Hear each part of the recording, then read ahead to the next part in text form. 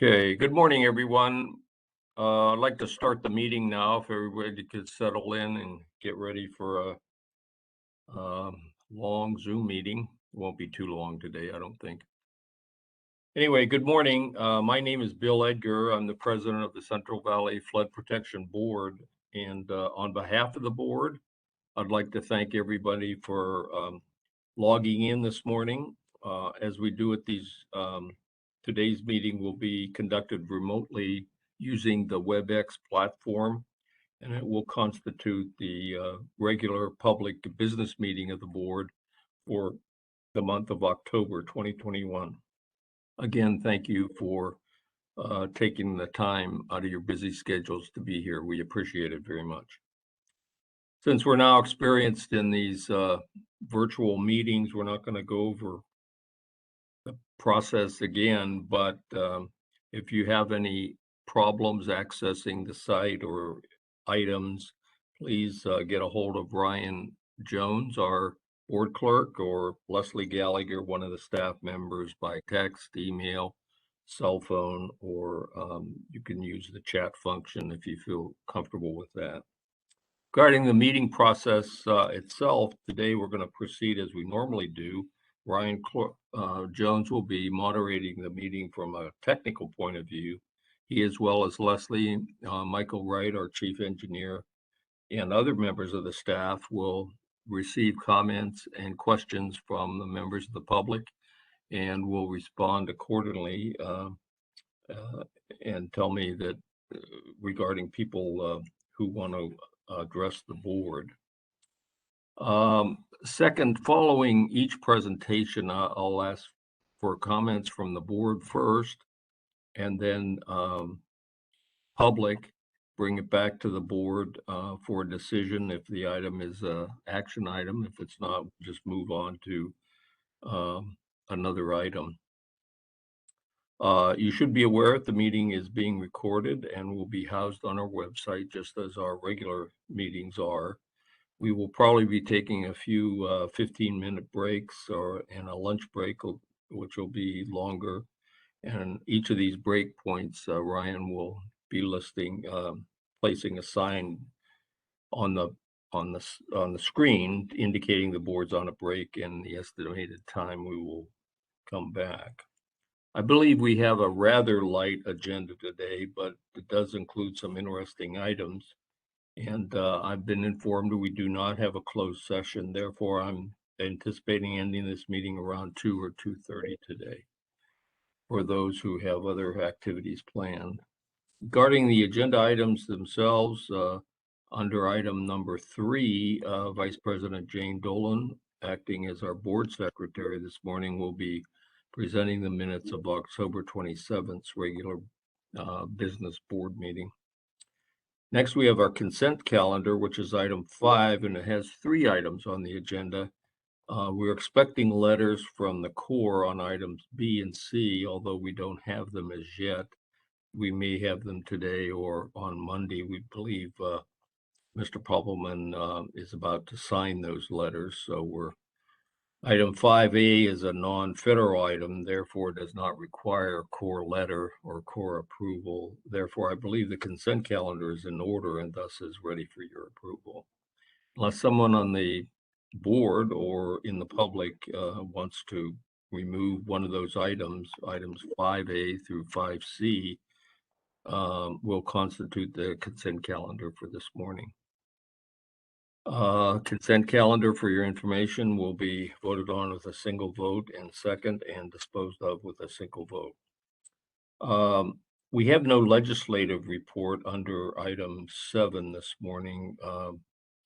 We haven't quite figured out what's going on at the federal level, so we didn't want to report any misleading information to the public. So Darren's decided to put that off for a while. Next, under item 8, we have an interesting item, Delta Stewardship Council. Jeff Henderson, the Deputy Executive Officer for Planning and Performance for the Stewardship Council, will brief the board regarding the proposed new Chapter 4 of the Delta Plan. This is an informational briefing, so I'm assuming that the staff will prepare a report outlining the board's comments for consideration later. We don't have such a report this morning. I'm interested.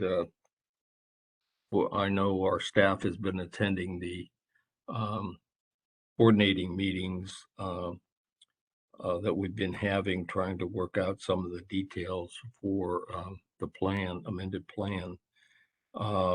But I'm not sure whether they're actually recommending the information that Jeff will be presenting or not.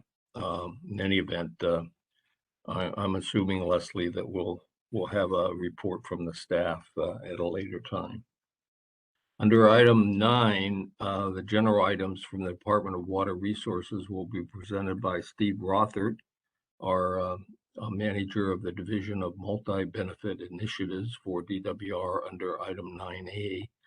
And he's going to review some upcoming activities such as the Flood Preparedness Week and the update on the processing of developing the San Joaquin River flood strategy in response to the Water Resiliency Portfolio Action number 25.4.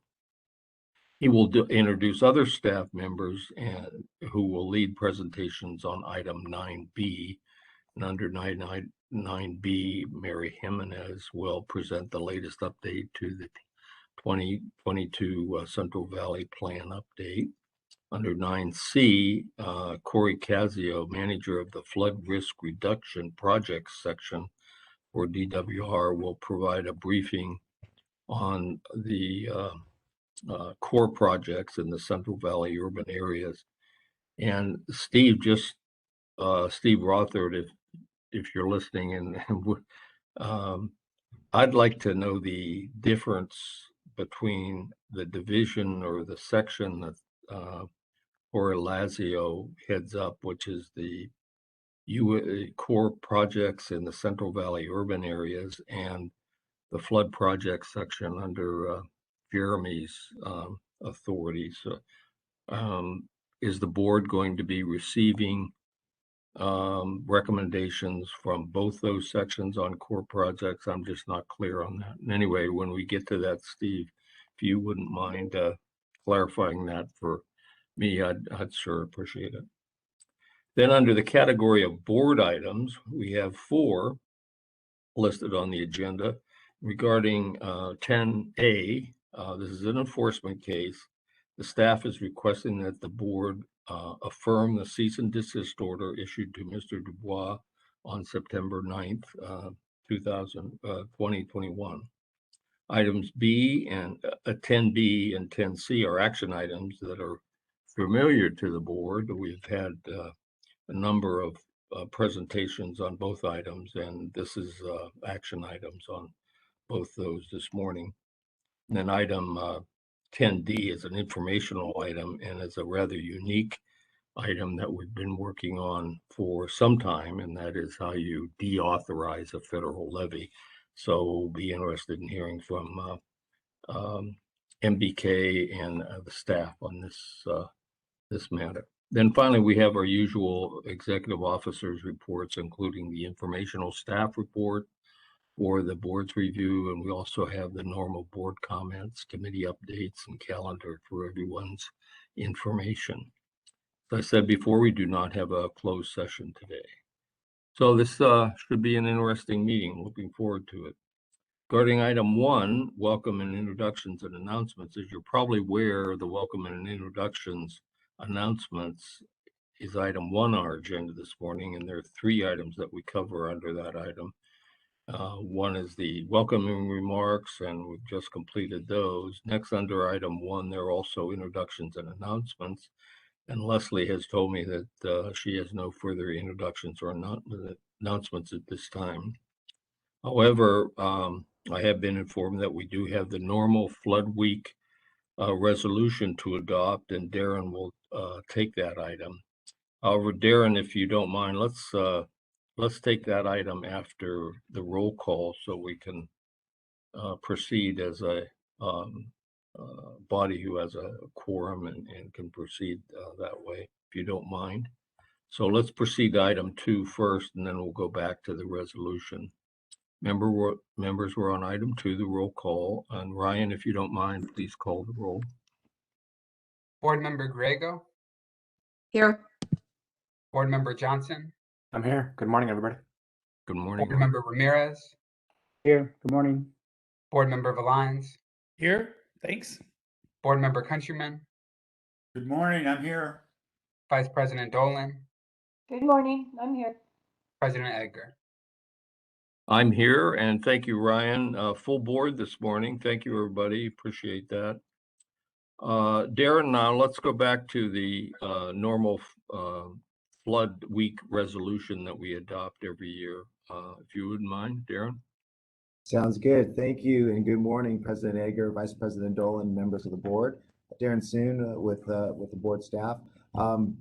After a record days of no rain in this area, teed up just in time for Flood Preparedness Week. We've got significant rain today. So for your consideration, Ryan Jones and board staff have prepared this resolution for California Flood Preparedness Week from October 23rd, tomorrow through October 30th.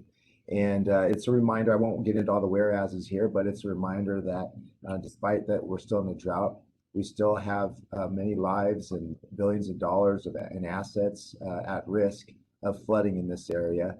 And it's a good reminder for everyone to become aware, prepared, and ready to take action should a flood event occur. Again, this rain that we're having this week, this storm this weekend, is a good reminder for folks to always be mindful of that, of our flood risk in this area. I will just read the closing statement that therefore be resolved that the Central Valley Flood Protection Board declares October 23rd through the 30th as Flood Preparedness Week and joins with others in emphasizing the need for increased public awareness of flood threats and encourages all California residents to prepare their homes, businesses, and families to respond in the event of a flood. We know that given the pandemic, a lot of events are being held virtually, not open to the public, but there are some things going on to remind folks and inform everyone of their flood risk. So with that, President Edgar, we present this for yours and the board's consideration. Thank you. Thank you, Darren. Do I have a motion and a second from the board, please? I'll make the motion. I'll second. Okay, moved by Mary Jane Griego, seconded by Jane Dolan. Call the roll, please, Ryan.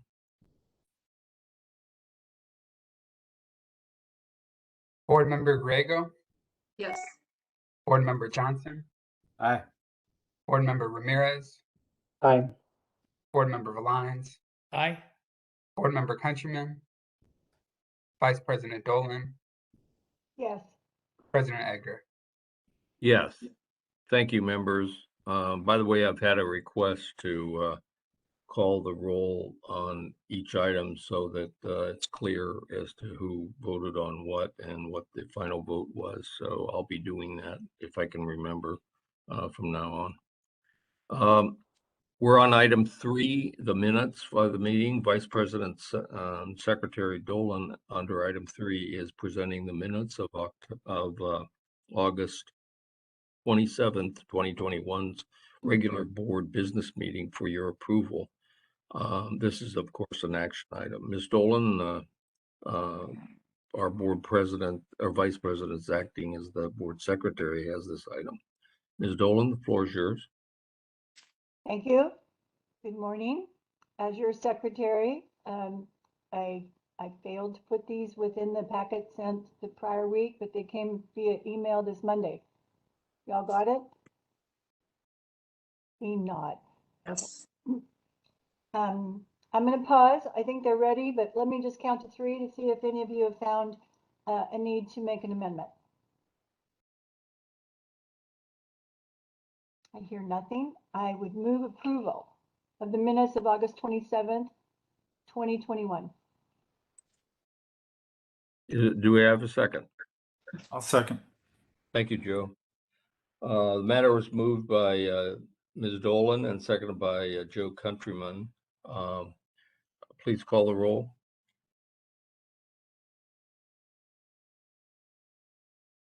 Board Member Griego, Yes. Board Member Johnson, Aye. Board Member Ramirez, Aye. Board Member Valines, Aye. Board Member Countryman, Yes. Vice President Dolan, Yes. President Edgar. Yes, thank you, Jane. Item 4 is the review of the agenda. Leslie, do you have any further comments on the agenda itself before we proceed? Thank you, Mr. President. Good morning, everyone. No, I believe that with the comments you have already made, the agenda is in order, so no further adjustments. Thank you. Okay. Item 5 is the consent calendar. As I said earlier, our consent calendar has 3 items this morning. We're expecting letters from the Corps on items 5B and 5C. And although we don't have them yet, we're under the impression that the Corps will be signing those either today or on Monday.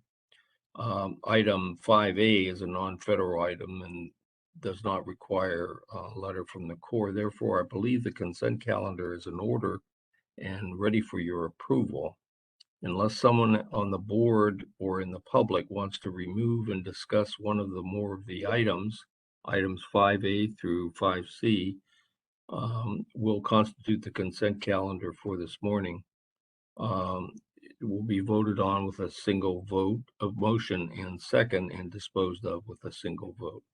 Obviously, this is an action item. Do we have any questions on items 5A through 5C?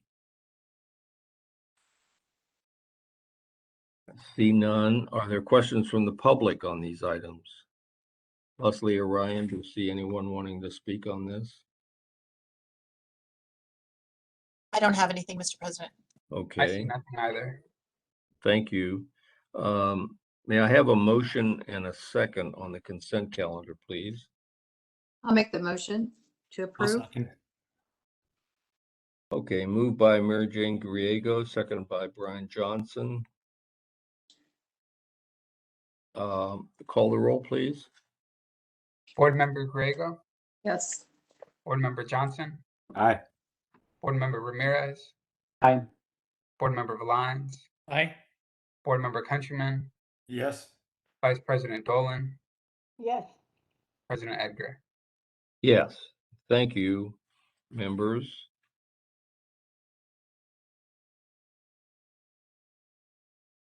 Members, we're on item 6, public comments not on the agenda. Is there anyone in the public that wishes to address the board on items not on the agenda? May do it by text, email, or phone call. You will be recognized and will be able to address the board. Do we see any, Leslie or Ryan, please? I don't see any hands. Nothing here, Mr. President. Okay, we don't have any this morning. Thank you. Members, were on item 7, legislative report. And as I said earlier, Darren doesn't have a report this morning. Then moving to item 8, which is the Delta Stewardship Council. Members, as I said before, Jeff Henderson, Deputy Executive Officer for Planning and Performance for the Council, will brief the board regarding proposed new Chapter 4 of the Delta Plan. This is an informational briefing this morning, so I'm assuming that the staff will prepare a report at a later date regarding board comments that would be submitted to the council for their consideration. Jeff, please. All right. Good morning, everyone. Can you hear me okay? Yes. Great. Thank you, President Edgar. It's a pleasure to be here this morning to talk about the Delta Plan Ecosystem Amendment. This is a project we, the council, have been working on since roughly 2016. So it's exciting to be at a point now where we have both a public draft out for review as well as the program environmental impact report draft available for review. Ryan, please advance to the next slide. So by way of overview today, we're going to provide a little bit of background on how we developed the ecosystem amendment to the Delta Plan. We'll talk about the ongoing current CEQA review process that we're in and outline some of the next steps that are ahead of us between here and where the council would consider adopting and implementing the revisions to the Delta Plan for the ecosystem chapter. And again, we'll spend the front end of the presentation talking a little about the substance of the plan update. And then in the concluding portions of the presentation, we'll summarize our CEQA process and review. Next slide, please. So regarding the Delta Plan itself, for those who may not be familiar with the Delta Plan, this is the state's comprehensive resource management plan for the Delta and Sassoon Marsh, and it was required to be developed by the newly created Delta Stewardship Council under the Delta Reform Act of 2009. So between 2009 and 2013, the council formed and developed and ultimately adopted the Delta Plan. In the year 2013, the Delta Plan is really guided to address the state's co-equal goals for the Sacramento-San Joaquin Delta and Sassoon Marsh, which are to provide a reliable water supply for California while also restoring the Delta ecosystem, to be done in a manner that protects and enhances the Delta as an evolving place. And again, this plan was originally adopted by the Stewardship Council in 2013. The plan itself includes regulations that are applicable to what the Reform Act describes as covered actions, which generally are discretionary actions of state and local agencies that occur within the Delta that have the potential to have a significant impact on the co-equal goals. So there are regulations outlined in the plan that apply to those types of projects. There are also numerous recommendations to other agencies to help implement those goals, and performance measures defined throughout the plan to track progress. And since 2013, parts of the Delta Plan have been revised due to changed circumstances and conditions in the Delta. And that brings us to the amendment that we're considering at the current time. Next slide, please. By way of background, the Delta Plan currently already includes an ecosystem chapter, but that ecosystem chapter anticipated that the Bay Delta Conservation Plan that was under consideration in the middle portion of the last decade would have been completed and adopted. As many of you are aware, that Bay Delta Conservation Plan, or BDCP, ultimately became two projects known as Water Fix and Eco Restore. And the Eco Restore aspect of that work was guided toward providing mitigation for water projects in the Delta. And so in 2015, when the resource agencies shifted their approach from the BDCP to this more focused set of mitigation projects, the council determined that it would be an appropriate time to address a shift in the planning and implementation of conservation in the Delta to really take more of an ecosystem-based approach. So kind of beyond the more basic mitigation obligations, taking a look at what it would take to restore the ecosystem functions of the Delta. And so in 2016, we began developing an approach to update Chapter 4 of the Delta Plan. And at this point in time, we are in our CEQA process. So the ecosystem amendment is the proposed project that the council's analyzing under CEQA, and we issued a notice of preparation for this process in May of 2020. Next slide, please. So the ecosystem amendment, or Chapter 4 of the plan, provides guidance and a vision for restoration. At a very high level, we're looking to help promote projects that contribute to multi-benefit outcomes that benefit nature and people, restoring process and ecological function to the Delta, and creating projects that are of scale, that are diverse, and that are resilient to change, particularly climate change. And so the proposed amendment itself doesn't involve construction or operation of any specific facility or other specific physical actions by the council. Rather, it's meant to set guidance and a vision for how the various different entities that engage in restoration projects conduct them. So with regard to multi-benefit projects here, we're looking for projects, we're encouraging projects that promote both ecosystem restoration and flood risk reduction, continued agricultural productivity, and additional habitat benefits. When we're concerned with function, we're looking at how best to restore the Delta ecosystem food web, even if much of the land will ultimately remain in agricultural production. And that is a fundamental assumption of the ecosystem amendment, is that for the foreseeable future, agricultural production remains the predominant land use in the Delta. And with regard to being resilient, this is to provide resiliency to shock and an ability to adapt to climate change, both for the ecosystem and for flood risk considerations. And all of this will require a considerable amount of funding and a considerable amount of institutional coordination along with political will. It needs to be based on solid science, and ultimately we need to be able to identify opportunities to fund and implement projects that accomplish these objectives. Next slide.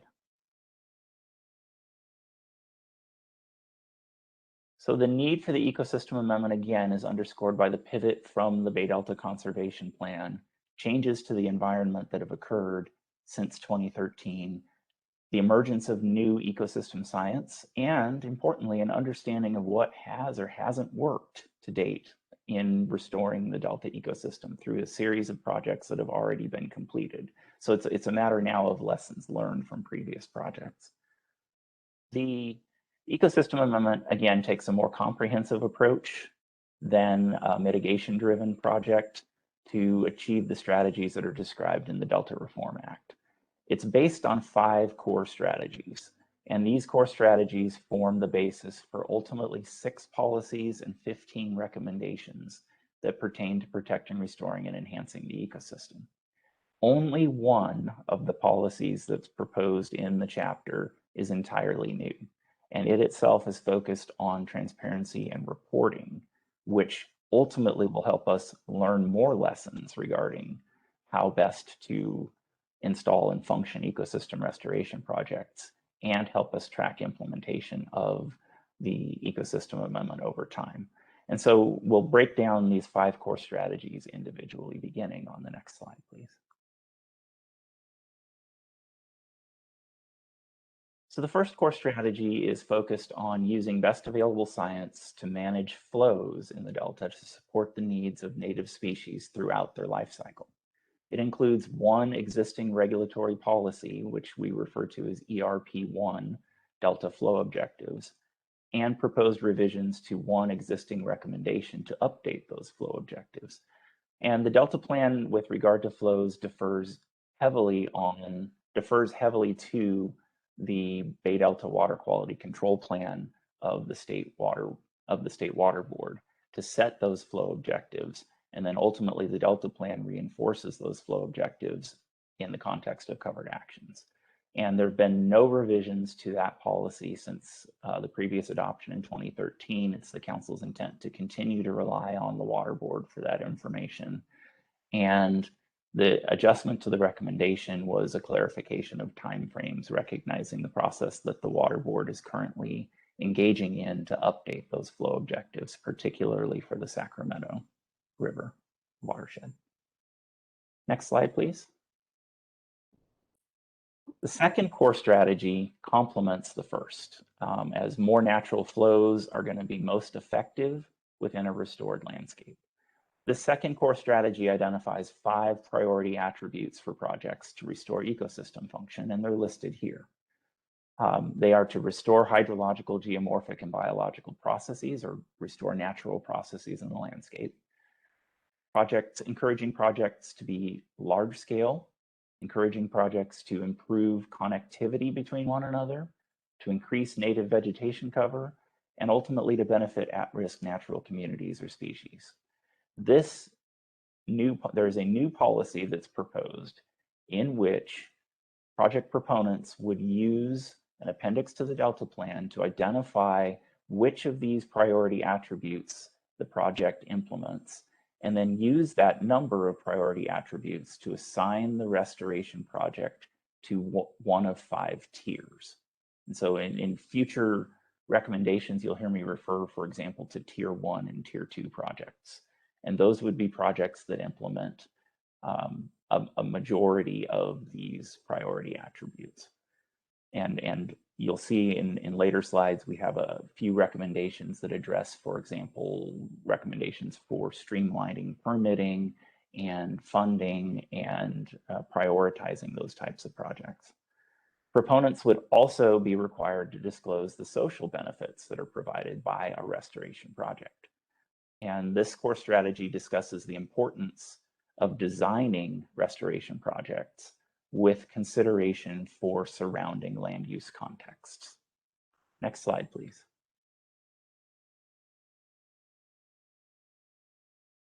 So with regard to this chapter and the policies therein, the new policy I mentioned we're referring to as ERPA, which is contributions to restoring ecosystem function and providing social benefits. And then there's some slight modifications to policy ERP4, expanding floodplains and riparian habitats in levee projects. This is a revision that we've made to the plan to identify alternative locations from the original Delta plan in locations where levee setback analysis would be required as part of an ecosystem-based, or I'm sorry, levee setback requirements would be, levee setbacks would be required to be considered as an alternative to restoration and flood control projects. So the Delta plan identifies certain reaches of streams and channels in the Delta to which that requirement applies, and we've adjusted those recommended locations. And then there's a series of new recommendations that are proposed as part of this core strategy as well. The one I'd really like to point out is what's known as ERRB, or the Good Neighbor Checklist. This is a checklist that DWR had developed several years ago that describes actions that restoration projects should take in order to not create undue impacts on adjacent land uses, particularly agricultural land uses. There's been an update to that checklist that was largely stakeholder driven, that we are now bringing into an appendix of the Delta plan and incorporating a new recommendation that restoration projects utilize that checklist in their design and mitigation strategies. There are also 3 additional new performance measures that are proposed as part of core strategy 2. Next slide, please.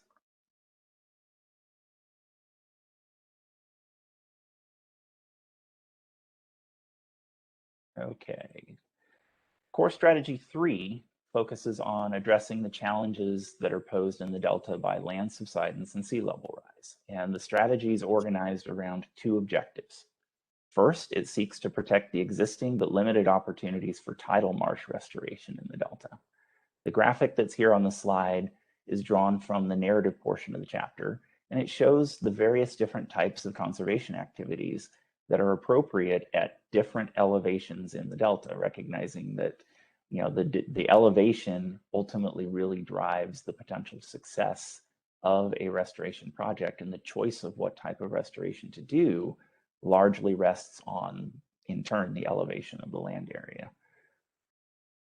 Tidal marsh restoration is ultimately shown in the intertidal restoration band, which illustrates the concept, and this is something we heard a lot during the development of the ecosystem amendment, of getting the right project located at the right place. And so it really represents that the tidal marsh restoration areas are really encouraged to be in the intertidal restoration band. The strategy also focuses on steps to halt and/or reverse subsidence, considering the potential influence, or the certain influence of sea level rise. And 3 new recommendations are proposed in this core strategy to support that objective. Next slide, please. So core strategy 3 features 2 existing policies: ERP2, restore habitats at appropriate elevations, and ERP3, protect opportunities to restore habitat. These are 2 policies that apply to covered actions. So these would apply to again, certain types of discretionary actions that occur within the delta and the marsh. ERP2 identifies, again, elevation bands and recommends certain types of ecosystem restoration projects to be placed in each elevation band based on the physical characteristics of the land in that elevation band and the suitability of the type of restoration to occur in that band. ERP3 protects opportunities to restore habitat that have been delineated in the existing Delta plan. There are, I believe, 6 priority habitat restoration areas, or PRHAs, that are identified in the Delta plan as areas where new projects that might occur in those areas need to demonstrate how they continue to protect the opportunity to achieve habitat restoration throughout the whole of the area. So it's really a matter of not precluding the opportunity to restore these 6 highlighted areas. And then there's a number of recommendations and performance measures that are also tied to this core strategy and the policies for the covered actions related therein. Next slide, please. Core Strategy 4 focuses on the enhancement and management actions that are necessary to support native species in the Delta and reduce the impact of non-native species. And as you're all likely aware, non-native invasives harm native species in the Delta in a variety of different ways.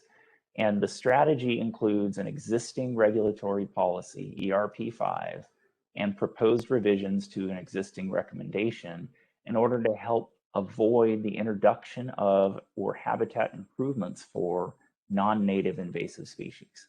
This is an existing Delta Plan policy that applies to covered actions that is remaining unchanged in this amendment that requires covered actions to demonstrate how they fully considered the potential to introduce habitat or enhance habitat for non-native species in the Delta.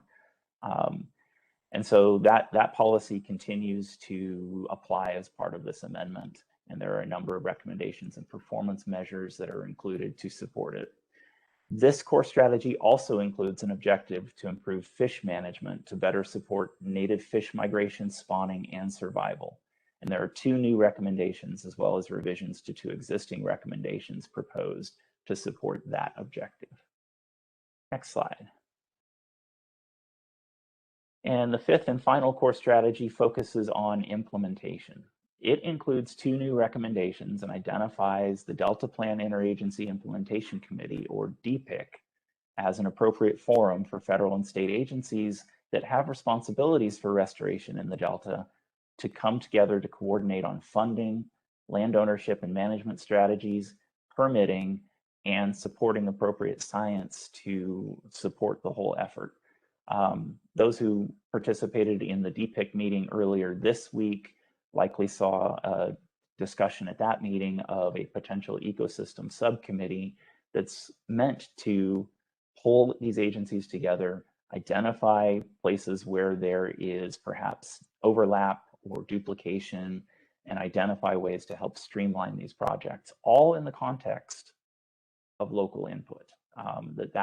That strategy is also designed to include local forums that involve stakeholders and local communities, reclamation districts, and others who have a stake in this work to get in early on project designs, to provide input as these projects are just taking shape and form in order to help identify, for example, items that are on the Good Neighbor checklist that should be incorporated in these projects.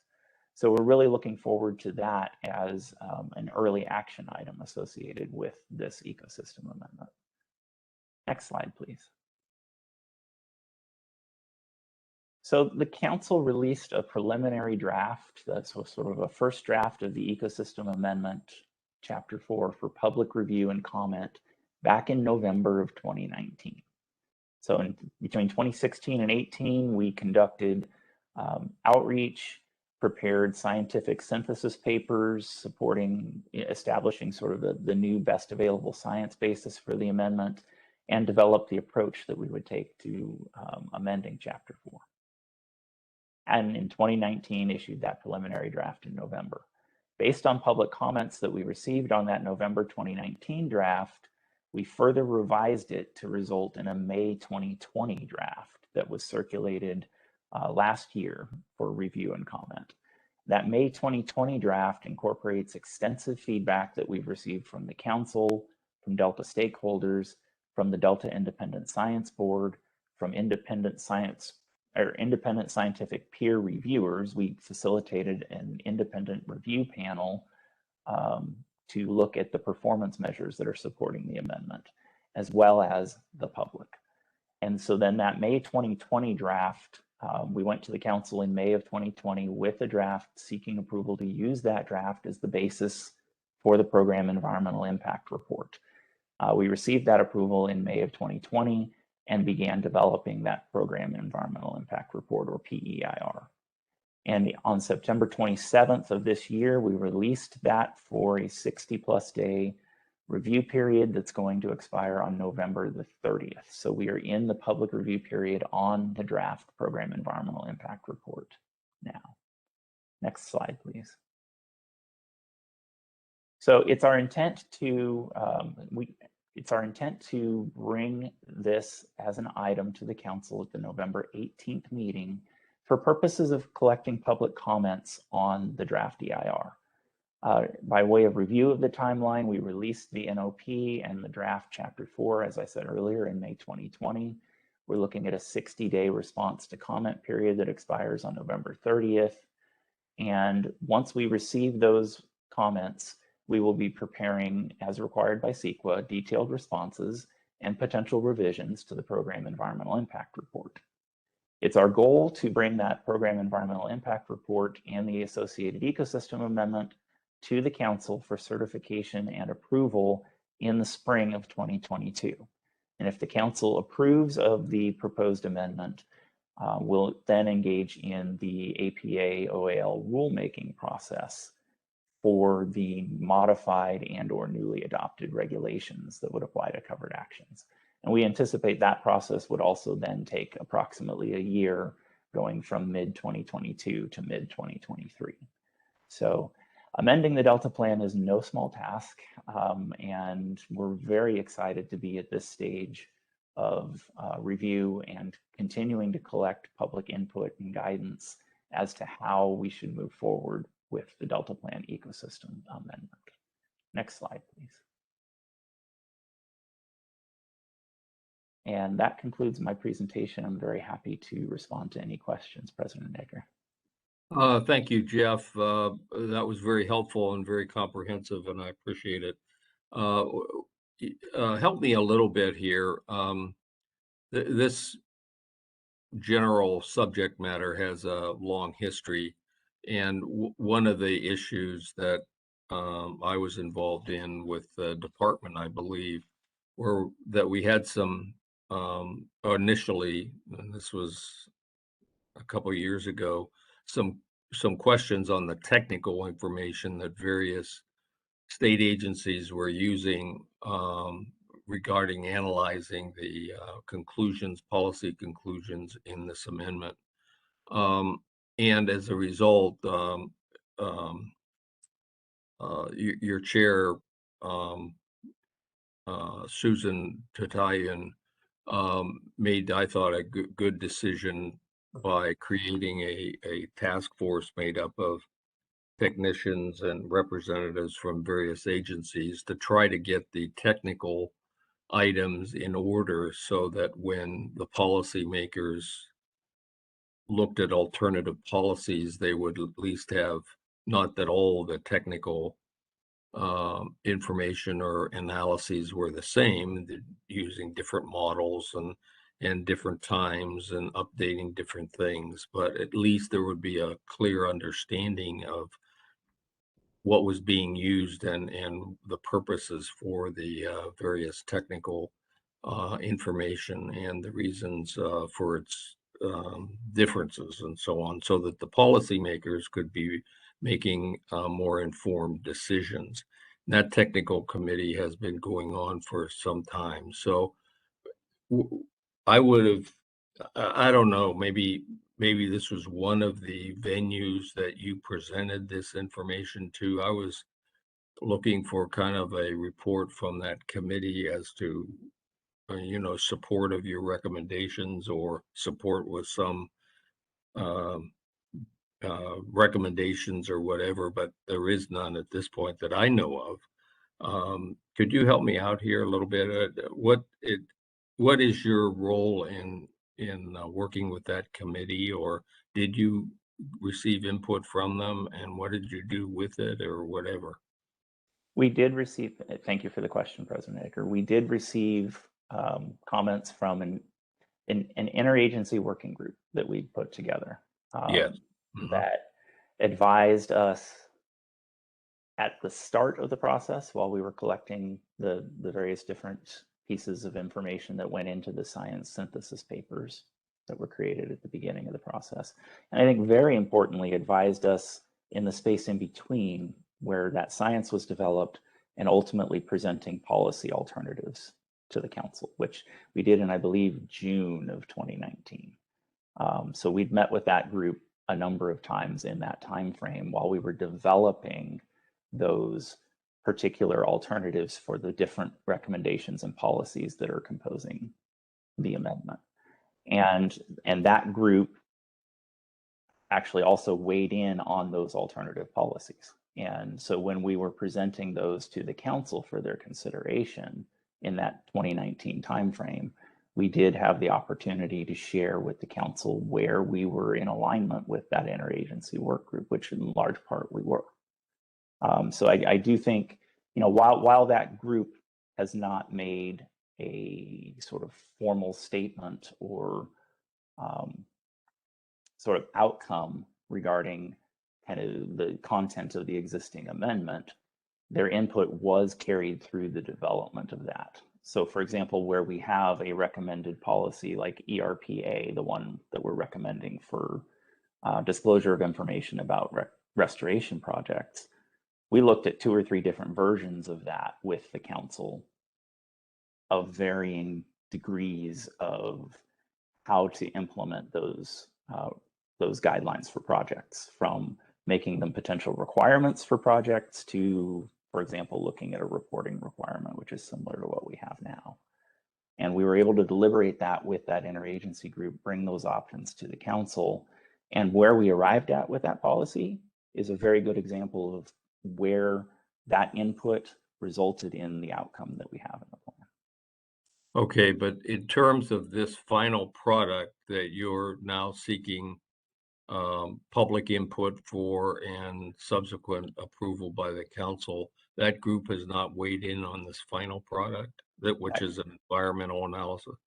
The group has weighed in on the draft amendment and will weigh in, I think, as individual agencies in their comments on the EIR. But as a group, it's not my understanding that the interagency group is going to offer comments on the EIR as a group. They would rather than that, they'll be doing that as the individual member agency. Is that their final decision? Is that what they've told you? I don't know. I that's where I'm lost here a little bit. I was looking for some sort of a recommendation or whatever from them regarding this thing that you're presenting today, and we don't have it. So I guess you're not going to do that. Is that it? Well, we absolutely can, and well, I'm not based on this discussion. It seems important that we return to that work group and determine if we're in full alignment. Well, I don't know. That's my feeling, because we're relying on Susan's recommendation here, which I think is a good one, to try to iron out these technical things before ultimately policy is made. I think she made a good recommendation, and I think that's helpful. And I know the council is a little concerned that it's going on long enough, and it probably has. It's gone on too long, but we don't need to do this ad nauseum. But I just wondered what the process was. I'm not I'm not making a recommendation or anything. I'm just kind of asking for information for myself. That's all. But anyway, thank you for your presentation. Are there questions from the board, please?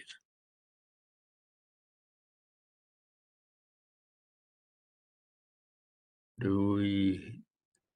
Oh, Jane, you're on mute. I'm gonna get mine too, Bill, when you're ready. Okay, Brian, why don't you go ahead? Jane's having an issue here. Oh, that was Tim. Or I'll let mine Tim. go too if he wants to go first. No, I'm sorry. I apologize. That's okay. Go ahead, Tim. Thanks for the timely presentation. Maybe this is a hint about where some of the comments might go, and maybe I'll defer and let Brian or Jane weigh in, but I'm wondering how the conservation strategy might fit in to the web of things that were just covered. And I'm sure there's a story there, but I was reminded about all the many different both regulatory drivers and plans that are in this footprint that deal with restoration. And I know that obviously some of the goals are to integrate those and to make sure that we're mindful of all of them.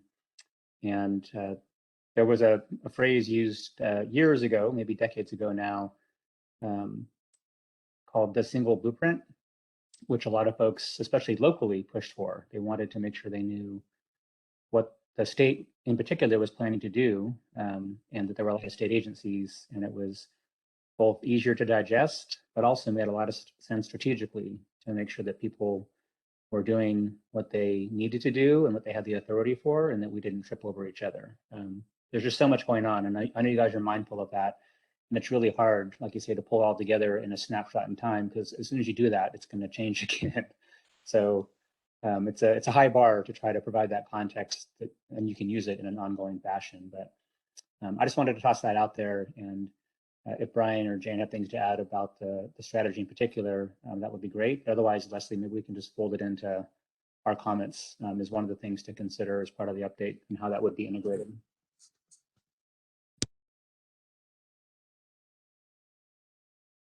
Okay, thank you. Jane, we can't hear you. Can you hear me now? Yes, Yeah. we can. What I was saying first is I wanted Tim to be the first one to respond. Thank you, Mr. Ramirez. And for my comments, I underscore exactly what he said. Done. Yeah, I'll wait. I'll chime in here. I wish I knew a better answer to your question, Tim. I was thinking the same thing and making a list of subjects from the new sections in this plan and the amended sections to go back to the document and look at. I suspect that because many of the same people are involved, that a lot of the work product here is going to be compatible with a lot of the work product for the flood plan and the conservation strategy because they share DNA. But we have not, as part of our advisory group or in the discussions we've had on the conservation plan, conservation strategy for the flood plan is what I get for Friday morning. Done a crosswalk or really looked at it in the way that you're suggesting and that I was thinking as we were watching the presentation.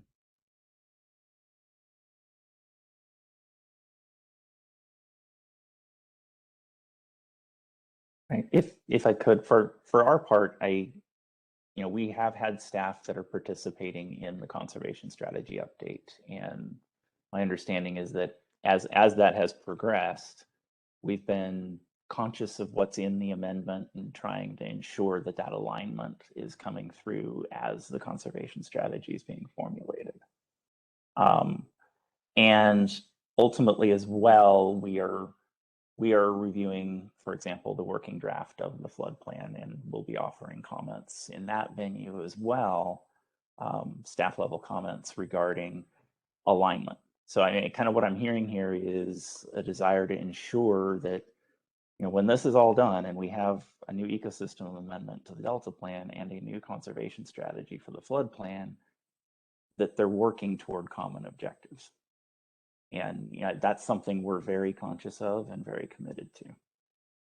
So I think we'll continue to, on our end, exercise that approach of looking for those commonalities, and if there is any divergence, bringing that up and working with you toward resolution. Jeff, I think that's Tim and Brian, and for that matter, Jane, have really put their finger on it. These are all pieces of a puzzle that ultimately we're trying to fit together and make consistent. And it's hard, and we are sensitive to that because we end up being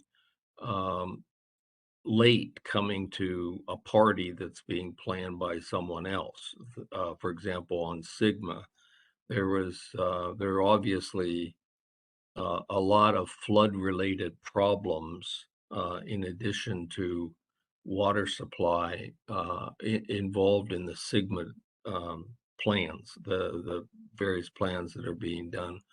And they relate, and we came late to the party, and they've welcomed us and then taken our comments and are working hard to incorporate those comments in all of these various Sigma plans that are being prepared locally.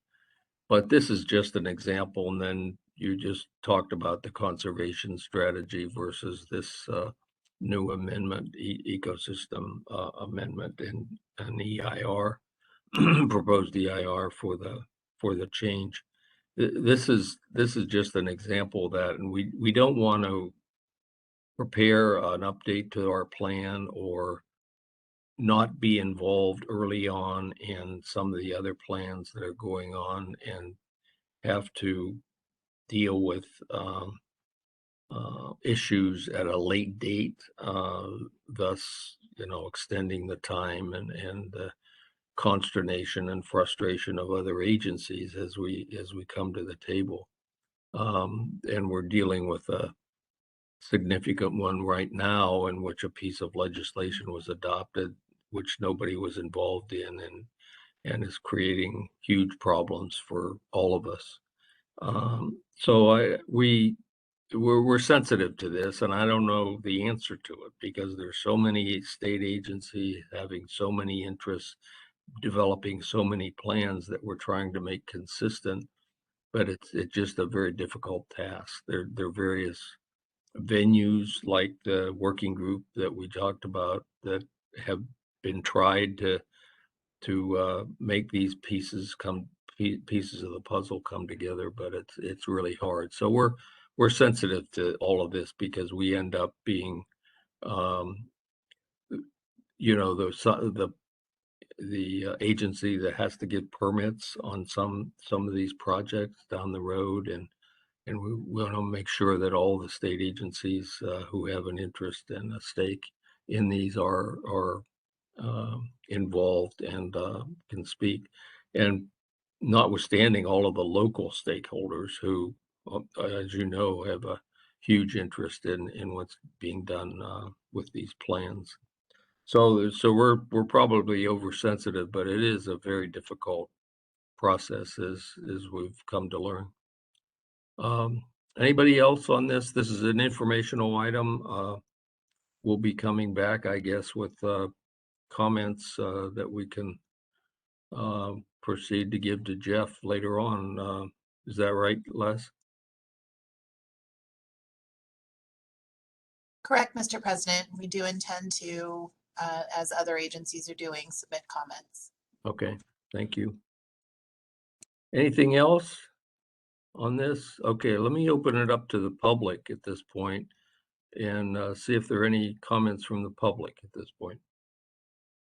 Leslie and Ryan. Oh, here's. I see that Mr. Nudek has his hand raised. Okay. Chris? Thank you, Ryan, and thank you, Bill, for the opportunity. I'm going to take the term that Tim raised and be a little bit not on point to Jeff's presentation, which I appreciate. But the one thing I want to recommend that we all keep in mind, and Tim said, be mindful of, as a local flood control engineer representing local agencies, the concept of this, conservation strategy and development of habitats and all these major changes in the settings in this region require flood protection. And we seem to see some of the funds, the remaining funds, there's not a lot left, shifting towards more of this. There's kind of a pendulum shift, and or there's a clear and concise requirement that all flood control related projects have a, multi-benefit habitat component. These projects don't work, particularly those in the tidal, intertidal, and deep tidal, without flood control. And for all the same reasons that we're looking at sea level rise for these projects, we have to look at sea level rise for flood protection. So I know it's not on point to what Jeff raised, but I just want to keep everyone mindful. Steve Rother and I have been talking about this on a number of other discussions earlier in the week. It's just that, we're running out of money. We've got the Central Valley Flood Protection Plan that's got billions of dollars in needs, and yet we're moving more towards the conservation strategy. And mind you, we build those, we manage them, we're part of this, but we got to start at the ground up. And Bill, you made very good insight to this in the last several minutes talking about the flood side of it, and we appreciate that. And I just wanted to highlight that from a local's perspective. Thank you. Thank you, Chris. Anybody else, Leslie or Ryan? I see nothing on my end. No, Mr. President. Okay, thank you very much, Jeff. We appreciate your attendance today and your excellent presentation. We appreciate it. And we'll be back to you with our staff comments as soon as we can get them together. Thank you, everyone. Have a nice day. Yeah. Okay, members, we're off to item 9, and this is the Department of Resources items, and the general items from Department of Water Resources will be presented by Steve Rothert, the manager of the Division of Multi-Benefit Initiatives for DWR under item 9, after reviewing some of the upcoming activities, such as the preparation by the department for Flood Preparedness Week and the update of the process of developing a report on the updated process developing a San Joaquin River flood strategy in response to the water resilience portfolio, action 25.4. He's going to introduce items 9B and 9C, and 9B is Mary's latest update to the Central Valley Flood Protection Plan, and under 9C, Corey Lazio's manager of Flood Risk Reduction Project section for DWR will provide a briefing on the core projects in the Central Valley urban areas. And Steve, if you might help me a little bit, I was having a question about how Corey's new section divides the work between he and the projects division under Jeremy. How do you envision that working? Sure. Thank you, President Edgar and Vice President Dolan and other board members and staff. I appreciate the opportunity to present and discuss with you these issues this morning. And I really appreciated the opportunity to meet many of you for the first time in person on the really informative and enjoyable tour of this Lower San Joaquin flood facilities that you convened a couple weeks ago. So thank you for that. So President Edgar, regarding Corey Lasso's section, his section is part of Todd Bernardi's flood projects office. We now call them branch. So Todd Bernardi's flood projects branch is part of Jeremy Eric's division of flood management. So Division of Flood Management, Flood Projects Office, and then Corey's group is the next component or next element of that hierarchy. So he part works. Uh-huh. He works for Todd Bernardi. Yes. Okay, but he's mostly so the work he's doing is going to focus on doing the work that for which we are the non-federal sponsor, right? I think that's right, but Corey can address that in more detail when he offers his presentation after my remarks. Okay, thank you. Okay? Yeah. Okay. Good enough for now? Yes, yes. Great. So as President Edgar said, there will be 4 parts to DWR's presentation this morning. If you could go to next slide, Ryan. The first part will be, after my remarks, will be Mary Jimenez's update of the Central Valley Flood Protection Plan update, including the release of the working draft. And we're hoping that the board and others who received that working draft will be able to get through the sugar crash after Halloween to submit comments by November 1st on that working draft. We've also, with DWR staff and flood board members and flood board staff, have been doing a series of briefings to elected officials and flood agencies and water agencies throughout the Central Valley. We'll hear a little bit about that. And then we'll hear about the efforts to refine the working draft into the first public draft that will become available in the first part of next year. Next slide, please. So as we were just discussing, we'll hear from Corey Lasso about the U.S. Army Corps of Engineers projects throughout the Central Valley. We're looking at the Sacramento Weir bypass here, I think in 2017 in its glory. And I saw a version of this presentation yesterday, and I think you'll find it really interesting and really informative about all the work that the Corps is doing and how the Flood Board and DWR are working with them. Next slide, please. And of course, as you acknowledged, beginning of the meeting, this next week is Flood Preparedness Week, and Nikki Bloomquist at DWR has been leading this effort to get DWR and partner agencies prepared for this and been doing a great job. And the local and state federal agencies will be reaching out through social media and other avenues to encourage folks to be aware and prepared. And there will be local agencies conducting tabletop exercises that are not public, but making sure that their plans and readiness are in place for the flood season. And as Darren Suen mentioned earlier, that the timing of this atmospheric river couldn't be better to remind folks that we do in fact get rain and we can see flooding. So if there's a good aspect of these torrential downpours, that's one of them. Next slide, please.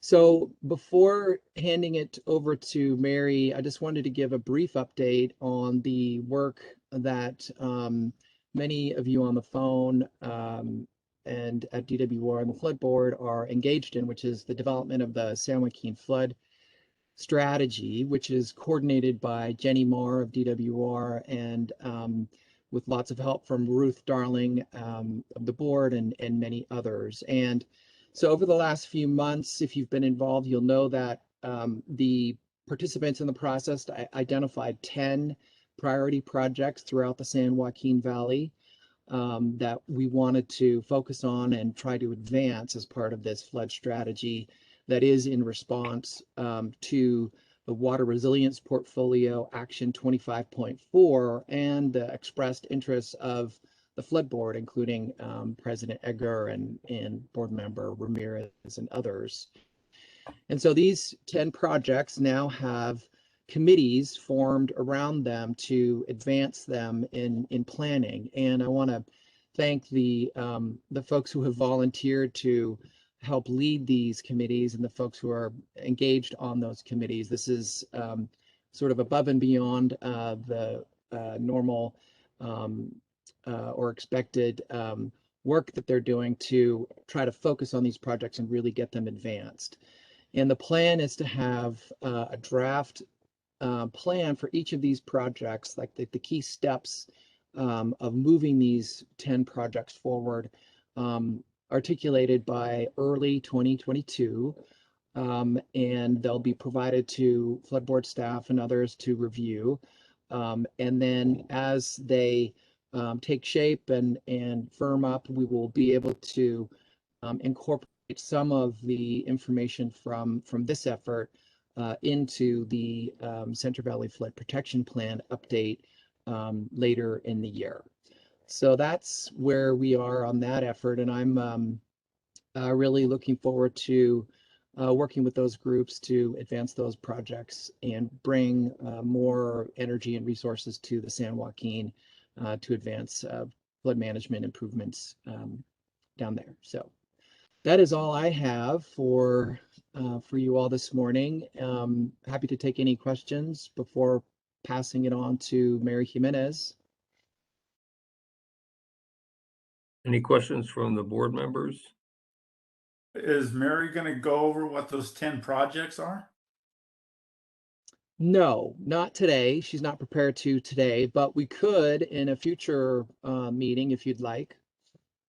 I think that would be very helpful, Steve. Okay. Okay, we'll plan to do that. I'll make a note and talk with the team and figure out when would be a good time to do that, when we could be prepared to give you a good presentation on that. Thanks. Okay. Anything else from the board?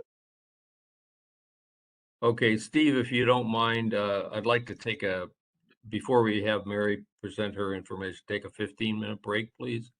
Thank you. Sure. Thank you. Thank you.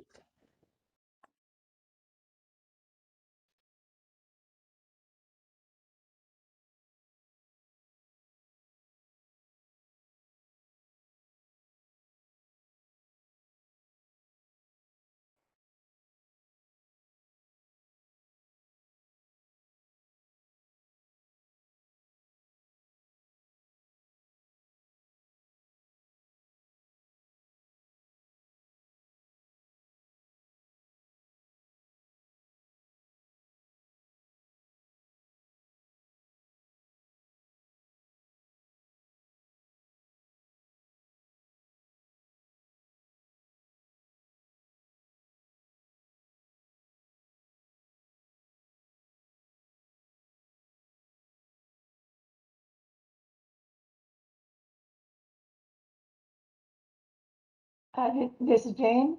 I seem to have lost everything. Hi, Jane. They went on break. Yeah, and I can hear you, Jane. So you're okay. Oh, well, I had to go down the hall. I didn't hear the break. Go back down the hall. Thank you. It was a very effective practical joke, Jane. Was that just a test to see who's paying attention? I think it was.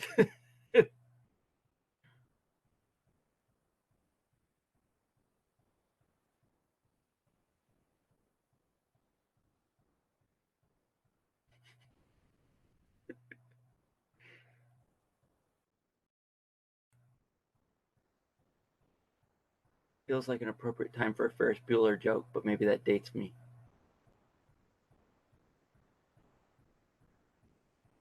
Not that there's anything wrong with that. Oh, insert joke here. Yes. What do you got? Give it to us, dude. No, it's just, what are you still doing here? Go home. For those of you who didn't sit and wait till the end of the credits were done at Ferris Bueller's Day Off, that's what happened. I love that movie. Oh my It's a god. good weekend to rewatch it. Yeah, it's been a long time since I've seen that. Yeah, I don't think I want to watch it with my 6-year-old though. It might create some challenges. With your nice race car, he might take it through the back of your garage. We I own could a see him. DVD of it. Yeah. Okay. Let's take a break, guys. Yeah.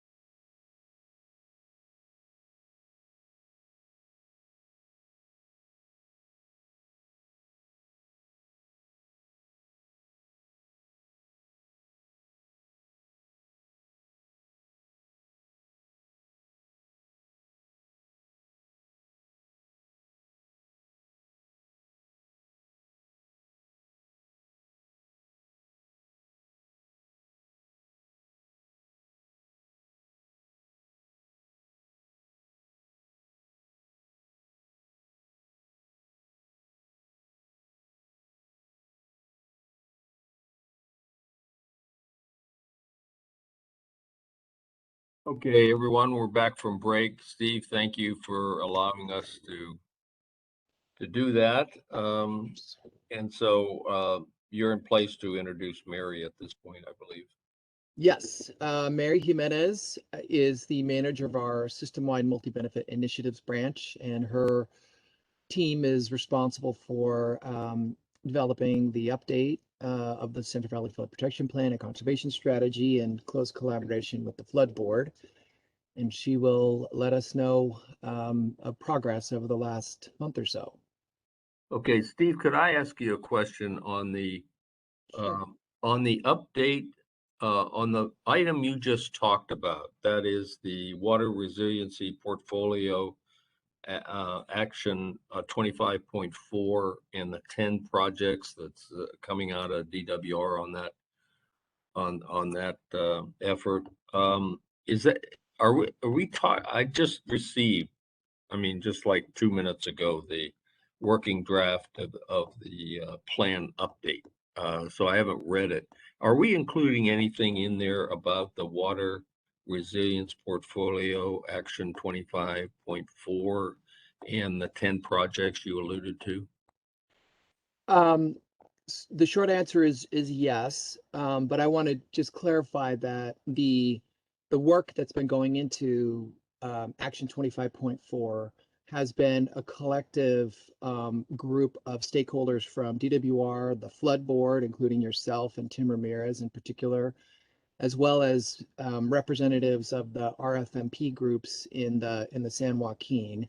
And together we identified and prioritized a long list of projects and came up with those 10 to focus on right at first. And so the update does not include information now some on of those. them, excuse me, just a minute. Sure. Some of them, as I understand, are not really projects, right?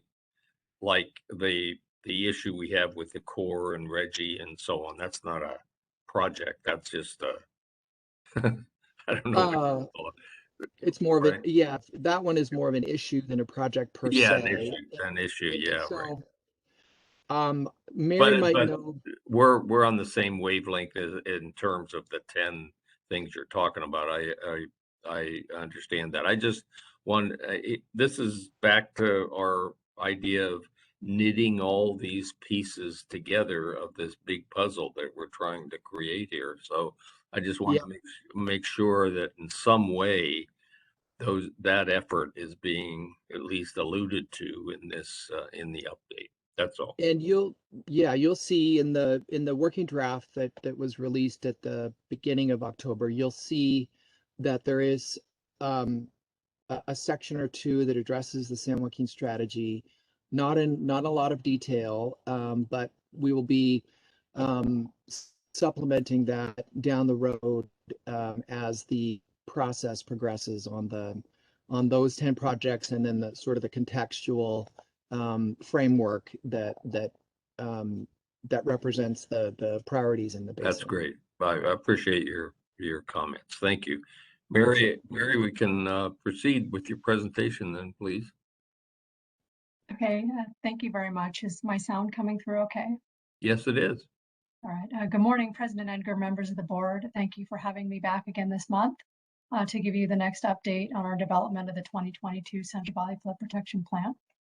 Just to echo what Steve said, yes, President Edgar, we do have some beginning content representing our discussions on the San Joaquin flood management strategy.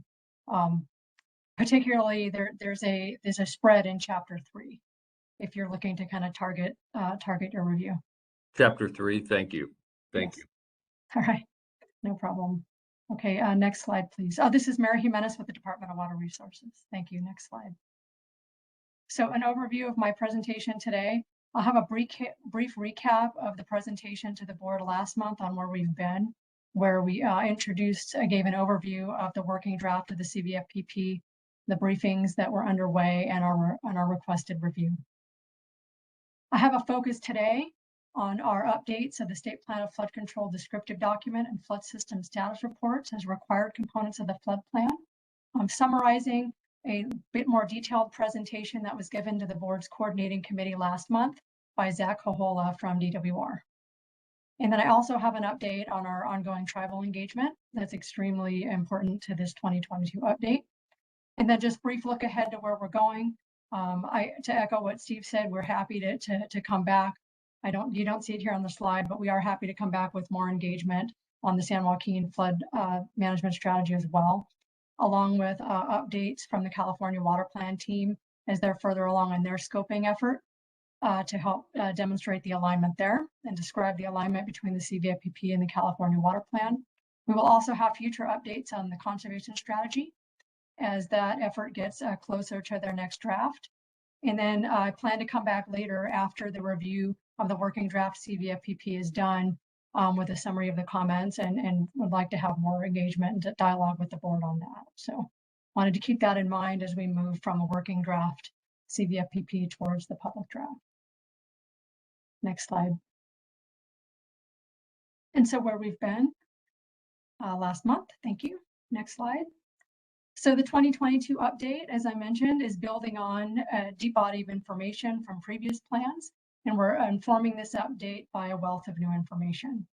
We are assessing progress and effectiveness of investments, particularly from the previous 5-year planning cycle, and identifying updated investment needs and policy recommendations for continued implementation of this plan over the next 30 years.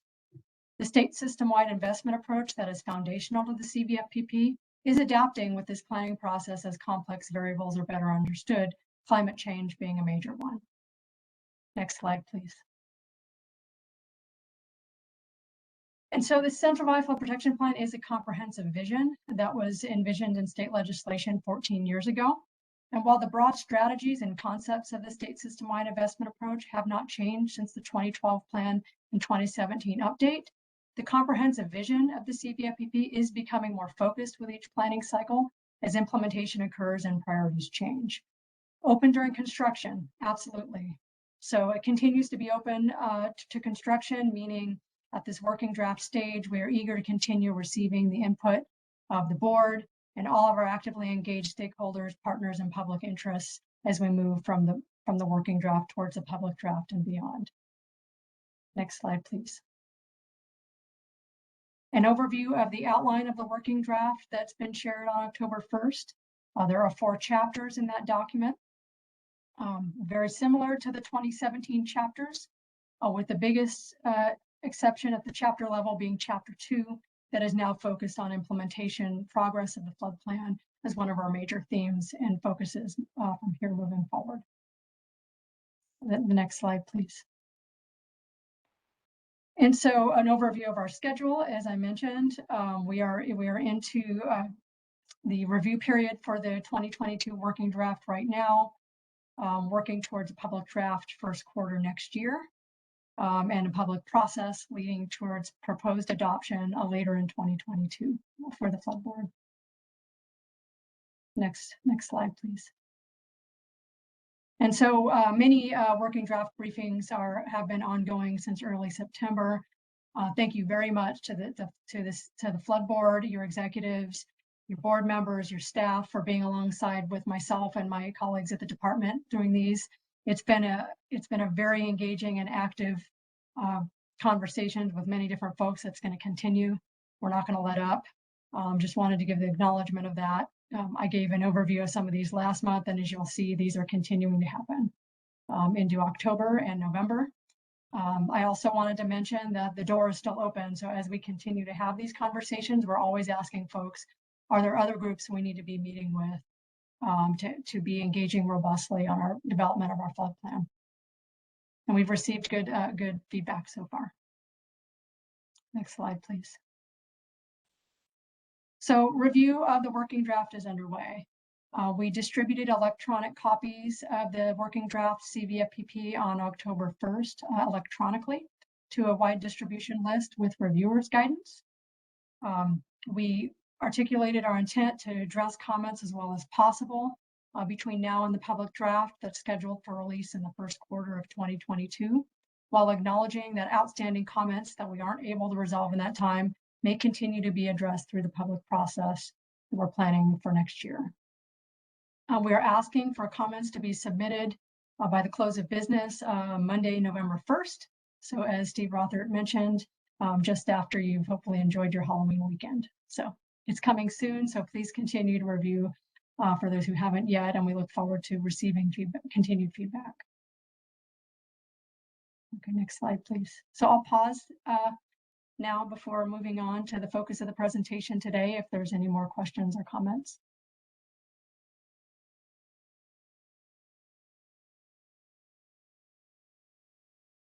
Okay.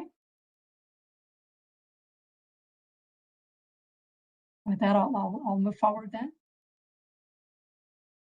Okay, so now I'll thank you. If you can, I'll now give an overview of our updates to the State Plan of Flood Control Descriptive Document, Flood System Status Report, and the update on our tribal engagement. So beginning with an overview of the State Plan of Flood Control Descriptive Document, it is the detailed inventory of all State Plan of Flood Control features in the Central Valley, including both physical and non-physical components. The physical ones you'll recognize on the slide, things like levees, weirs, bypass channels, and so forth. The intent of this document is that it's a reference document for flood management agencies, partners in the Central Valley.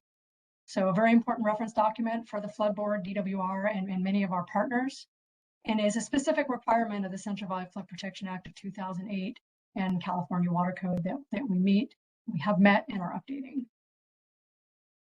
So next slide, please.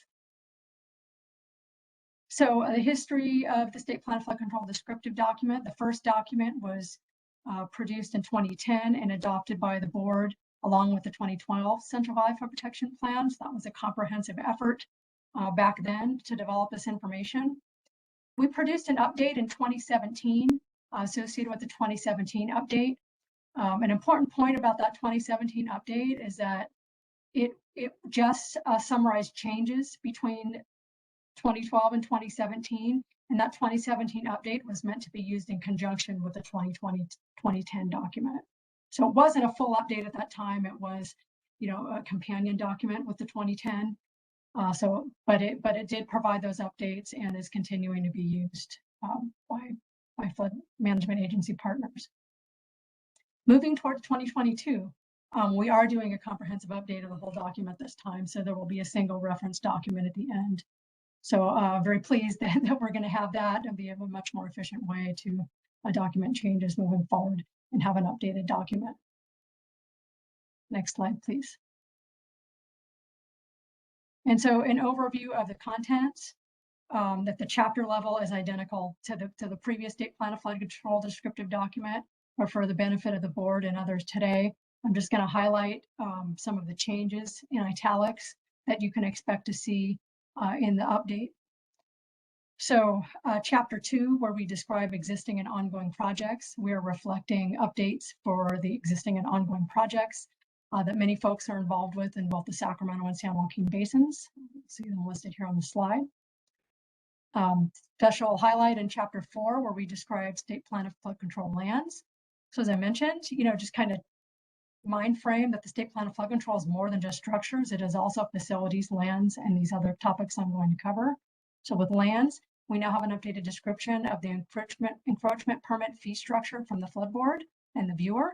So really giving a space to show progress that the board has made in that arena. Chapter 5, operations and maintenance. We have an updated list of the operations and maintenance manuals for the flood system in the Central Valley. Really important reference information, and also updated description of our interim vegetation inspection criteria that's being used. Next slide, please. Then focus then on some major changes in chapter 7, where we describe programs and plans related to the State Plan of Flood Control. We have updates again on ongoing state federal projects that have made great progress in the last several years. The conclusion of the early implementation program in DWR, the efforts of the urban flood risk reduction program, and documenting the conclusion of the urban levy evaluations and non-urban levy evaluations efforts. State Plan of Flood Control Future Updates, Chapter 8, we describe the current updates in 2022 to the flood plan and the accompanying flood system status report that I'll talk about more in a minute. We also have an updated description of ongoing evaluations, projects, and repairs throughout the system. It's not in italics, but I did want to call also attention to the attachment that I understand is used by a lot of folks doing work on the state plan of flood control throughout the Central Valley that update to the state plan of flood control index maps and locations. So we'll have an updated attachment as well with the map-based products. All right, thank you. Next slide. So I'll pause now for any particular questions or comments on the state plan of flood control descriptive document update.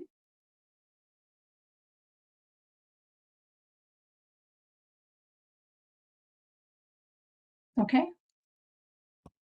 All right, thank you. All right, I'll move along then to the flood system status report. Next slide, please.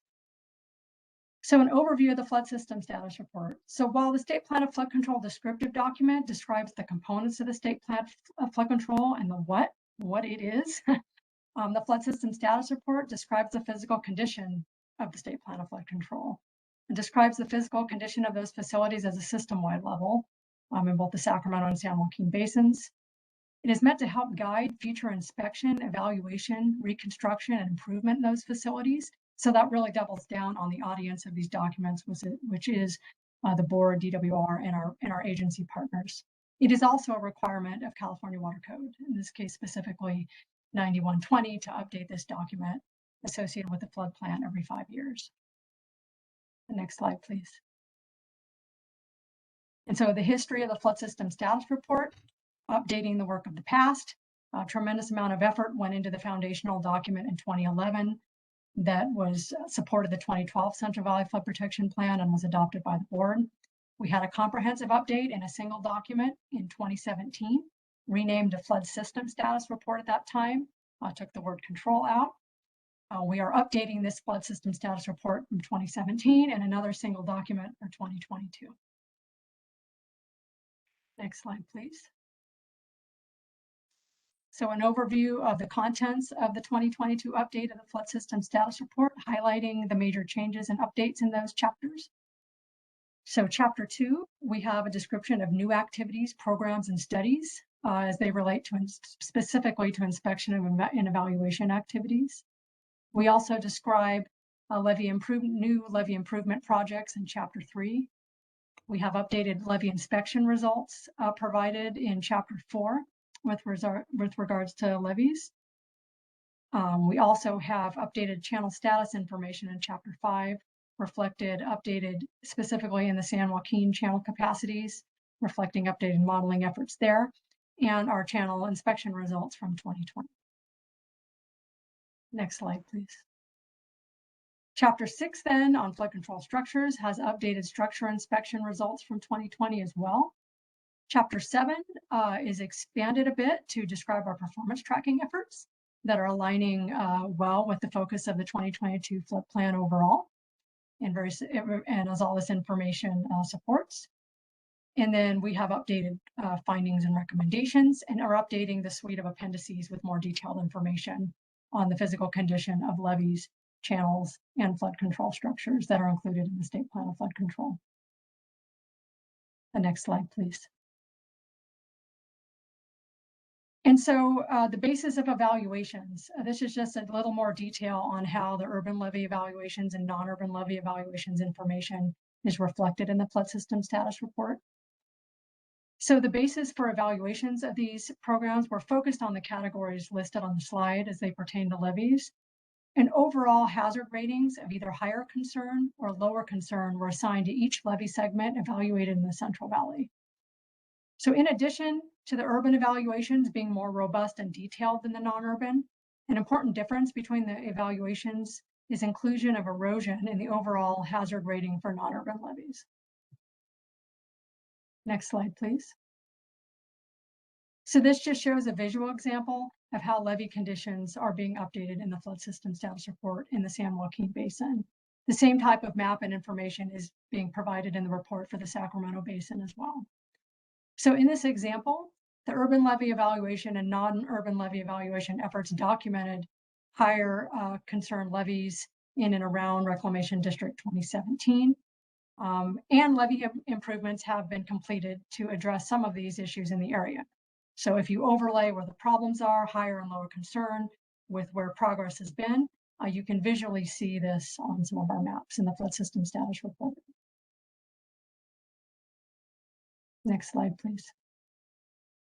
So this is just a schedule overview for the updates and where we're at. Internal review of these updated documents is underway right now, and we're working towards release for broader public review of the updated documents in December and working into early next year.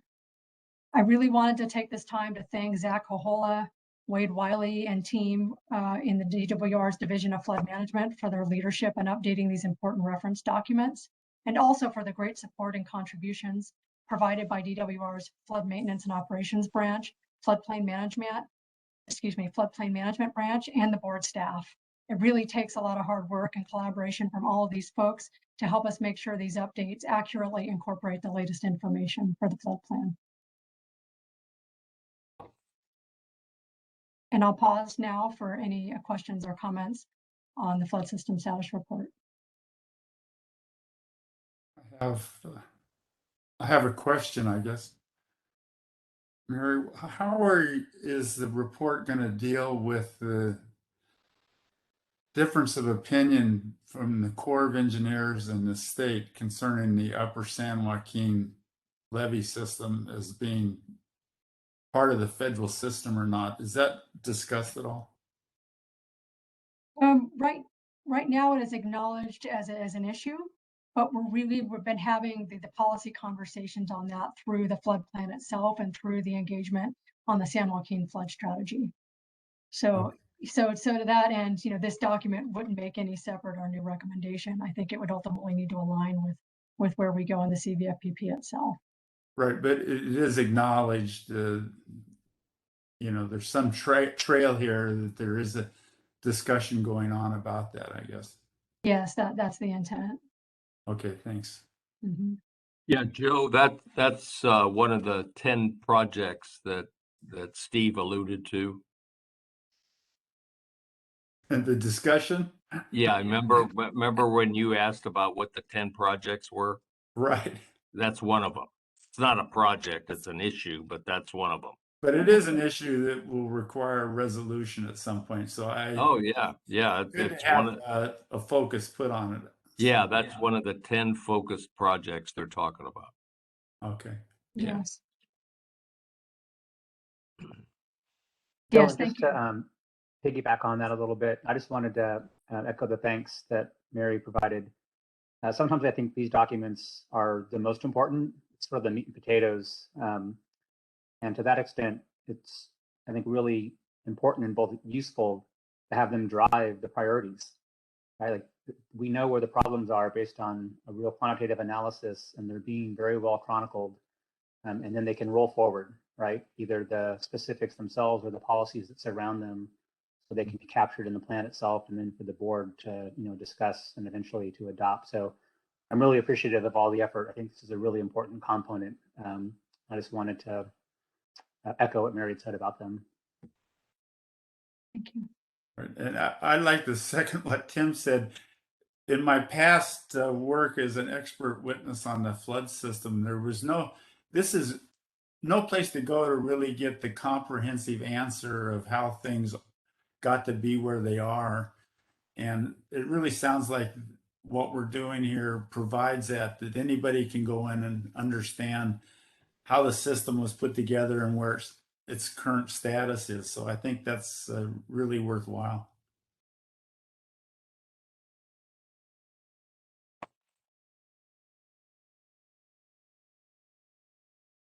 Thank you. Appreciate those comments. Any other questions or comments from the board?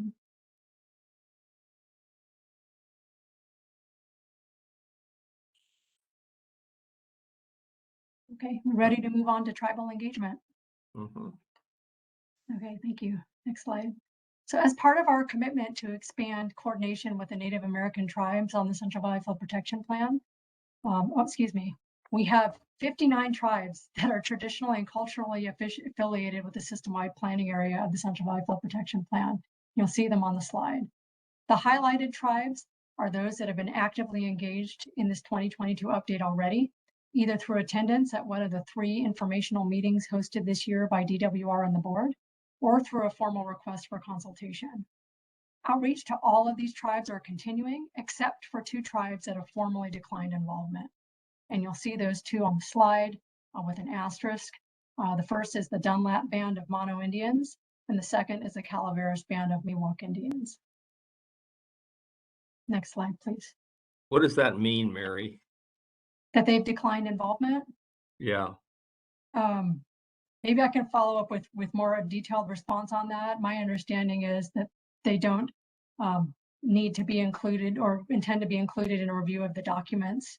Or okay, so we're meeting all legal and requirements, even though they're refusing to participate. correct. Right. Okay. Yes, I believe they can formally decline their involvement. Okay. Mhm. And so as part of this commitment to expand our coordination with the tribes, the working draft was sent to all of the tribes in our planning area for review on October 1st. At the same time, it went to the board and our other actively engaged partners, stakeholders, and public interests. We did send hard copies to a couple of tribes who specifically requested them in the case of having difficulty receiving electronic versions. So DWR and the Flood Board hosted a virtual information meeting on October 4th, to review and discuss the working draft more specifically with the tribes. Executive leadership from DWR and the board were there to provide opening remarks and hear the tribal input directly, demonstrating the state's commitment. 7 tribes were in attendance at the October 4th meeting, and we received some good feedback already. I also wanted to mention that to date, formal consultation on the CVFPB has also begun with the United Auburn Indian Community. And with that, I'll pause for any other questions or comments on the tribal engagement. The next slide. This is Jane Dolan. Thank you for that. My only comment is we've got a hand or 2 raised, and I was just wondering at what point others besides the board get to talk.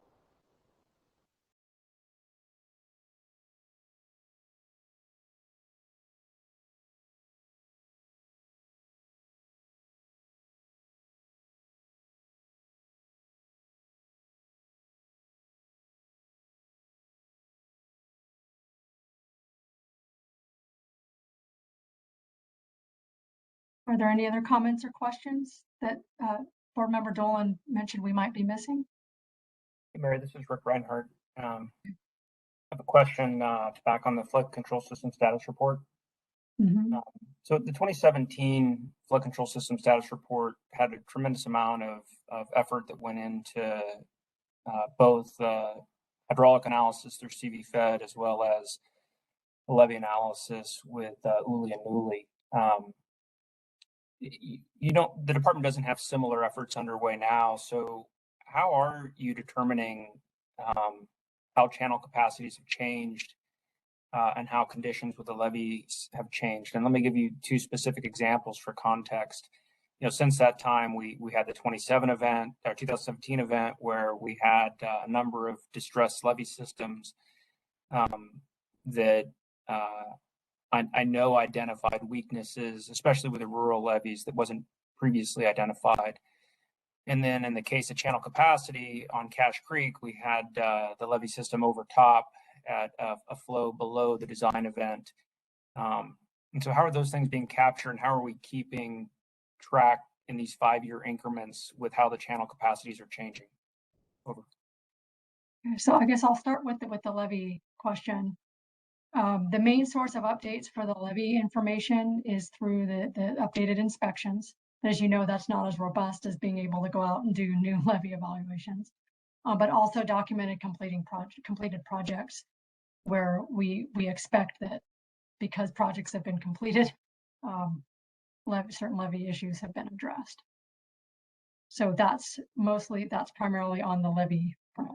On the channel. What about distress? So if we had a flood event during the period of update, are new distress sites being added as a result of those flood fights or observed distress? It would be whatever was noted in the 2020 inspections. Okay, thanks. Mhm. And then the capacity updates are limited to areas where we have new or updated modeling and specific stretches regarding capacities that we can reflect and incorporate. And I can follow up with the team if you want to on more specifics on where we've been able to do that. But it's definitely not system-wide. Okay, thank you. Mhm.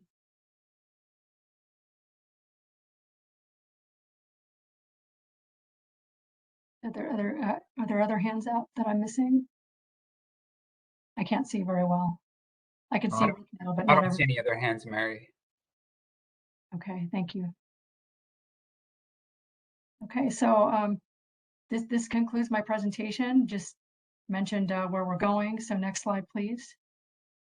So just reiterate, we can definitely come back and engage more as we're progressing conversations on the San Joaquin Regional Flood Management Strategy. Also, conservation strategy update, the results of the ongoing working draft review and alignment, and any other topics as needed. So thank you very much for having me in front of the board today. Thank you, Mary. Appreciate it. Any other questions for Mary before we proceed to Corey? Okay, thanks very much, Mary.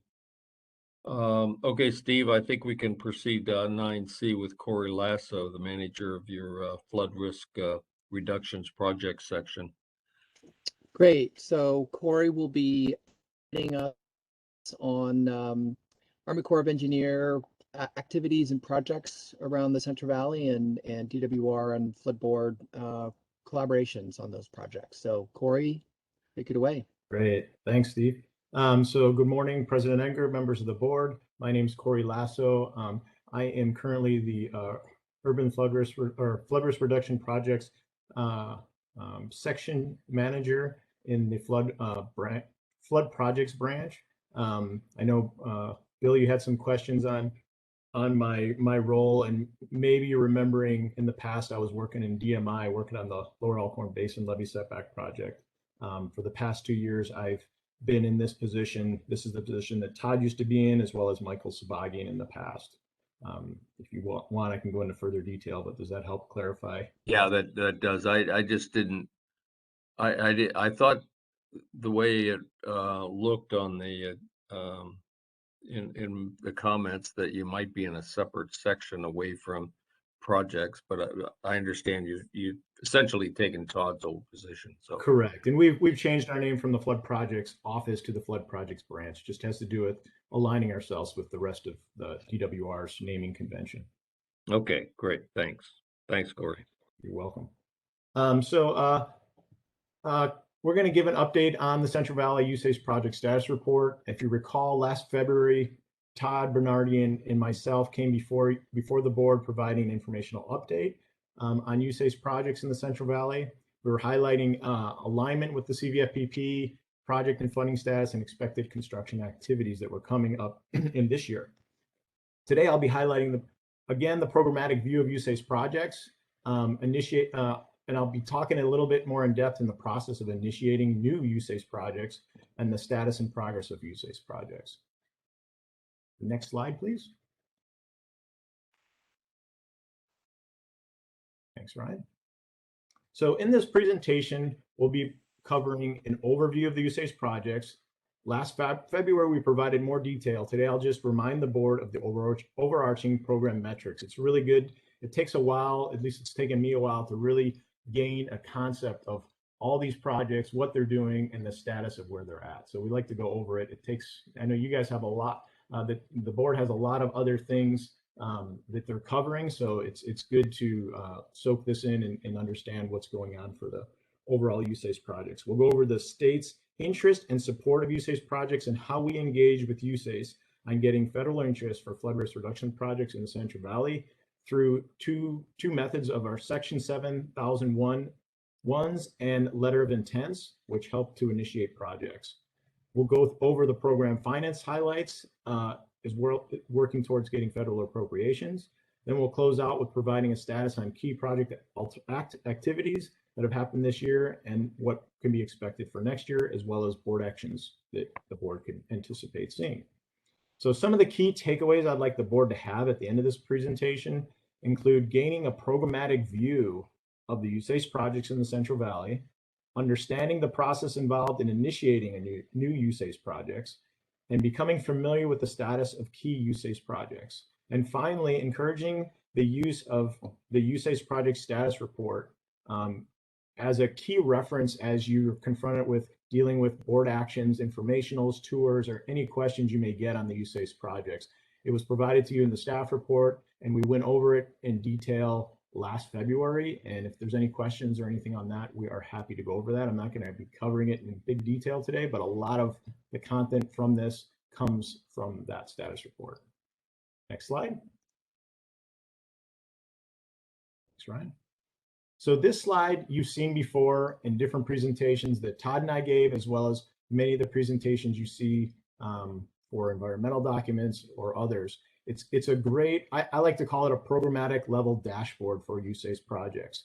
To the right, you have the map of the project areas that are being protected for the USACE projects. So I'm not going to name them all off, but you have the Sutter Butte in the top, Marysville, moving down, you have Stockton, then all the way down at the bottom right, you have Merced. So those are the areas that are being protected by these USACE projects. At the top left of the slide, it has the metrics of the cost of what all these projects cost, which is 8.3 billion, the levy miles that's anticipated, which is approximately 300 miles, the people, assets, and the acres that are protected. Below that, you have a pie chart which shows a breakdown of that 8.3 billion I just mentioned of what the state, federal, and local share is. And then moving to the right of that, you have again the 300 miles, but this time it's broken out into progress, how far we've come. So you can see we've come about halfway on the levy improvements that we've done. Moving to the right, you have a stacked bar chart, which is related to the pie chart. So this is showing progress of how much each agency has made towards paying its cost share of the project. You'll see the federal government's provided 1.5 million and still has 3.6 million remaining. The states provided 1.3 and only has 900 million remaining. So the instant question is, how come that's less? And that has to do with the early implementation and urban flood risk reduction programs that the state has implemented along with the local partners. So since you've seen this in last February, these numbers have changed about 100 million. So we've been tracking that about 100 million has been spent in the last 8 months on these projects, which I'm going to be covering some of the federal appropriations down in some slides, and you'll see how this aligns with the typical money that's spent during a year. Next slide. So last February, Todd Bernardi provided an in-depth presentation that I was a part of on how the state can utilize federal participation and cost share for flood risk reduction projects outlined in the Central Valley Flood Protection Plan. I think it was about 8 to 10 slides of a lot of depth, so I'm not going to repeat that, but I did want to highlight some of the key things that came out of that presentation. And it lines up with how we're initiating projects. So the CVFPB, as we all know, it provides the framework to reduce flood risk reduction in the Central Valley. And it's important to understand that the USACE Civil Works process, while it has a robust planning process, it's not focused on our state priorities to evaluate the alternatives that it's going to do and determine federal interest. It's up to us as the state to participate and influence the process to achieve our goals. The CVFPB is the framework by which the state outlines its priorities as we seek to initiate and participate in the USACE Civil Works process. Next slide. So to participate in that USACE projects and to get it initiated, there's certain conditions we need to do to see to get these projects going and get them going in the right direction. So the 4 key things are to have state and local interest and alignment, to have a Section 7001 support letter to obtain federal authority, to have a letter of intent which provides the support the state needs, as well as getting federal appropriations to have the money from the federal government to do the project. So let me go into these in a little more detail. So for state and local interest and alignment, the key factor that's needed in this is to have a competitive benefit to cost ratio. So an analysis are done to understand what are the benefits that are being protected in the community to see whether or not it has a benefit to cost ratio. How much is the cost of the project versus the benefits it's protecting? The reason being, as I think many of us know, is that's the gauge that the Army Corps uses to determine whether or not it can find federal interest to participate in cost share in the projects. So the state and locals need to do that bit of due diligence to see if it's worthwhile to bring it to the Army Corps' attention. Additionally, the state and locals need to have the authority to implement improvements and perform long-term maintenance. For the state to support a project, it needs to be within the state plan of flood control facilities, align with the CVFPB, have willing local partners, as well as making sure the state has the finances to do the project. For the locals, again, they need to have the support, as well as having the land use authority and the long-term maintenance to be able to maintain the facilities after construction. Now, moving on to the federal authority in the Section 7001.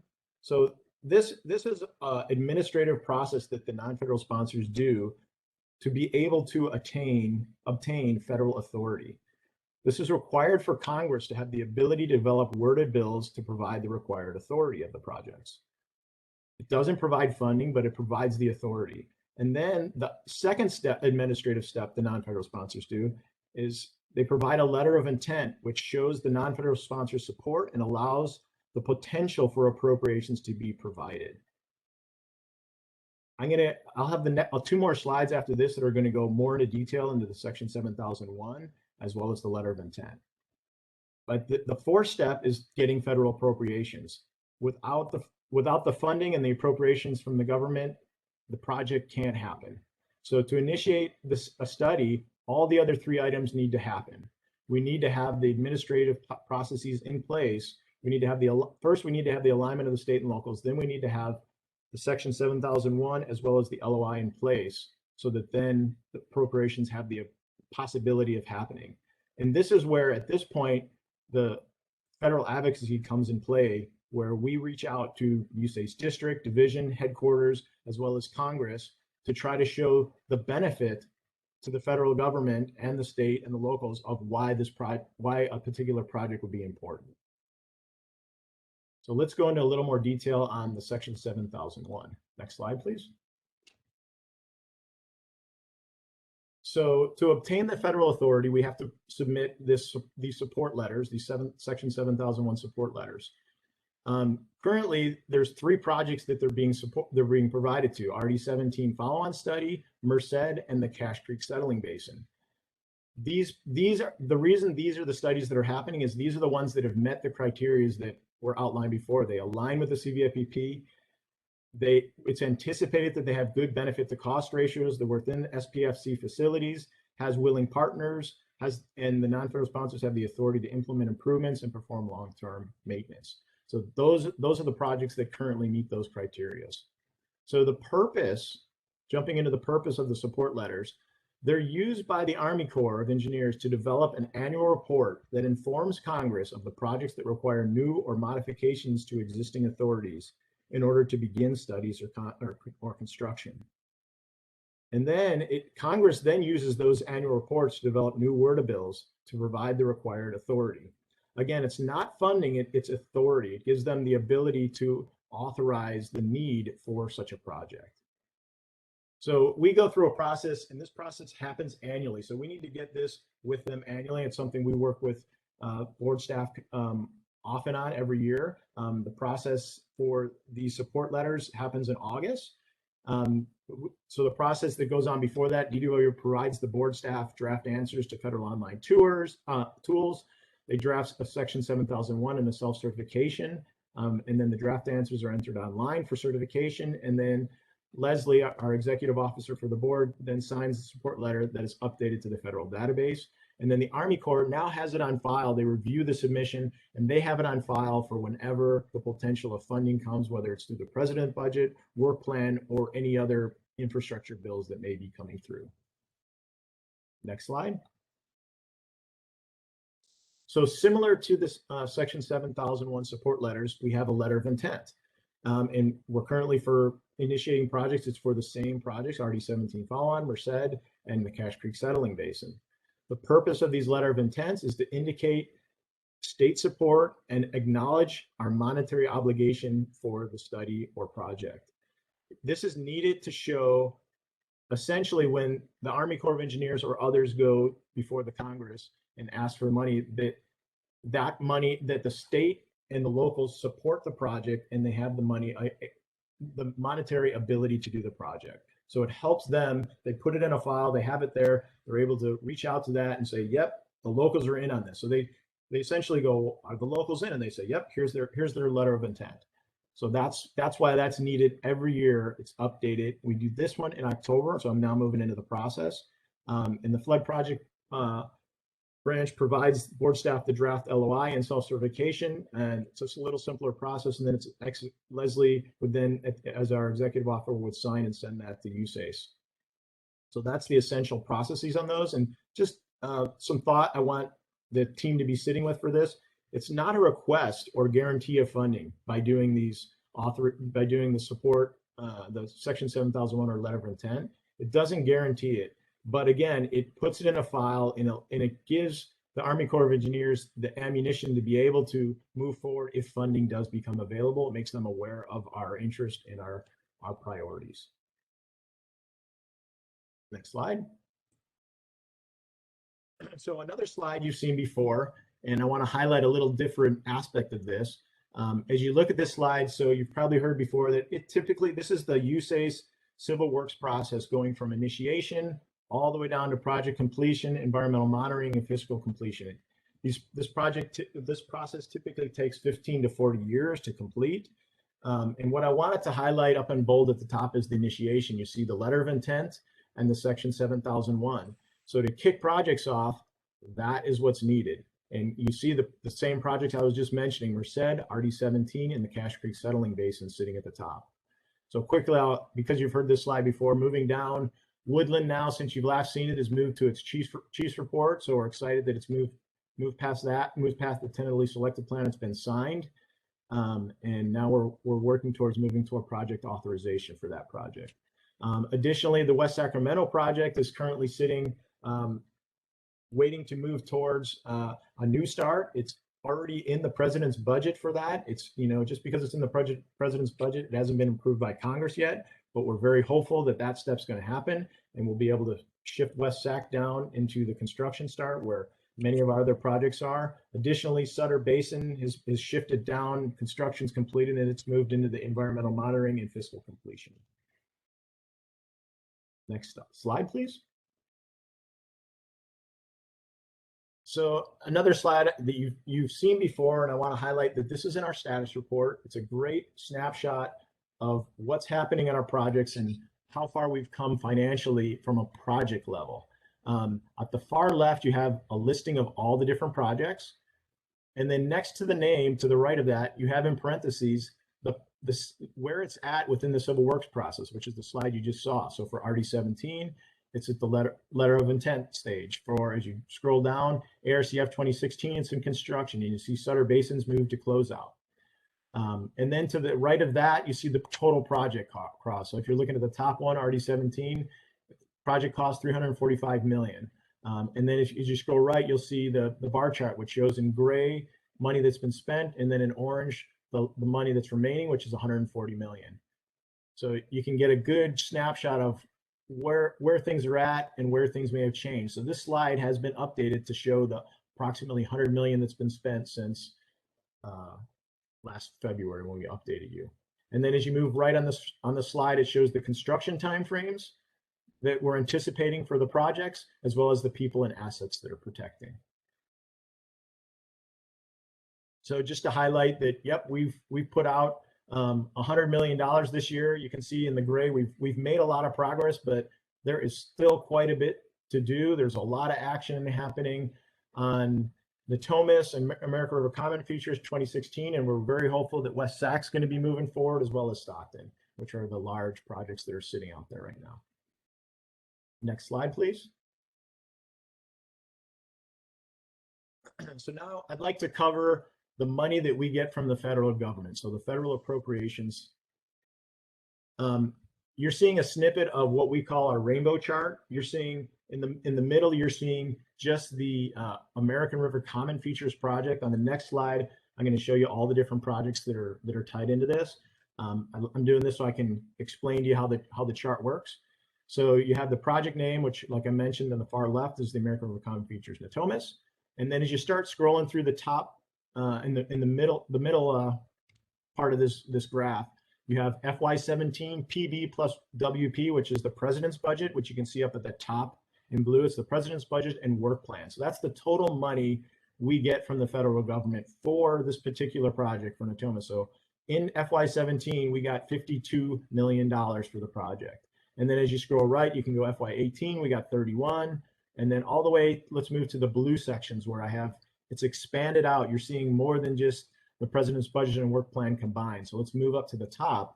I have in FY21, you have the president's budget, which we got in February of 2020, and we got 131.5 million for that.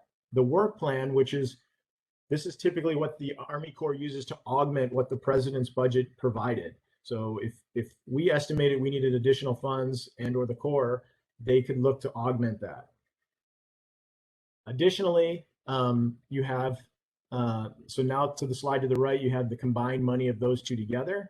And then you have the state's cost share requirements for FY21 appropriations. So we would be required to be able to provide $50 million for the activities that are happening in that year. So now moving over to the far right, you have the tan colored boxes, which shows the total non-federal sponsors estimated amount. So when we get to the future years, we estimate between us, the Army Corps of Engineers and the locals, how much it seems like the projects are going to cost. And the Army Corps, so we have this number of $200 million. And then the president's budget comes through that analysis and determines, well, in this case, they determined $156.9 million were needed. And that's what ended up being put in the president's budget. And it needs to go through Congress before that's actually approved. And the Army Corps will be working with their team to determine what additional funds may be required. So at the bottom, you have the white cell, which says USACE work plan. We don't have that number yet. And then the combined number, what that would be the 156.9 plus the work plan. And then from that, we can determine what the state's needs are to be able to continue and provide the appropriations required for that. So some of the things, well, let's jump to the next slide and then I'll highlight some pieces. So now you're seeing the full on rainbow chart of the federal appropriations. Before you were just seeing the top row of the American River Common Features Natomas going across. So a little bit, so you got the projects on the left and then the different fiscal years at the top. And of course, the blue shaded one, you have 4 different ones for FY21 and then 2 for FY22 and tan. And then if you look at the rows, you have one row that goes all the way across called construction. And then the one below that is investigations. So when the federal government gives or provides appropriations, they provide it in these 2 categories, construction and investigation. So we've broken it up likewise to be able to capture that. And then at the bottom, one row that goes across in white, it's a no additional federal appropriations required. So these are projects that have already obtained all the federal funding that's required to be able to complete the projects. So what I'd like to highlight to you is if you follow FY17 and you go all the way down to the bottom, you have the total cost of $95 million. And then if you jump over one more and you go to FY18, you go to $143 million. And then you have an outlier in FY19, which is $1.9 billion. That's the year we got the Bipartisan Budget Act for American River Common Features.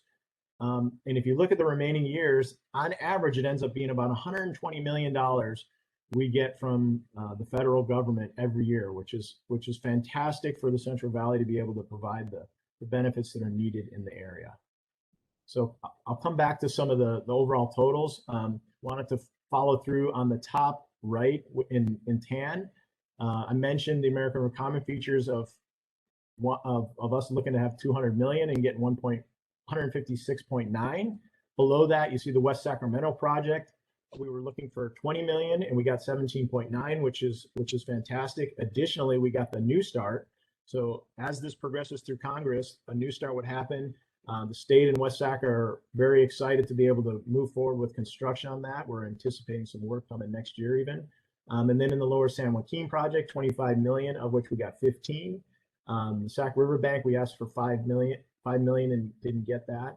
And then as well, one more item I'll point out is at the bottom, you have in the next categories under investigations, you have the RD 17 feasibility study for Mossdale track, and we got 200,000 for that, which is a great indication that that project or that study is going to be able to move forward. That was through an earmark through an infrastructure bill.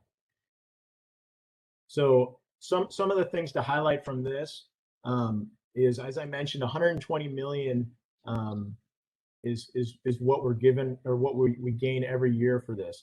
And since 2011, the Central Valley has benefited from approximately 3.4 billion in federal appropriations, which is an incredible amount of money that we've been able to work with and do to protect our area. And part of the reasons for the success is our ability to show the recognition of the Central Valley and it having some of the highest flood risk in the nation.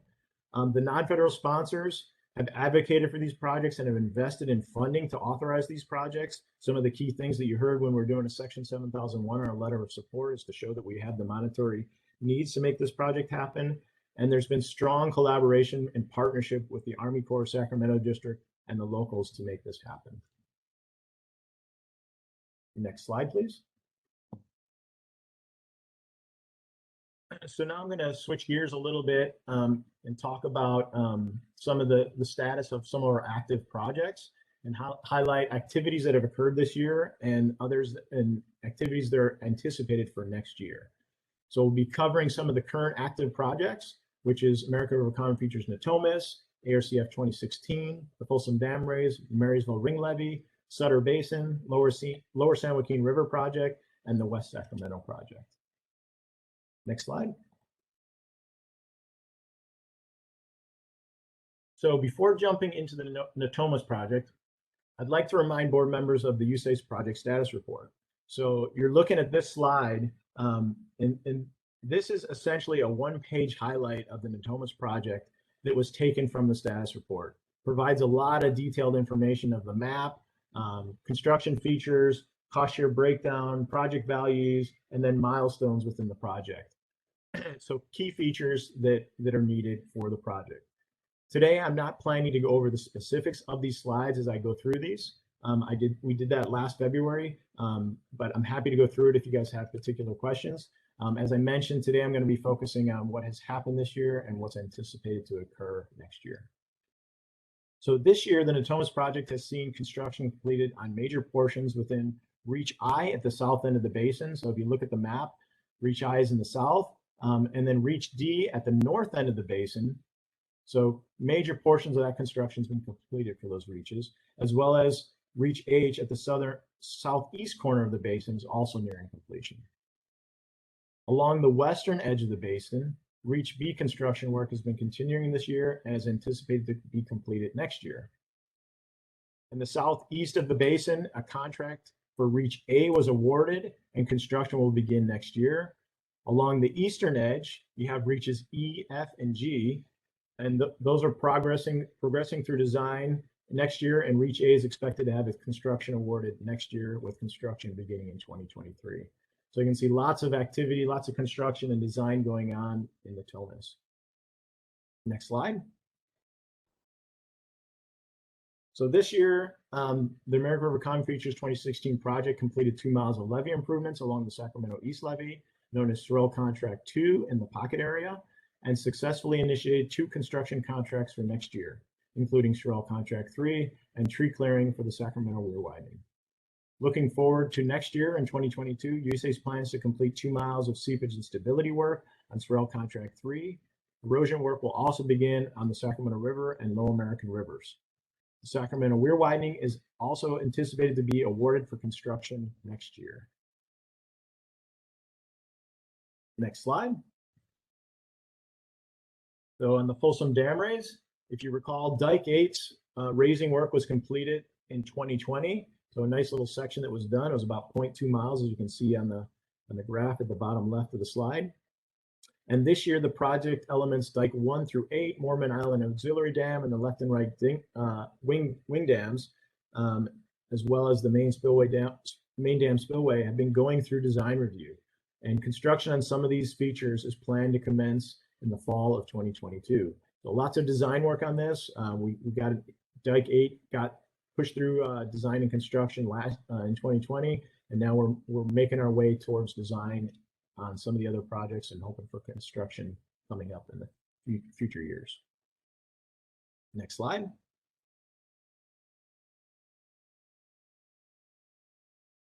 So Marysville Ring Levee. This year has completed 1 mile levee improvements in phase 3. So you can see that the long oval shaped in red, that in that area we completed 1 mile, and a contract to construct a portion of phase 2B is anticipated to be awarded in 2022, and design contracts for phase 2B Highway 70 Gap and phase 2C UPRR Railroad Gap are anticipated to be awarded next year in 2022. Next slide. This year in Sutter, the Sutter Basin project reached substantial completion on 37 miles of levee improvements, and it became the first area in the Central Valley to achieve 200-year level of protection certification. A big hallmark move that's happened. So the certification meets the 2006 Senate bill requirement for 200-year level of protection for urban and urbanizing areas in the Central Valley that was to be achieved by 2025. So they're the first to have met that goal. The state also has submitted a comprehensive plan to transfer $99 million in excess credit from the Sutter Basin project to the Lower San Joaquin River project, which is a huge feat. Some of the money that's been put forth in this project can now be potentially transferred to the Lower San Joaquin project. Next slide. Jumping into the Lower San Joaquin project. The project's been busy with design work, and next year the first contract for the project is planned to kick off with 1 mile of levee improvements. Circled in red, the construction work on the Smith Canal Gate project is underway and ongoing under the Urban Flood Risk Reduction Program. Next slide. So on the West Sacramento project, this year the project has completed planning and engineering design for the Yolo Bypass East Levee, WIBO, portion of the project. The project is slated to obtain a new start and receive $17.9 million, as I was showing on the federal advocacy rainbow chart, in funding when the federal budget process is finalized, and is poised to begin construction on the WIBO segment next year. Next slide.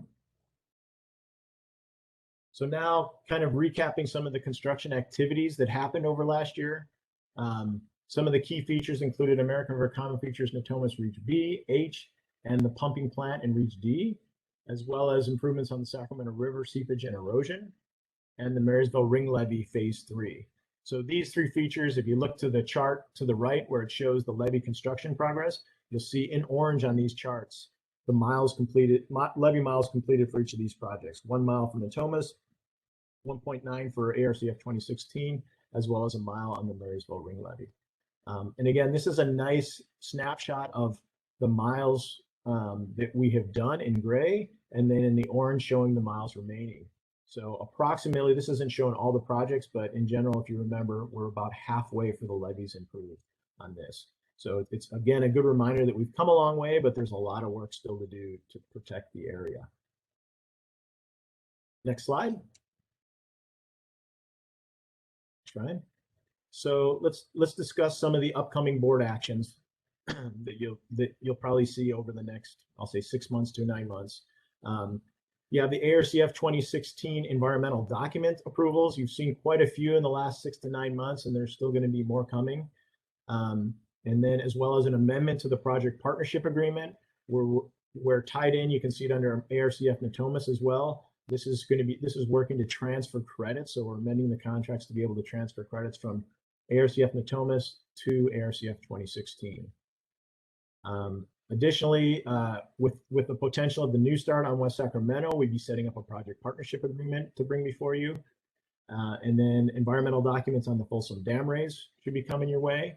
And then there's some land resolutions for resolution of necessity on Marysville Ring Levy, probably down the road, 6 months out, as well as probably in the future, February or March next year, providing a status update again, similar to this one, to keep the board abreast of what's happening on these projects.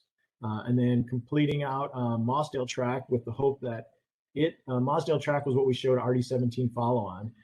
We've named it here Mossdale track, to get a feasibility cost share agreement to initiate the feasibility study. If you recall, in the federal advocacy, we showed that there was 200,000 out there potential for this project. So we're hopeful that that will get kicked off and moving forward. Next slide. So just wanted to recap with talking about some of the briefing goals for the project, or for the presentation. Some of the key takeaways I'd like the board to walk away with was to provide you with a vision of the programmatic view of the USACE projects, and an understanding of the process involved to initiate new USACE projects. Then also become familiar with the status of the key projects and where they're at for the USACE projects. And then finally, to encourage the use of the USACE status report. I got an image here on the slide showing the status report that we provided you back in February. So and if while you're looking at that, it's like I said, it's very hopeful that you find that useful as you're looking to make board action informationals or hear informationals prior to those tours or other questions that may arise on USACE projects. The idea is that becomes something that you turn towards, that you say, "Ooh, I'll look at this to get information for that." So if you feel as you're looking through that, there's other information that could be useful, we can talk and discuss and see if we can get that in there and make it even more valuable. So with that, I'd like to open it up to questions. Thank you, Corey. Very comprehensive and well done.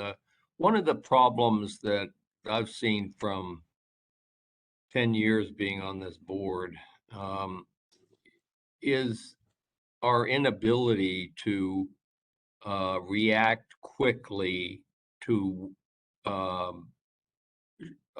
requests for shovel-ready projects, acting when money becomes immediately available.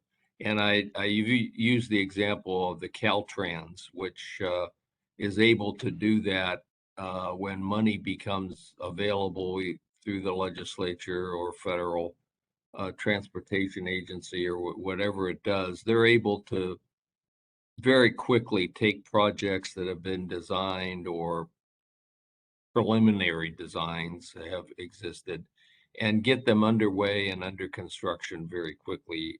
In flood control, it's much harder, and they usually take 10 years to develop from the beginning, and it's a lot of studies and a lot of analysis. So we weren't able to really react as quickly as we wanted to. Now, from looking at your information and material, it looks to me like we're in a better shape here. We have projects that are about ready or close to ready, so that when money like the stimulus money or leftover money or whatever becomes available immediately, we can react immediately and say, no, we can have these projects underway in your time frame. Is that a true takeaway here? That is accurate for the projects we were showing there. That is absolutely accurate, which is why I was showing that Mossdale track is one that we'd be looking to move forward with once funding's in place. So it really is us coordinating with the federal government and seeing if that becomes a priority for them to initiate and realize. Okay. That looked like it could be used for that purpose, and I've been chagrined over the past that we haven't been able to do that. But this looks like this data gathering information project that you and Todd have put together is going to be very helpful, I believe. Yeah. Okay. Any questions from the board? The chair. Yes, Mary Jane. Thank you very much for the presentation. It was very helpful. In regards to the rural areas and their projects, right out of the gate, that cost benefit ratio becomes a problem for the rural small county areas. And a lot of times those rural areas are where the water source is coming from. And I will go back to 2017 and talk about, the near dam failure. A lot of those levees that were in between Oroville and going downstream were very vulnerable. And then you have people in the process of evacuations alongside those levees on their highways. And so they don't get the attention that, because of the cost benefit ratio, they don't get the attention that probably they should, because they're strategically in areas where people are trying to get out of the way of water. Is there anything in that you would suggest that would address those small rural areas and their levees? Yeah, so first I'll start with this. I'll probably pass it on to Todd to speak about. I see he's out there.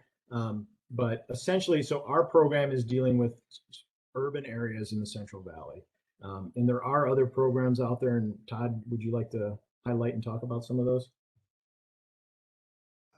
Yeah, thanks, Corey. This is Todd Bernardi, Department of Water Resources, manager of the Flood Projects branch.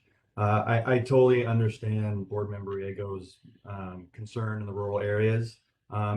Rural areas are identified as one of those priority areas that we, within DWR and identified in the Central Valley Flood Protection Plan, need more investment in. Obviously, this group and this presentation is focused on the U.S. Army Corps of Engineers program, and of course, they do have a pretty robust planning process that really definitely depends on a strong benefit to cost ratio. So I will say, however, that many of these basins, I'll point to in particular the Sutter Basin, saw a significant amount of work that was done in that basin. Those folks not only benefited from in the urban areas, but many of the rural and small communities in that basin also benefited from this USACE program and having a partner with the U.S. Army Corps of Engineers. But to further your point, there are programs in particular that DWR has. I will actually kind of more point towards our flood maintenance and operations branch within Division of Flood Management. The two that really come to mind are the Flood System Repair Program is one, as well as some of the FMAP, the Flood Maintenance Assistance Programs, really are looking to be able to provide the kind of funding that would be required to help augment the rural areas. Thank you. That's just Mark. I'm sorry. Do you have a follow-up, Mary Jane? So I was just going to say, when Mary made a comment after Rick Reinhardt asked about, these levees that run alongside, from the 2017 event, that she referred to the inspections, the inspections that are done. And so when you get the type of years that we've had where there's a lot of drought going on, there's no water that goes up on those levees, or maybe very little of it. So is it kind of hard to catch, that these levees may have some deficiencies in them when there hasn't been water on them for a number of years through the inspections? Is that something you can catch? Hi, this is Todd. I guess that seems a question that's a little bit more appropriate for our inspections group. And I'm not sure that we have any of those folks available today, but we can certainly get back to you on that. Very good. Thank you. Okay, anybody else? Joe? I would just like to, again, thank Corey for such a clear explanation of the construction sequencing, the funding sequencing, the letter requirements and support requirements. It's really a beautiful job that the DWR never was able to do before. And these most recent presentations, I think, are really exceptional for helping the board understand where we are on these projects, both financially and in construction wise. So I just thank you for that. As far as Mary Jane's comment on benefit cost ratio, I could get with you, Mary Jane, and tell you the benefit cost ratios that the federal government requires, not the state government, is just totally meaningless. You know, if the interest rate changes, the benefit cost ratio changes. What does that have to do with anything? Yeah. So long term, we really need to look at this project as a whole. And, you know, I'm preaching to the choir here, but it's one project. It has a benefit cost ratio for everything protected by the project. And to break it down into little increments and expect that each increment is going to be self-sustaining when it's part of a system as a whole just doesn't make any sense. And I don't know, we've tried to talk to the feds about this and we haven't got very far, but I hope we continue. Thank you, Joe. That was great. Yeah, that concept, Joe, is really embedded in our plan. I mean, our plan doesn't say that in year 10 we're gonna, you know, be this far, and in year 5 we're gonna be this far. It says over a 30-year period we're going to improve the flood system to the point where everybody is protected, but it doesn't say which year and which projects are going to do it incrementally. So, I mean, the NED system doesn't do what we want it to do pursuant to the flood plan we've adopted. So there's a real disconnect there. Yeah. Okay. Anybody else? Yeah, just Bill? briefly. Go ahead. Okay, I just wanted also to say thank you, comprehensive and clear, and you know, good written report that I've saved and will be, I'm sure, going back to for future reference. So thank you. Pleasure. I'm glad it's providing benefit, and like I said, we look forward to any feedback that if there's other items that can be included in that. But yeah, it's really an idea. It is a challenge to really gain that perspective of all these projects working together and how it ties into the CVFPB. So definitely something takes time to absorb this stuff. Thank you, Corey. Anybody else at this point? I thought I heard somebody. Tim. Oh, Tim? Okay. Yep. Thanks, Bill. I'll echo my thanks as well. Super clear presentation. In response to the question that Mary Jane asked, I don't know, Todd or Corey, you guys want to speak to this, but I know at times we've been creative, the state's been creative navigating the federal process. Hamilton City comes to mind. Jane and Mary Jane probably know this better than I do, but that's one example where I know that we danced a little bit to check those boxes in a way that really would have never been able to happen traditionally if we didn't find creative ways to navigate. So it can be done, but we're still stuck in that process. As Joe alluded, it's not ideal in a lot of situations. I also wanted to just say that you know, sometimes I make these comments when we have secret documents that come to the board when we're the lead agency, and you know, these are all core projects, but they're all board projects. I think Leslie has to send the 7001 letters for all of them, and I wanted to mention another one that she sent a letter for that isn't on the list because it's not a project yet, and it's one of the 10, Joe, that we talked about earlier from the San Joaquin. So Leslie, do you want to just share that real quickly with the board so they're aware of it also? Sure, this was in your report last month that was provided to you from the PIC branch, the Projects Implementation Group. It's the 7001 letter we sent on the Tuolumne study, just to make sure you knew about that as well.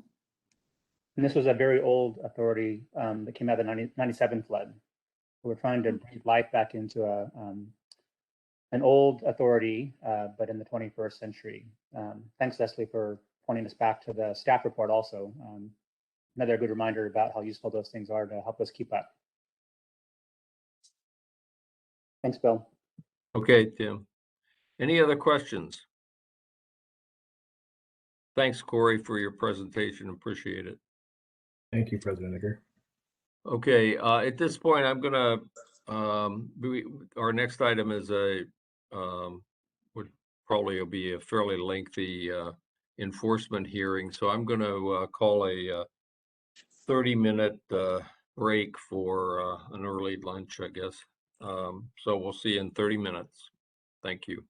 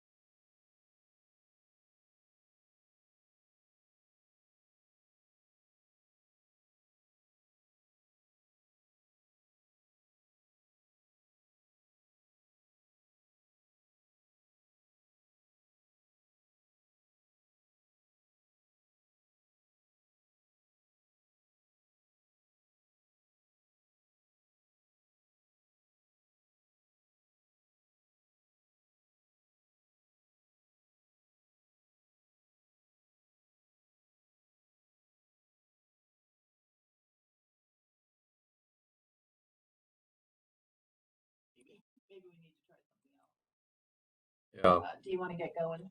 yeah.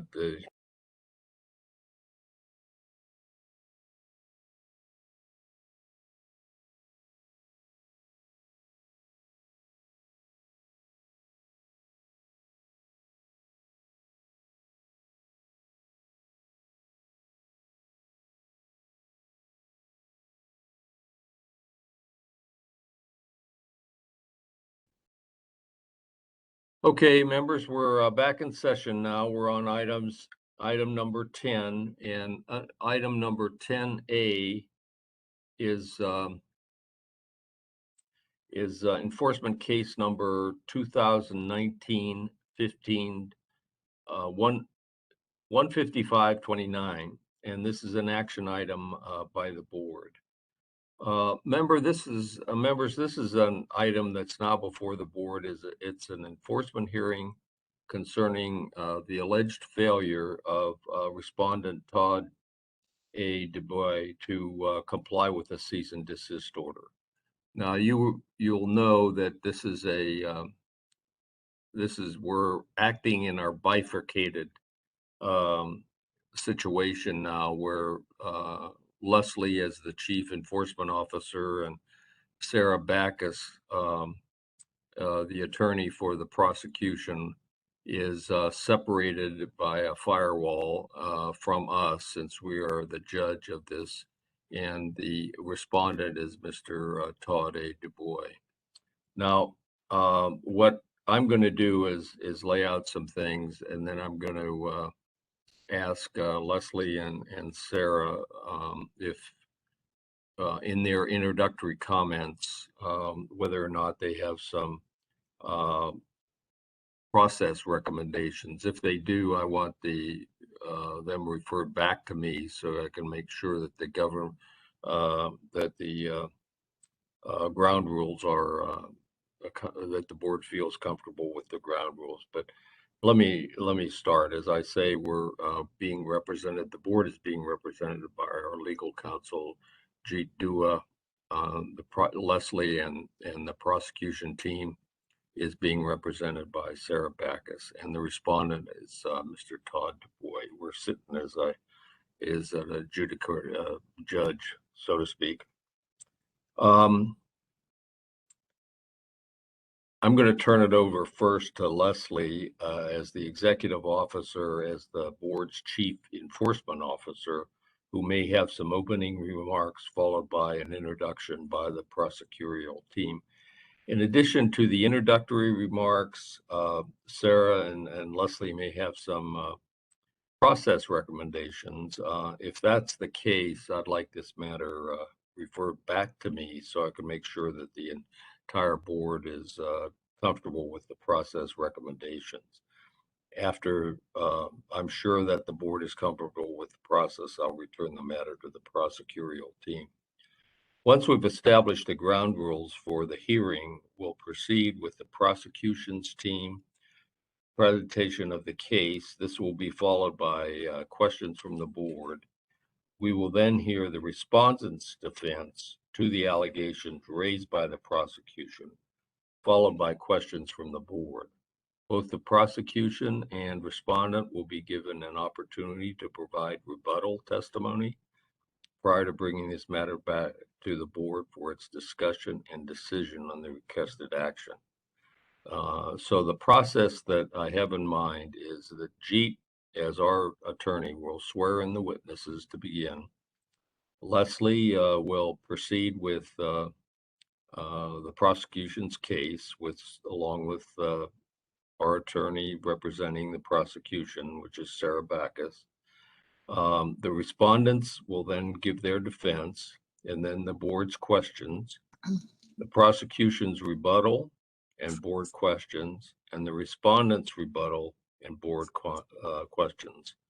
I'll then open it up for relevant public comments and questions, and the matter back to the board and close off the testimony. However, when we have a discussion back at the board, when this matter is back for a discussion at the board, we will allow questions by the board to subject matter persons. And the answers to the board's questions should be short and sweet and not expand into another rebuttal. And if they do, I'm going to get a little cranky because all you're doing is answering the questions from the board. Then we'll have board discussion and finally board actions. So that's the way I want to proceed. Leslie and the attorneys have any questions about those procedures, we can discuss that. But first, I should have Jeet swear in the witnesses. Jeet, you want to do that? Thank you, President Edgar. And just as a reminder to everyone, although we are in a virtual and somewhat informal setting, the testimony that you're about to give still carries the weight as if you were in court in front of a judge. And so please just understand that when presenting your testimony. With that, I would ask everybody who intends to testify today to please swear that you will tell the truth, the whole truth, and nothing but the truth. And prior to speaking for the first time before the board, if you could, for our court reporter's transcript, make sure that you clearly state your name, who you are, who you represent, your title, if you have one, and that you have taken the oath. So I will repeat the oath once again. Please acknowledge that you will swear to tell the truth, the whole truth, and nothing but the truth. Thank you. Do I start? No. No, sir. You don't need to verbally say that you acknowledge. As long as you acknowledge when it's your turn to speak, that will be sufficient. As President Edgar outlined the procedure, the Executive Officer Gallagher will begin. She will turn it over to Staff Counsel Sarah Backus, and bring it back to President Edgar after if there's any recommendations regarding process. If not, we will begin with the enforcement hearing. Thank you. Thanks, Jeet. Leslie, let's proceed with the introductory comments and introduction of the prosecutorial team, and any suggestions on process that I haven't covered, if you have any. If not, let's just proceed with the prosecution's case. Thank you, Mr. President. I appreciate that. And I do just have a couple of reminders for the board. This is one of those situations that we don't like to be in, yet we do sometimes find ourselves unable, despite staff's best efforts, to gain voluntary compliance. This meeting today is not an evidentiary hearing. This is a cease and desist order meeting. And I know that that is a little bit confusing. It's one of those off-ramps that was written into the process to allow a person to come and address the board when a cease and desist order has been issued, that the cease and desist order was issued in error, or that there's some other reason why they should not be brought to a hearing, which would be brought at a later date. So while we are swearing in witnesses and creating a record, we are at the point now in the process where this person is subject to fines and additional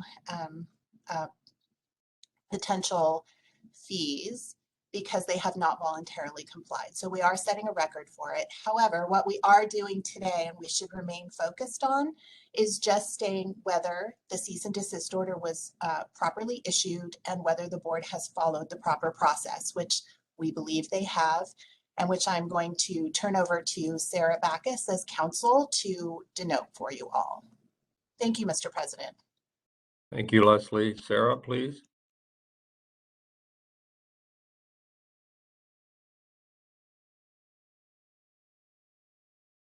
Sarah, you're on mute. Oh, I knew I was going to do that. Sorry. My name is Sarah Backus. I'm staff counsel for the Central Valley Flood Protection Board. staff is here before you to request that you affirm a cease and desist order that was issued on September 9th, 2021 to Mr. Todd Dubois for violations located on the waterside berm on the right bank of the Sacramento River near Knight's Landing in Yolo County. The cease and desist order requires that the respondent apply for an encroachment permit and or remove the existing unauthorized encroachments until such time as the permit has been issued. I do want to note that while temporary travel trailers may be placed on the waterside, they must be removed during flood season. So Mr. Dubois would not be permitted to leave his encroachments there full time, even if they were permitted. The enforcement section engineer assigned to this matter is Zubair Dosu, and in a couple of minutes I will have him explain the facts of this to you.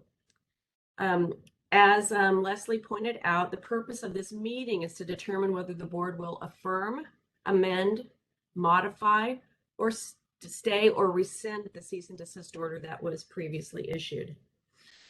And again, as she indicated, it's not an evidentiary hearing, although the board may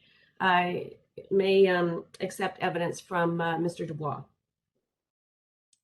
Okay, Sarah, can I interrupt at this point now that you've made those comments and just ask the board if they're comfortable with the proceeding? We're going to proceed first with the prosecution case, as Sarah pointed out, then the respondent's defense, then board questions, prosecution's rebuttal, board questions, respondent's rebuttal, board questions. I'm going to open it up at that point for relevant public comments, and matters will come back to the board, and we'll have some questions.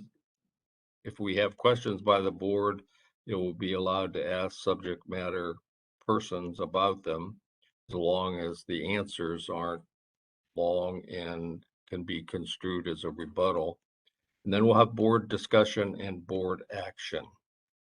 This off-ramp that Leslie, just for your information, this off-ramp that Leslie alluded to and Sarah explained can be blamed on Clyde McDonald. He inserted this into our process, so we can blame him for that. But anyway, this is just an attempt to, before we get to a formal hearing, evidentiary hearing, it's just an attempt for the board to look at this to see if everything has been going well and that the cease and desist order should be affirmed. So that's the process, and that's the procedure we're going to be using. Are there any board members who feel uncomfortable about that?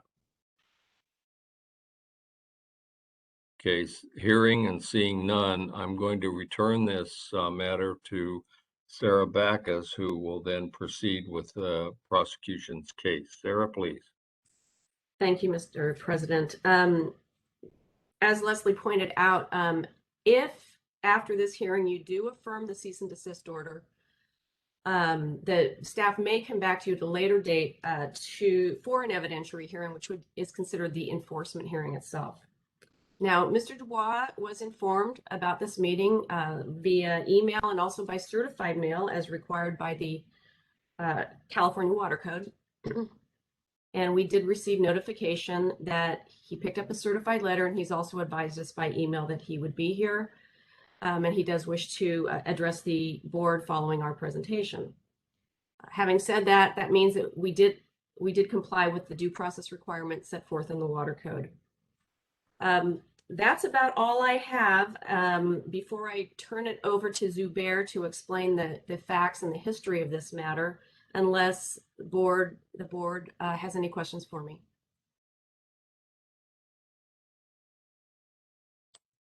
Okay, let's proceed with the factual presentation.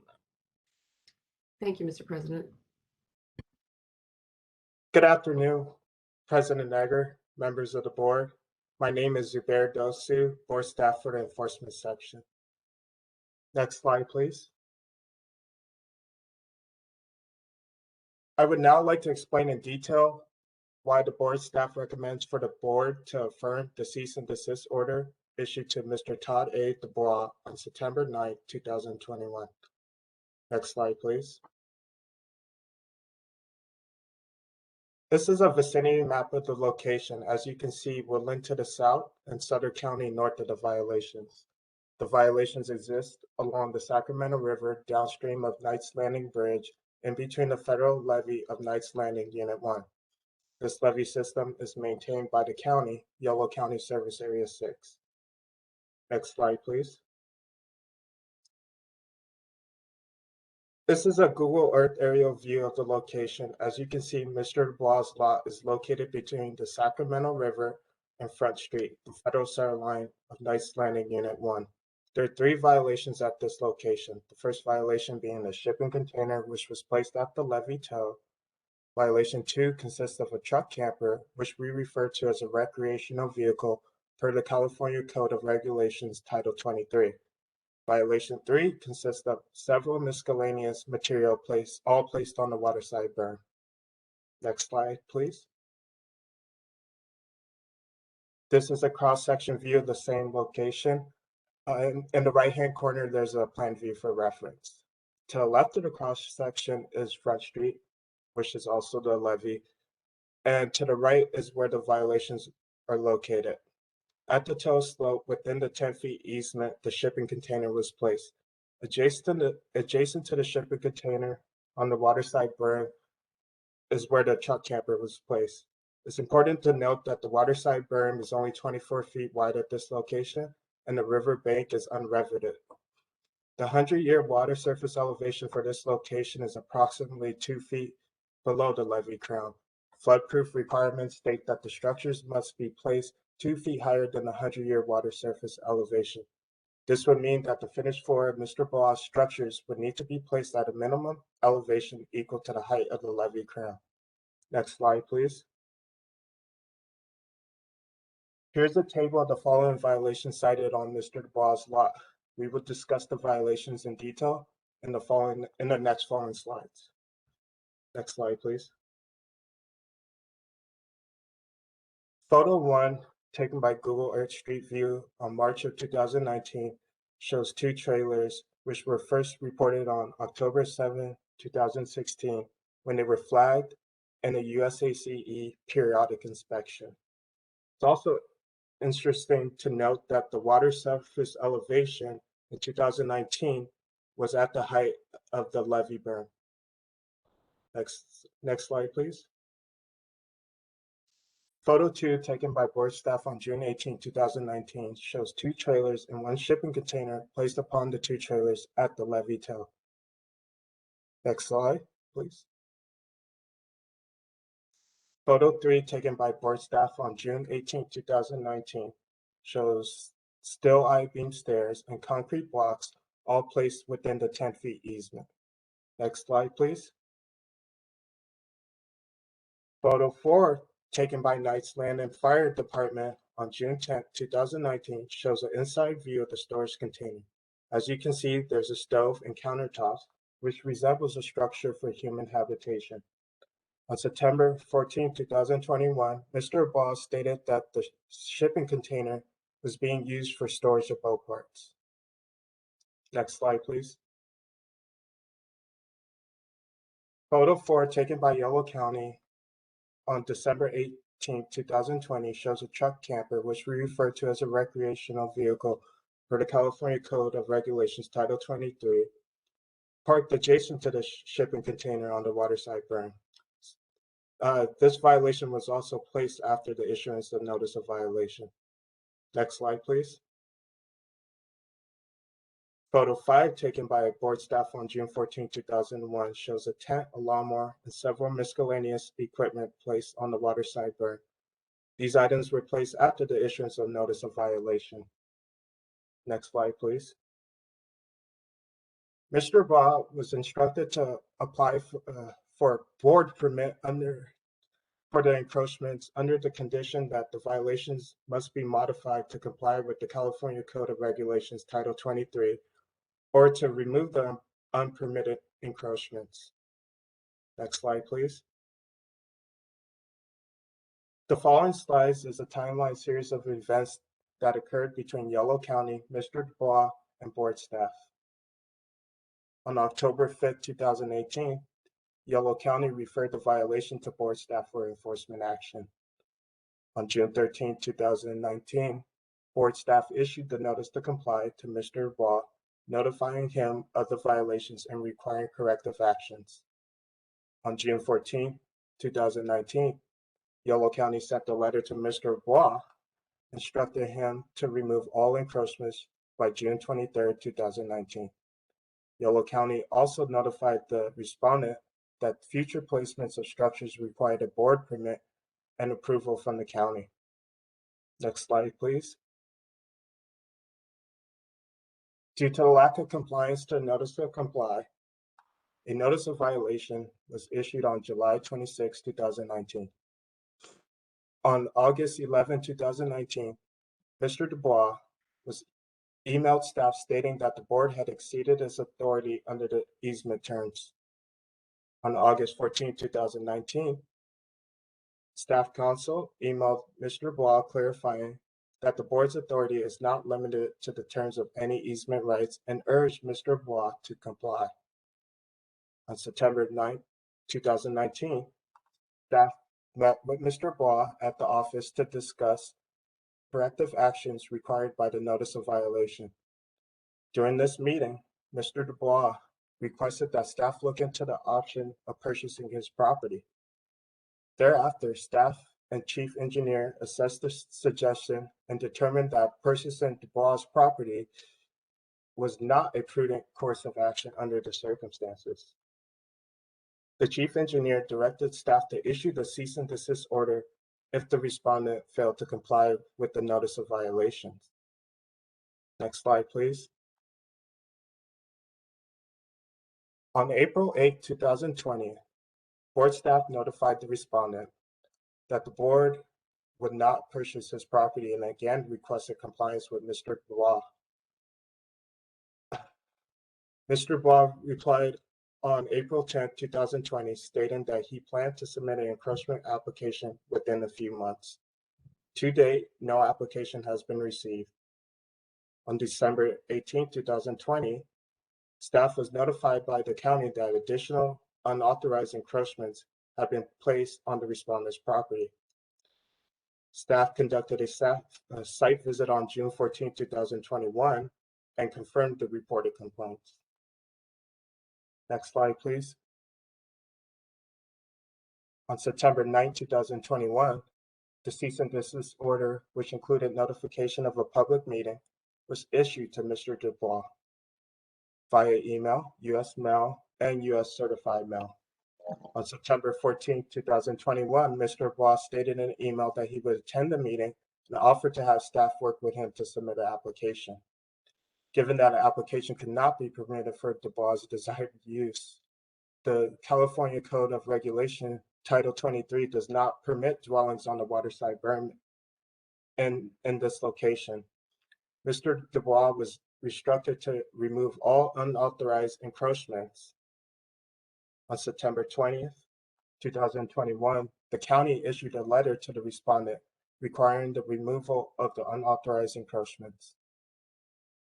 On October 6, 2021, board staff received a return receipt for the certified mail meeting proof of delivery requirements for the CDO meeting to occur today, October 22nd. Next slide, please. The respondent's property is adjacent to the Sacramento River and a project channel and is bounded by federal levees. As such, Mr. Dubois' property is located within the adopted plan of flood control. Therefore, encroachments on the property are subject to the board authority and the following Title 23 requirements. Next slide, please. Pursuant to Title 23, Section 6A, a board permit is required prior to the placement of any work that includes placement, building, structure, obstruction, encroachment, or works of any kind. Pursuant to Title 23, Section 4A, adopted plan of flood control includes, in the case of project channels with levees, it means the area between and including project levees. Mr. Dubois' lot is bounded between a project levee, Nice Landing, Unit 1, Federal Levees Center Line of Front Street, and a project channel, the Sacramento River. Therefore, the location of the encroachments are within the adopted plan of flood control and are subject to our Section 6A permitting requirements. To date, there is no permit for the respondents' encroachments. Next slide, please. Section 113B6A states structures may not be constructed on a levee section or within 10 feet of a levee toe. Mr. Braw's structures are placed at the levee toe. Section 113B6B states structures must be securely anchored and floodproof to at least 2 feet above the 100-year water surface elevation or 2 feet above the design plane, whichever is higher.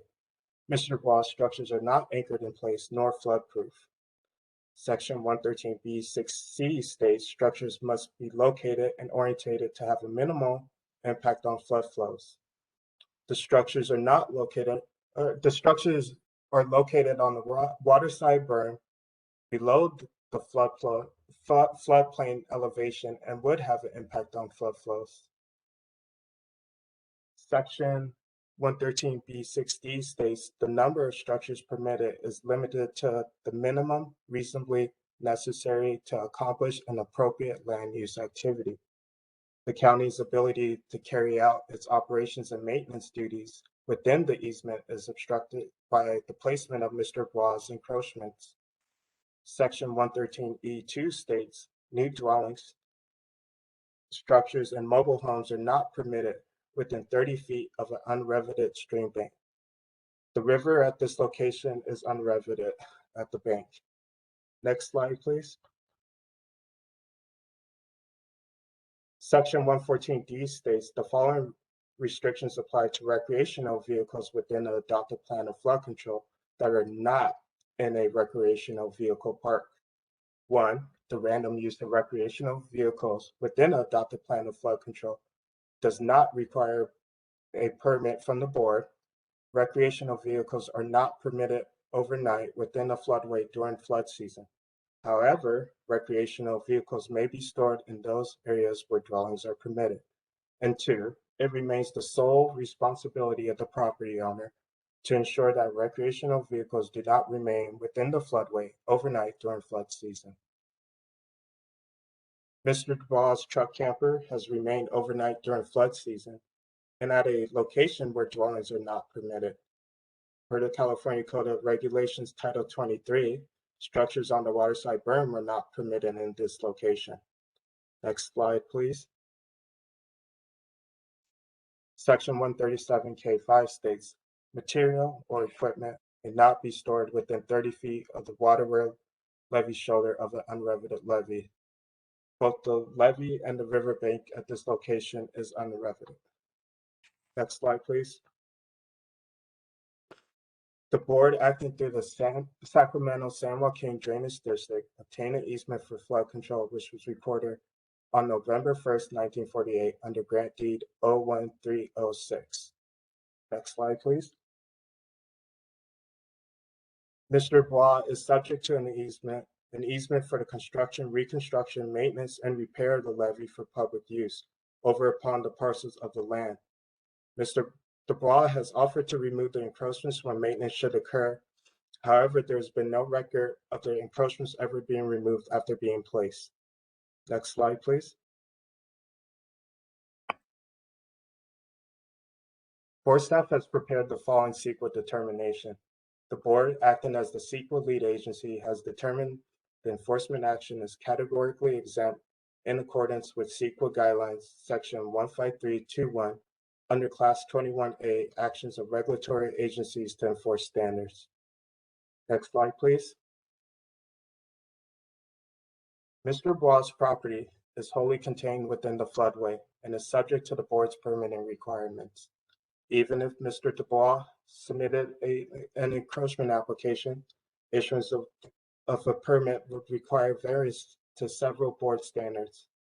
In addition to the violations of the board's regulations, the unauthorized encroachments pose a danger to Mr. Dubois and the community. The encroachments are not floodproof and prevents the county from performing regular operations and maintenance. Therefore, staff respectfully request that the board affirm the cease and desist order issued to Mr. Todd A. Dubois on September 9, 2021 for enforcement case number 2019-15529. Next slide, please. Thank you for your time. This concludes my presentation. Staff Counsel Sarah, I can answer any questions you may have.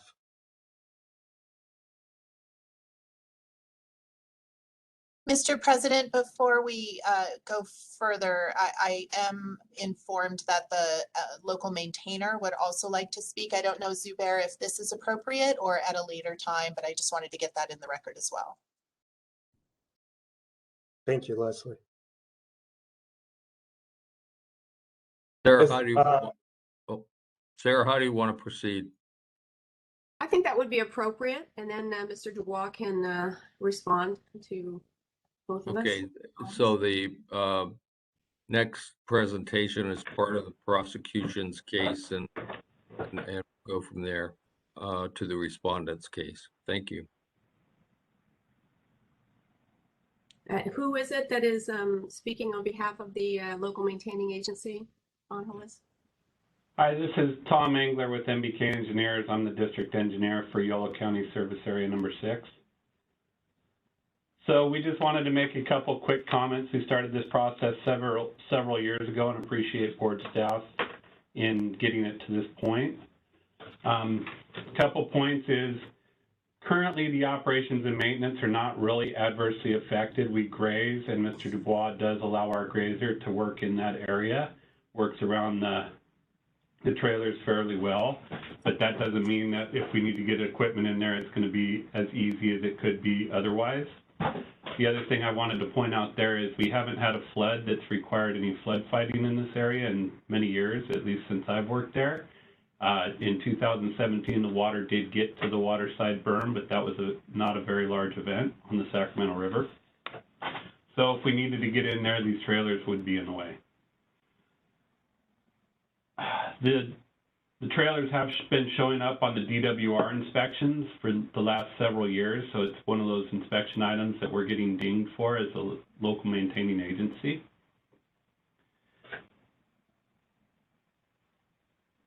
One other important point is the county has been receiving complaints from local public members who feel like this is promoting maybe some illegal encampments on the water side of the levee. There's a lot of homeless in the area. Although Mr. Dubois owns the property and is not squatting, it does kind of look like it to some people, and it may promote people thinking they can come in and move in. And then the last thing is I did want to point out that the path of travel along the waterside levee toe comes up on a point of the levee, and we are starting to see some rutting on that. So that would be something that we would need to address as part of this. So I can be available to answer any other questions, but I think staff has covered most of the key points from the county. Okay, Sarah, I think we'll go to the respondent at this point and have the respondent make his presentation. Mr. Dubois, do you have somebody representing you? No, I'm representing myself. I did provide some slides. I did want to thank Zubair for quite a good job. I think I understand that the situation, though I was hoping we could work out something reasonable. The quick back history for me is I've owned the property for over, I don't know, 15 years, and I spent 5 years trying to come up with something that would be compliant to the easement. And I had no knowledge of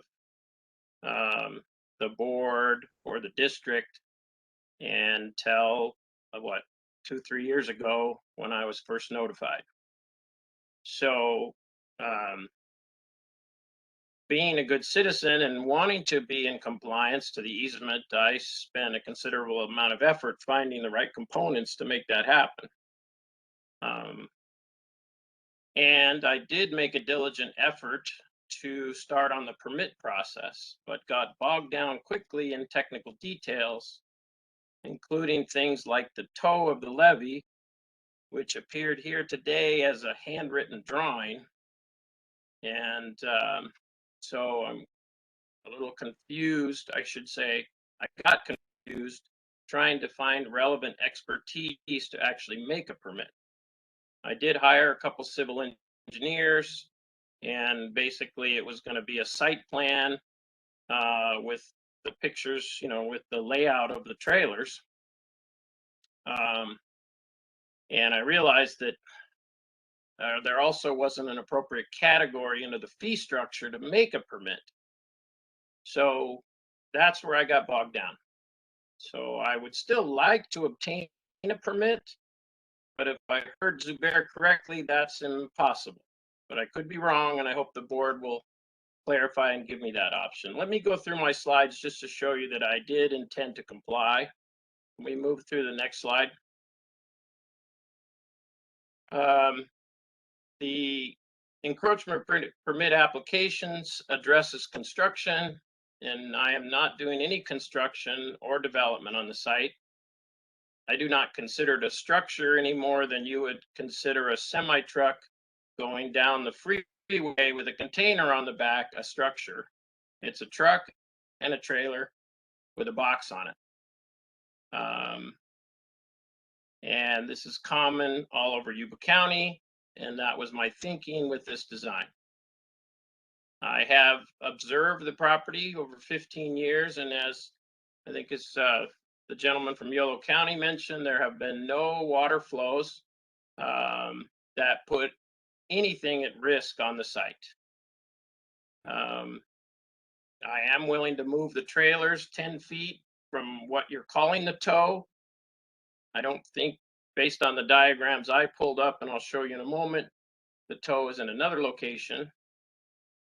But there have been no flood or water flows, even at flood level, that have been anywhere near at risk of the trailers. Next slide, please. I think I covered most of that. The point with my design was that everything is extremely temporary and easily moved. So with the right equipment on site, everything can be removed within 2 hours. And so my thinking was that if you needed tractors on site for construction or adjustment, all of that could be easily removed within 2 days' notice. All I need is the right equipment. And as the gentleman from Yolo mentioned, there really has only been goats in the last 15 years, and that's only been twice over a 15-year time period. Next slide, please. The site is extremely well protected because of the foundation of the bridge. So even during flood events, there is little or no chance of my trailers being disturbed. Now, I'm not an unreasonable person. I know in an extreme flood event, 200-year flood levels, there might be some risk. And I don't have the engineering expertise to do that analysis, but I know the district does. So I would be interested in that analysis, but I don't have the skills and I don't know who to hire to do that. Next slide, please. Here's more detail on the heights. You can see I took into consideration mil-spec trailers, which have detailed structural specifications and capability for chaining and other security, including pins and the footings that are all easily removed again and very temporary. And the adjustable height of the container is also a consideration. I can raise that up should that be necessary from an engineering perspective. Next slide, please. I don't think we need to go into the details here because it's engineering stuff, but there is strength there if we decide a permit is a potential possible outcome. Next slide, please. That's more of the same point. Let's go on to the next slide.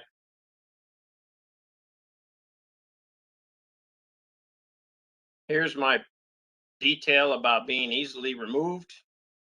And I was aware of the Army Corps easement. And as I said, with a 2-day notice, in 2 hours, everything can be removed off that site. Just as a point of evidence, the stove and the countertop, as described earlier in the evidence presentation, have already been removed, as well as the steel I-beams that were laying on the ground. All of those have been removed.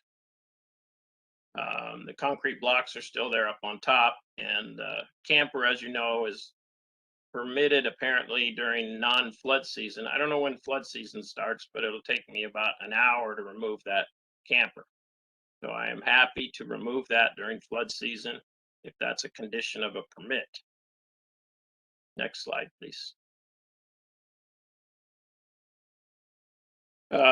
Again, without the engineering support, I'm unable to know if this is adequate height. I think it is, but I would need engineering support from the district to confirm. And I am willing to, of course, pay staff time if that's necessary to make the board happy that the engineering is satisfactory and safe for the public. The next slide. This is the official diagram that I pulled off the internet about the description and the details of a construction of a river levee. I struggled to find this detail from the Army Corps, but according to this, the toe is located in a different location than stated in the evidence. And so, again, I am not qualified to say which one is right or wrong, but according to this diagram, the toe is down here where the saturation line can occur at the point where the water runs, and they put riprap, which is the rocks you see at least 60 feet from where my trailers are parked. So I'm a little concerned about definitions and the hand-drawn diagram showing the toe. I'm not saying it's wrong. This is what I found, and they showed the toe at a different location. Again, my interest is getting a permit if it can be done. Next slide, please. As I mentioned, I got bogged down by not being able to find the right resources, and also the permit fees. There was no permit. I don't consider this a structure. I consider it trailers, and I need a parking permit. There's no parking permit under the fees for an encroachment permit, nor did I do any construction on site or any soil movement. I didn't know who the LMA was. I do now. There's no environmental impact that I'm aware of. And of course, the cost structure, as the board knows, starts at $2,000, I think, for a permit. And I have had bad experiences in the past trying to get permits from agencies where the permitting process was not predictable. If the board is willing to provide a predictable path for me and fees that are reasonable, I am more than happy to apply for an encroachment permit. But I'm stuck now without the technical skills to do that, and with an unknown and unpredictable process as far as timelines and fees and requirements. So my hope was that I could get, or staff and I could get direction from the board today to pursue some kind of parking permit that would provide public safety and allow me some use of this property I own. And that is still my hope. So if I understood what Zubair presented, an encroachment permit is actually impossible. But please correct me if I am wrong. And that concludes what I had to say. I basically looking for a reasonable solution. As I understand easement law, reasonableness is the test.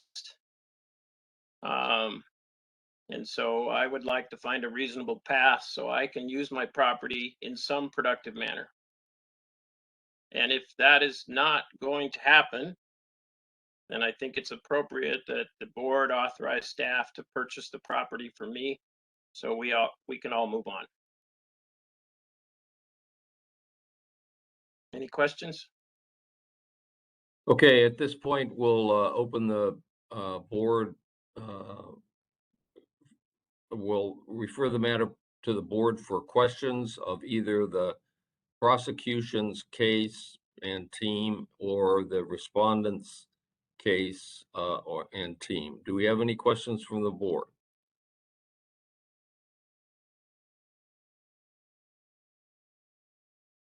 Mary Jane, you're on mute, I think.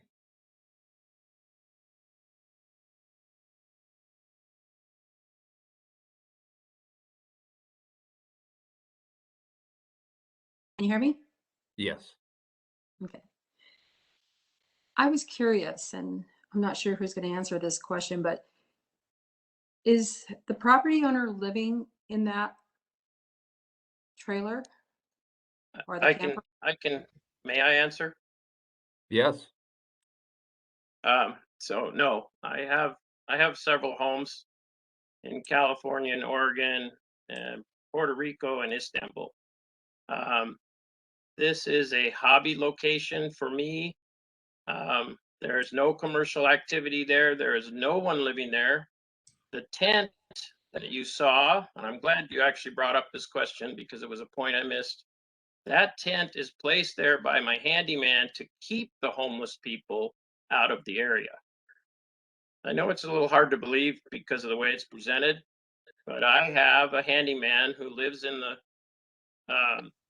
low-cost housing project across the street. He is absolutely in love with the site and is doing maintenance and clearing on a daily basis. And he is effectively a security guard for that whole stretch of property from the bridge down. And we actively keep the homeless encampments out. Okay. And that tent is just a Okay. ruse.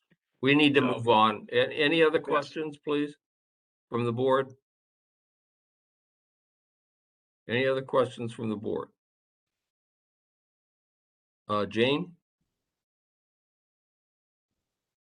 You need to unmute yourself there. I think I am. There you go. Okay, can you hear me? Yes. What is the county and or city? It's unclear to me whether this is in the city boundaries or unincorporated. What is the land use zoning? I believe it's zone commercial.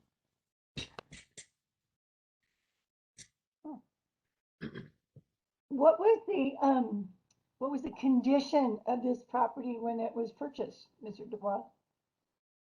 The condition was vacant, zone C2, which is light commercial.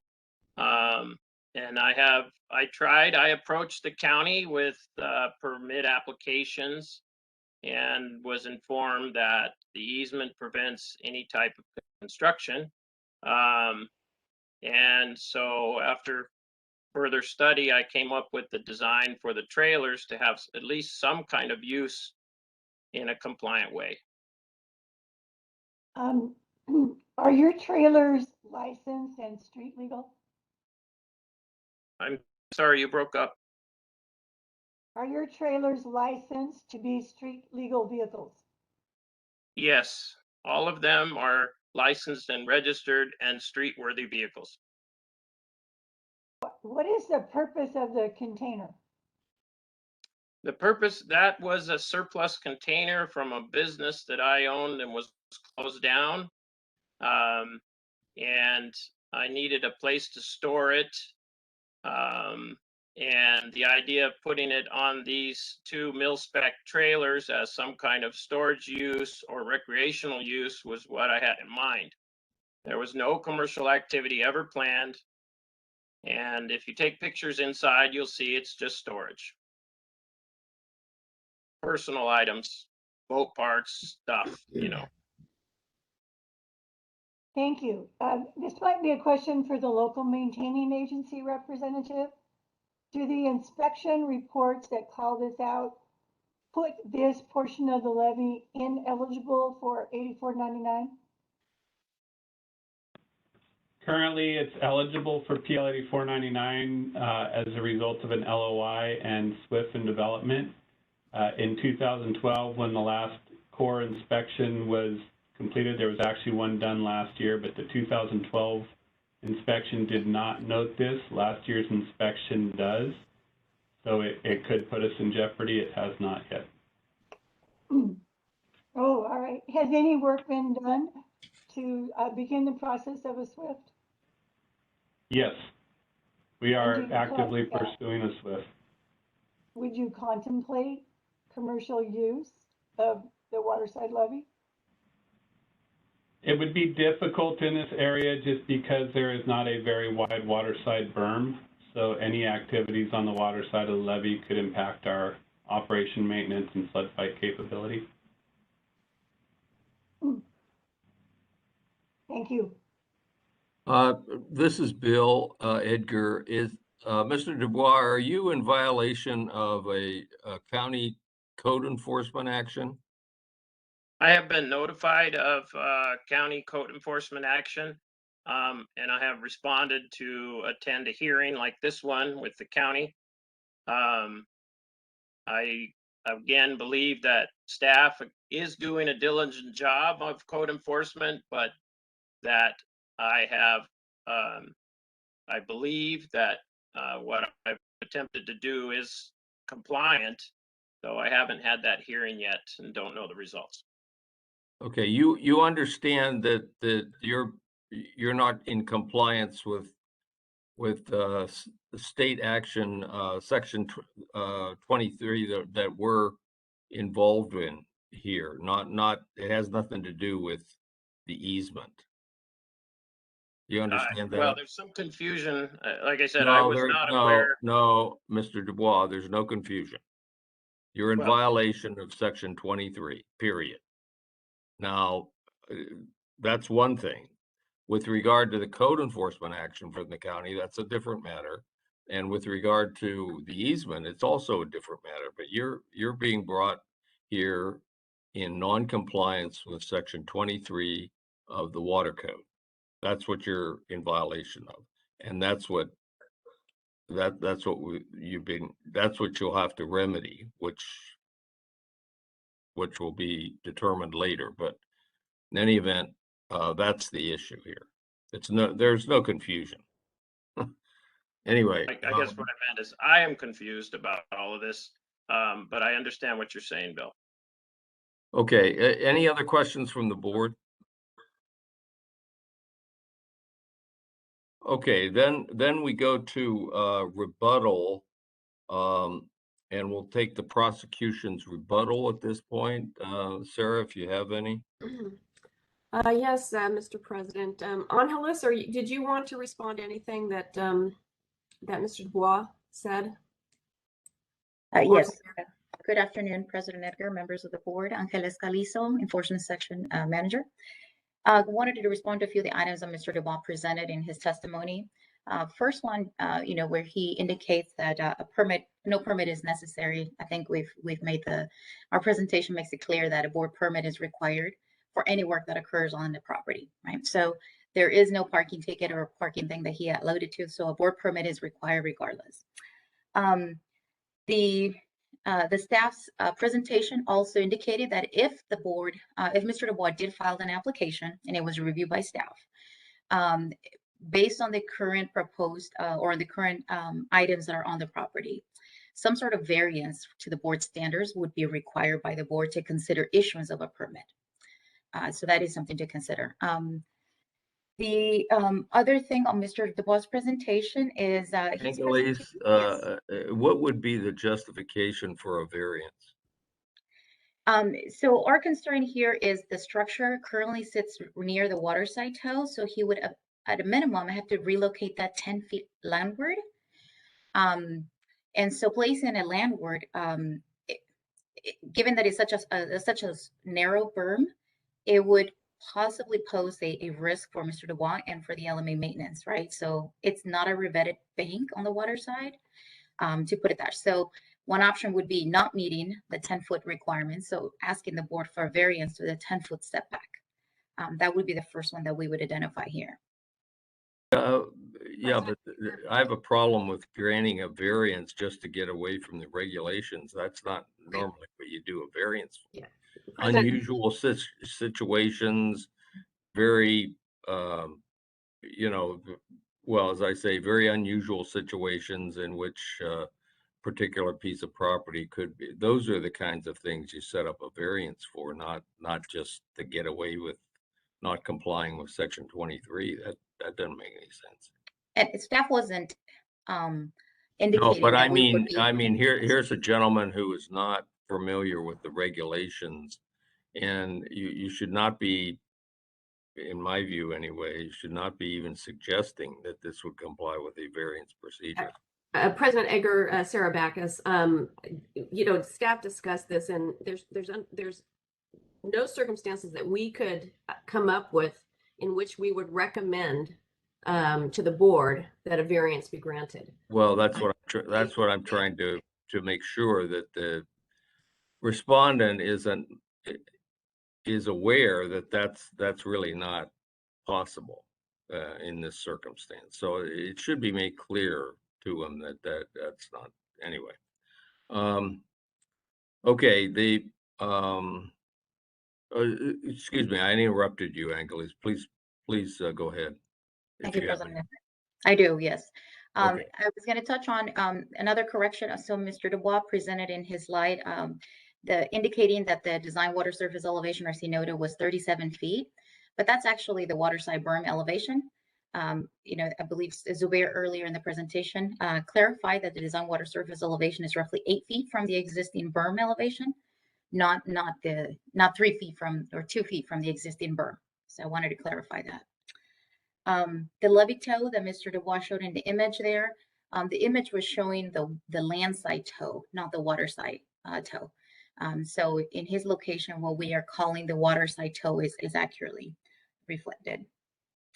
And then further on, Mr. Dubois indicated that the items could be easily removed. I think from looking at the facilities and the photos that he shared, you see a crane and some other equipment that I think would require some, you know, significant efforts and coordination in an emergency situation. I do think that we're not often left with that sort of luxury at play. So, you know, relocating this containers and the items, I think within a 2 hours notice, you know, it's simply not reasonable. Okay, thank you.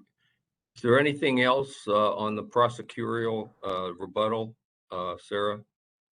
Thank you, President. Okay, Mr. Dubois, you're up for a rebuttal argument at this point. I again would ask if there is any possible way to get a permit, that I would apply for one, but what I'm hearing and what I found in the permit process is that is just not going to happen.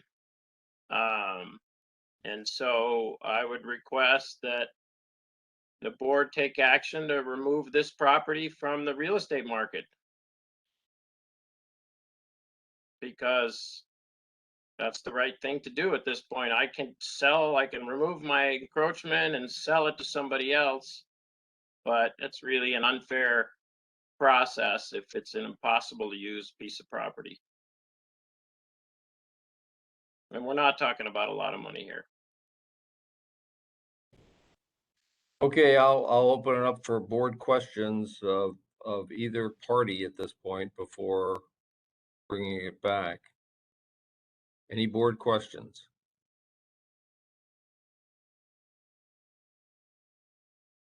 Okay, okay, I would open it up for relevant, and I underscore the word relevant, public comments at this point. Any relevant public comments? Do we see any, Brian or Leslie? I see no comments at this I time. don't, Mr. President.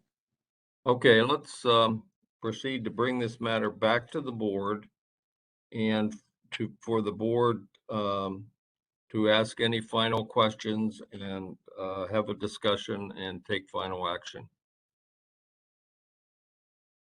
Any questions, any concerns the board members have? Through the chair. Yes, ma'am.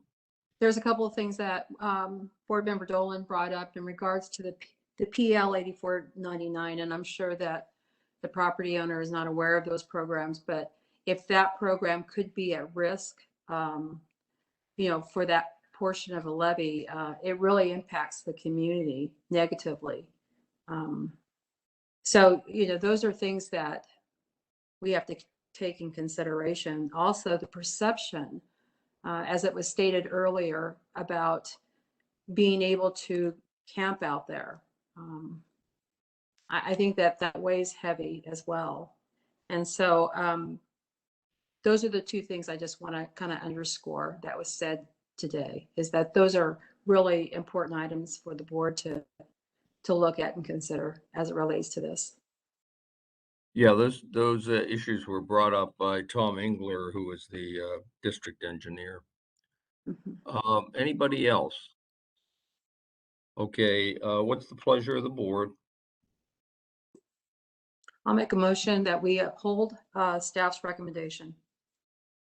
Okay, approve the staff recommendation, which is affirming the cease and desist order at this point. Again, as Leslie and Sarah pointed out, this is not the enforcement hearing. This is just the affirmation that the cease and desist order is appropriate and is in place. Do I have a second? I'll second, Bill. Okay, it's been moved by Mary Jane Griego that the staff recommendation be approved and that the cease and desist order be affirmed, and it's been seconded by Tim Ramirez. Please call the roll, Ryan. Board Member Griego, Yes. Board Member Johnson, Aye. Board Member Ramirez, Aye. Board Member Valines, Board Member Countryman, Vice President Dolan, Yes. President Edgar. Yes, the board unanimously approves this action. Thank you, everybody, for your participation. This was always a difficult item, these enforcement hearings, but I appreciate everybody's comments and concerns. President Edgar, Okay. I'm sorry to interrupt. This is board counsel. I'm not, and I may have missed it, although I was paying attention. I'm not sure that I heard board member Johnson's name called for the vote. Brian Johnson said yes when he was called. I did. Okay. Okay, sorry, I just missed it. My apologies. Yeah, you Okay. bet. No problem. Okay, let's move on to item 10B. This is permit number 18980, Reclamation District 17. This is an item that we not only have heard several times, but also toured briefly, I think. And so the Mike Salazzo and Chris Nudek have a staff report on this item. Mr. President, if I could just jump in really quickly, I did receive information that we do have the letter of provision from the Army Corps. That was something new as of just before the meeting. So just for the record to note that. Thank you. Thank you. Okay, Mike. Yes. Hi, good afternoon, President Edgar, members of the board. My name is Mike Solazzo. I'm a senior engineer in the Plan Implementation and Compliance branch. I will be presenting on resolution number 2021-14 to be considered by the board. In it, the board would approve permit number 18980 for the phase 3 100-year levee seepage repair project proposed by Reclamation District 17. And as you noted, I have Chris Nudek here from KSN representing RD 17, who will present some of the key features of the project. Next slide. So today's presentation will begin with an overview of the request, followed by figures showing the project location, the discussion of the background, and then at that time, we'll turn it over to Chris to discuss some of the details behind the project description. And then I will return with the staff's analysis of the project and conclude with the recommendation to the board. Next slide. So there are 4 items here that I would like to discuss briefly in the overview slide, starting with the top bullet. The action of the board is to consider the resolution, adoption of the resolution, which would adopt the CEQA findings and approve the draft permit to allow RD17 to construct the project. Next, next bullet, as you will see in the following slides, the project is located about 8 miles, not 8 miles, about 8 sites along the land side, the right bank of the San Joaquin River, west of Lathrop in San Joaquin County. The next bullet, the project's purpose is to address seepage and levee geometry issues by constructing seepage berms, cut-off walls, and replacing a Union Pacific Railroad trestle with an earthen embankment. And then finally, staff would present the recommendation to the board for the adoption of the resolution and then execution of the permit. Next slide. Okay, so this is just a general vicinity of the project location as shown here, with the area being protected, including I-5, Highway 120, and the communities of French Camp, Lathrop, and Manteca to the east. And the next slides will show maps 1, 2, and 3 going from north to south in that order. So go ahead with the next slide. Okay, so map 1 shows the northern extent of the project. The work that has been completed in phase 3 is shown in those white boxes, and mostly consists of seepage, berms, and chimney drains. The work being proposed in permit 18980 is shown in those blue circles. Starting at the top, site 1A, Roman numeral 1A, is near Howard Road. Is a seepage berm, chimney drain. Site 2AB down at the bottom is a cutoff wall about 2,600 feet in length, which runs along that curve in the levee. The blue dot just shows the general location of it. Next slide, going to map 2 now. Shows the area east of Lathrop. Site 4A is about an 80-foot seepage berm and chimney drain. Then site 4C right below it is about 100. It's a 1,120-foot setback levee, which would shortcut that little peninsula west of Lathrop, Lathrop Road right there. And then site 5A/6A1 is a 9,500-foot cutoff wall that runs along the levee and connects with the setback levee on the north from site 4C, and then runs south to the Mossdale Landing Community Park that you can kind of make out south of River Islands Parkway with the 4 base softball diamonds there. So then if you move along to the next slide, we'll see map 3 on the southern end of the project vicinity. You'll see, starting with the top, you'll see 6B, which is a 2,050-foot cutoff wall. And then site 6E,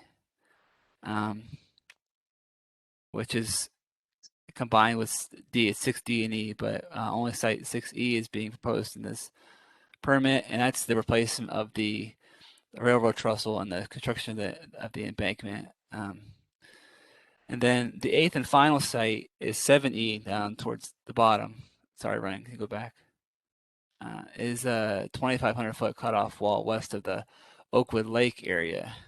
there. And that concludes that slide. So we go on to the next one, talk about the background. So starting with the first bullet, the levees addressed here were authorized in the Flood Control Act of 1944 as the Lower San Joaquin River and Tributaries Project, which was intended to improve the existing system that I believe was last updated by the Corps around not by the Corps, last updated around 1863. In response to a 1997 flood event, RD-17, along with the Army Corps of Engineers and the board, funded a repair project under the PL 8499 Assistance Program, and it consisted mostly of seepage berms. And then in 2007, RD-17 obtained early implementation program funds for the levee seepage repair project, which with its 3 phases, there's 3 phases for it, and they're organized in a way that addresses the highest seepage areas first. So phases 1, 2, and 3. And that'll all be discussed in the next slide. Again, that the project is addressing under seepage and through seepage within the system. So let's go to the next slide. We'll talk about the phases within the levee seepage and repair project. So phase 1 was completed in 2009. It consisted of seepage berms near French Camp Slough and was approved under permit number 18360. Phase 2 work consisted of seepage berms around the Lathrop area and was approved in 2009 under permits number 18515 through 519, 21, 23. And then phase 3 work was first proposed in 2014 and was assigned the application number 18980, but in 2017, RD-17 declared a flood emergency and constructed several seepage berms from phase 3. And then in 2019,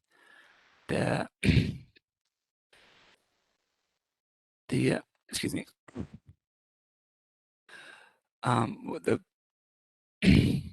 they received, RD-17 received a categorical permission from the Corps for most of the emergency work constructed, along with several chimney drains that were originally proposed in phase 3.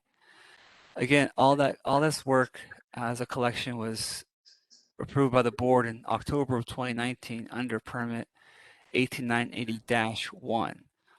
What the board is considering today is the remaining construction that was proposed in 2014 under phase 3, and the plan to have this work completed next year before the EIP funding sunsets. So now I just wanted to go on to the next slide, and I'll bring in Chris Nudek from KSN to discuss the details behind the project description and to show some site photos and design elements, and then I'll return to discuss the staff's analysis. Chris?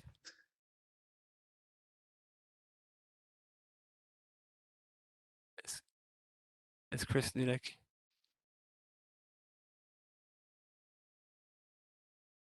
Apologize, I have 2 mutes. I have a mute on a mic and a mute on the computer. Great. Thank you very much, Mike and President Edgar and members of the board. I can't tell you how excited I am to be before you today. It's been a relatively long road. We started this 12 years ago. We've had a number of opportunities to be before you over the last several years. And now we're at the point where we're, in our final phase to be constructed this coming year. A key element for those that haven't seen this project multiple times, particularly board members, this is simply a seepage repair project, bringing the levees in compliance with the Corps' exit gradient strategy. This is not a 200-year level of protection, even though the repairs are being made under the 200-year no regret policy. It's really just an improvement over the existing FEMA standard, which is accredited under FEMA, and bringing it in compliance with the exit gradient strategy. And we'll get into that in a little greater detail. Some quick background, the area of protection, we protect both the cities of Stockton, Lathrop, Manteca, large community of Weston Ranch at the north end, and the community of French Camp. So relatively large community, nothing like what you see up in the northern part of the state. I was looking at some of the numbers being presented earlier this morning. We will only have 12,000 plus or minus residential parcels, a little over 45,000 people, 5 billion worth of property, 19 miles of levee. As Mike established, we were established in 1863, and we're basically teeing up for the next round of work to be done, which would be the 200 year. Let's go to the next slide. Okay, this is just a brief picture. Don't dwell on it. This is the floodplain. This is what you see a lot of during these slideshows. Demonstrates that the general depth of flooding is somewhere between 5 and 15 feet of depth. That is absent a relief cut on the north side. The north side will be relieved in the event of an upstream flood, and it will lower that upwards in the range of 2 to 4 feet, depending upon the depth of the relief cut and the level of the river. Next slide, please. Okay, another big element for us in this region is that what does this levee protect? And it's some very substantial elements. One is our general hospital, regional general hospital for care, the new VA hospital. So there's a lot of federal interest. It's the first VA hospital in our region, or VA clinic is actually what the term of it is, along with our general county jail, juvenile facility. Another important feature is the Interstate 5, which many don't realize is a federal highway, central defense highway. That's something that communicates traffic up north and south, along with 8 schools, 20 adult care facilities. Just some of the key elements of what this region protects, but fairly important elements. Next slide, please. Okay, here's where I was going down that road. What did we improve? We had an exit gradient strategy to accomplish. The exit gradient strategy are the first 2 numbers. Let's just drop down to the box rather than go through the detail there. The maximum allowed is 0.8. Our goal was to reach 0.5, and we reached somewhere between 0.03 to 0.43 in our design. Therefore, ultimate factor of safety in our levees ranges between 1.9 upwards to 26.7, which Joe is probably laughing at me right now saying there's not too many levees in this world with a 26.7 factor of safety. But that exit gradient strategy has come across all of the flood control industry in the last couple decades, and it's something we all are seeking to achieve and maintain. Next slide, please. Okay, Mike did an excellent job. I'm going to run through these slides pretty quickly. These are the elements that we're doing. So we've got seepage berm and chimney drains. Seepage is for, the berm is for the under seepage water that gets under the levee and comes up and exits at the toe. A chimney drain is for through seepage, what comes through the actual fill of the levee. Cutoff wall is another means, short of putting a seepage berm, either because there's the berm itself would have to be too large, or there's encroachments. In most cases, it's the berm would be too large. So we're doing deep cutoff wall that you're very familiar with. And then we've also got some work around the railroad embankment. I won't go into in explicit detail unless you have questions on it. Let's go to the next slide and we'll kind of walk through some of the depictions. So standard seepage berm. So you've got a gravel bed of material that's filled with material over it. As the water comes through or under the levee, that gravel drain is picked up. The water is either conveyed out to agricultural rural land. If it's in an urban setting, there's a drain at the toe that conveys that water directly into an urban collection and conveyance system. Then it's exited out of the track at the terminal drainage pump stations. Next slide. Go ahead and move through this. These are just some of the pictures of the, you can see in the web, well, back up, I'm sorry. I want to show you the traditional fencing that was used on RD-17 to the lower right-hand picture. When you don't have good fencing, you just use box springs. So mind you, we're very, we're very utilitarian, but this is actually quite, it's an older picture, but nevertheless, move on. This is a concept of what we call our cutoff wall traditional means. There's a degradation of the levee. The degradation of the levee, which is in the crosshatch version, does 2 things. One, it gives you a wider working platform by which the wall itself is constructed. There's mixing, and it lowers the height of the wall, or the depth of the wall would be better put. So the machine sits in that lowered bench, and then all of that crosshatched area on the levee itself is brought in with what they call a class 1 fill with no seepage element in it. So this is a construction methodology that's been utilized substantially up in the Sacramento North. You'll see that we cut at a 1-to-1 and leave the water side unaffected. That's an environmental maneuver to try and minimize any impact to any of the waterside habitat and some of our endangered species. Next slide. More pictures. I know you just love pictures of levees. They are absolutely exciting, right? Next slide. Okay, this again is a little bit different, but again, it's a cutoff wall, but it's done by different methodology. This is what they call the deep soil mixing method. When the wall is too deep and we can't use traditional excavators to get to the bottom of it, they bring in the auger methodology. And we don't have pictures of the auger methodology, but it's 3 augers that actually go down and mix the soil with the bentonite and cement mixture and integrate that directly into that soil column as they go down, and they can go much deeper, minimizing the collapse of that trench and the ability to get to it. So that's a different method. We have that in some of the work that we've explained, and we've expressed that earlier in the slides. Next slide. Another exciting picture. That's and then let's move to the next slide. I think we're getting close to the end. This is a setback levee. The reason we're building a setback levee is the EIP program required the LMA to evaluate the development of waterside habitat and what they call temporary respites for the salmonoids that run down the San Joaquin River. That's the small piece that Mike showed you. There was a setback.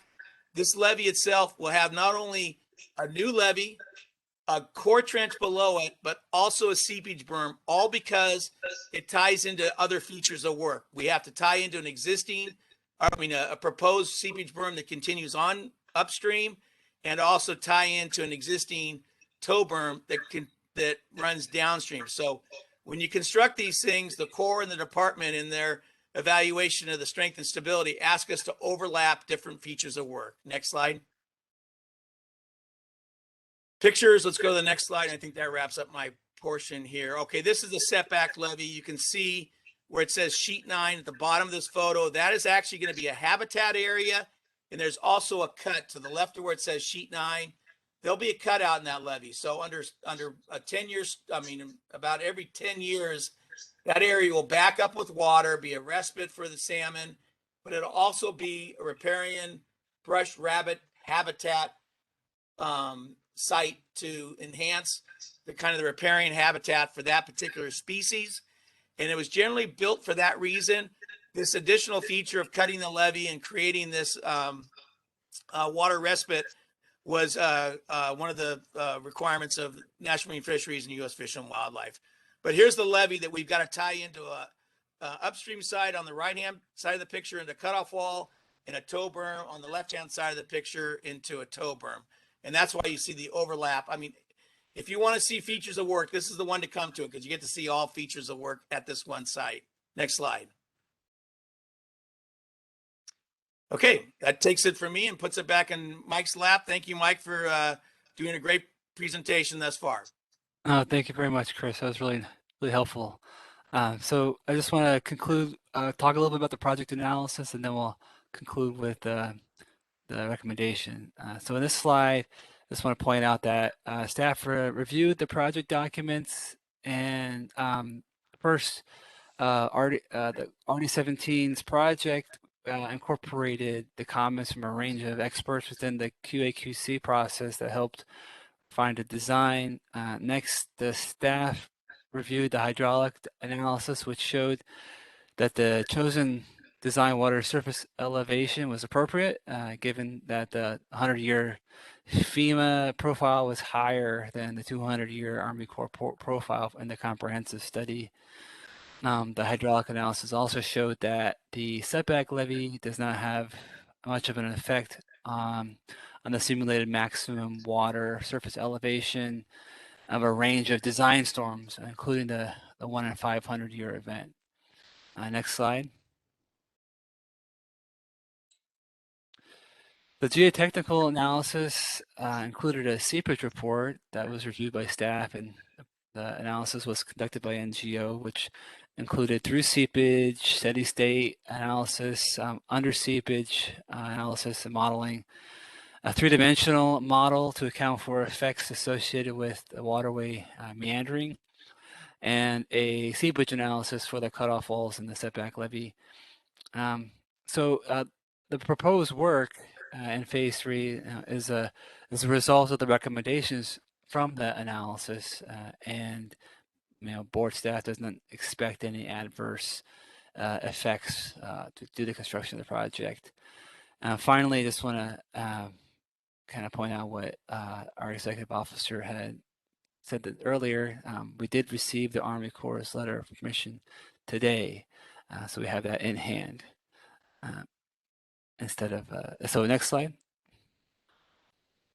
CEQA determination, RD-17 filed a notice of determination with San Joaquin County in the State Clearinghouse in July 2016. RD-17 incorporated mandatory mitigation measures into the project and plans to avoid the impacts or to mitigate those impacts. Some impacts remain significant and unavoidable. However, the impact to the state's flood control system is less than significant. When considering the entire record, including the hydraulic analyses, and in accordance with the CEQA guidelines, there is no substantial evidence that the project will result in significant adverse impacts related to flood risk, which is the only resource area within the board's jurisdiction. Section 7.0 of the staff report has more information. Next slide. Finally, just want to conclude with the recommendation, that is to ask the board to adopt the resolution 2021-14, which presents the relevant information for the project, adopts the CEQA findings, and as the responsible agency, approves the permit, and directs our executive officer to execute it. So that concludes the presentation. Chris and I are available to answer any questions if there are any. I just want to ask you if you want to just, let me know, or as you ask your question, just designate who it's for so we can respond appropriately. So thank you very much. Thank you, Mike and Chris. The excellent presentation. Questions from the board? Any questions from the board? Okay, could I have a motion and a second, please? I move to approve. Approve the resolution. 2021-14. Moved by Joe Countryman. Seconded by. Second. I'll second. I think Brian beat you on that one. I got my hand on the buzzer here. Okay, let's call the roll, Brian. Before we vote, I'd just like to say that I flew over this area during the 1997 flood and took quite a few photos. And it was scary. It was really scary. And to realize the resources that are there behind that levee, this project is way overdue in my estimation. Thank you, Joe. Okay, call the roll, please, Ryan. Board Member Grego? Yes. Board Member Johnson? Aye. Board Member Ramirez? Aye. Board Member Valines? Aye. Board Member Countryman? Yes. Vice President Dolan?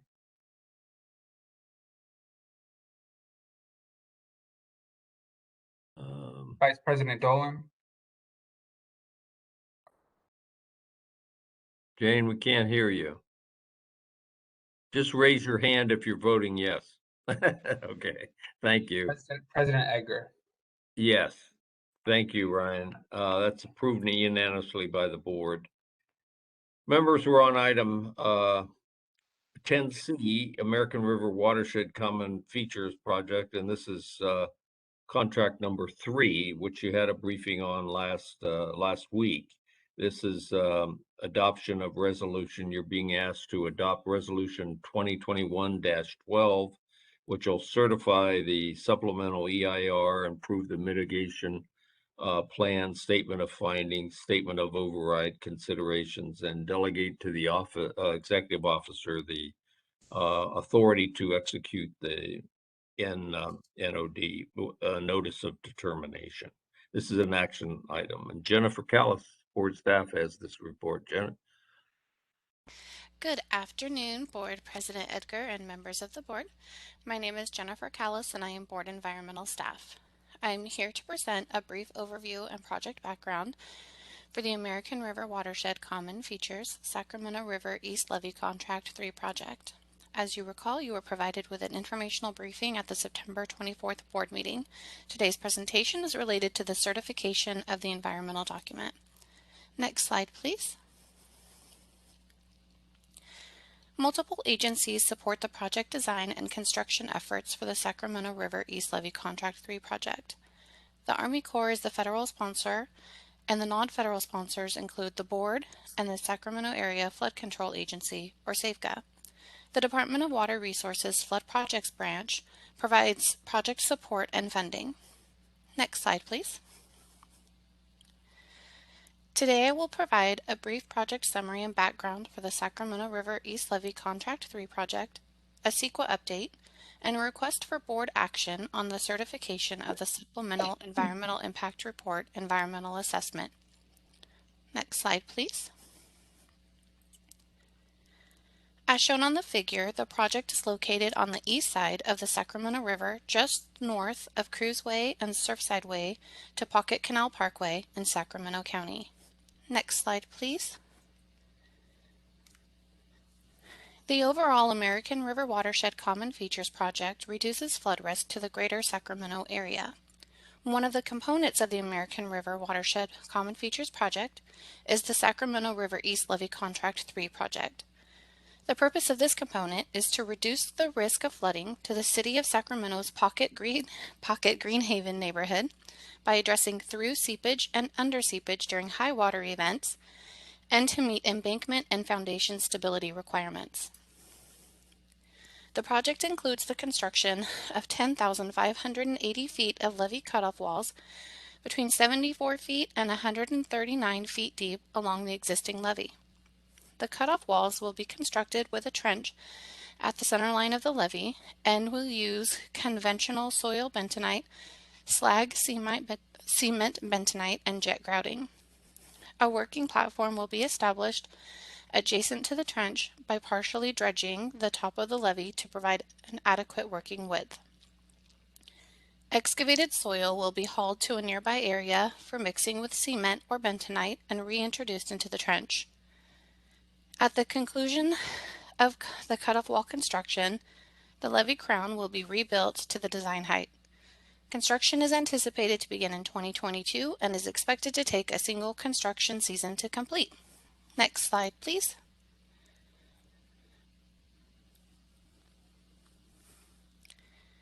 The American River Watershed Common Features Project General Reevaluation Report was jointly prepared by the Army Corps and the board. The document evaluated the potential impacts of the project, including seepage and stability improvements along the Sacramento River, erosion improvements along the Sacramento and American rivers, widening of the Sacramento Warren bypass, and improvements to the north area streams. The document was adopted by the board in 2016, and a project partnership agreement was entered into between the Army Corps, board, and SAFCA in 2019. The General Reevaluation Report was adopted as a programmatic document with the understanding that additional CEQA analysis would be conducted at the project level for each individual contract. Today, the board will consider certifying the project level CEQA analysis prepared for the Sacramento River East Levee 3 contract. Slide 7, next slide, please. To fully analyze the potential environmental impacts of the Sacramento River East Levee Contract 3 project, the Army Corps and the board prepared a supplemental environmental impact report environmental assessment. The document analyzes construction of the cutoff wall along the east side of the Sacramento River of the levee. The document lists a series of avoidance, minimization, and mitigation measures to reduce the effects to less than significant. However, there are still significant and unavoidable impacts that cannot be reduced to less than significant levels with mitigation. These impacts, however, are consistent with the impacts described in the General Reevaluation Report. Next slide, please. There are a total of 5 resource areas in which potentially significant and unavoidable environmental impacts are expected to occur.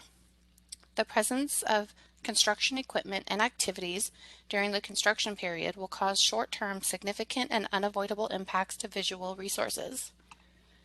Temporary significant and unavoidable impacts to vegetation and wildlife will occur due to tree trimming and removal. Recreation would also experience temporary significant and unavoidable impacts due to facility closures. An increase in local traffic will result in temporary significant and unavoidable impacts to transportation.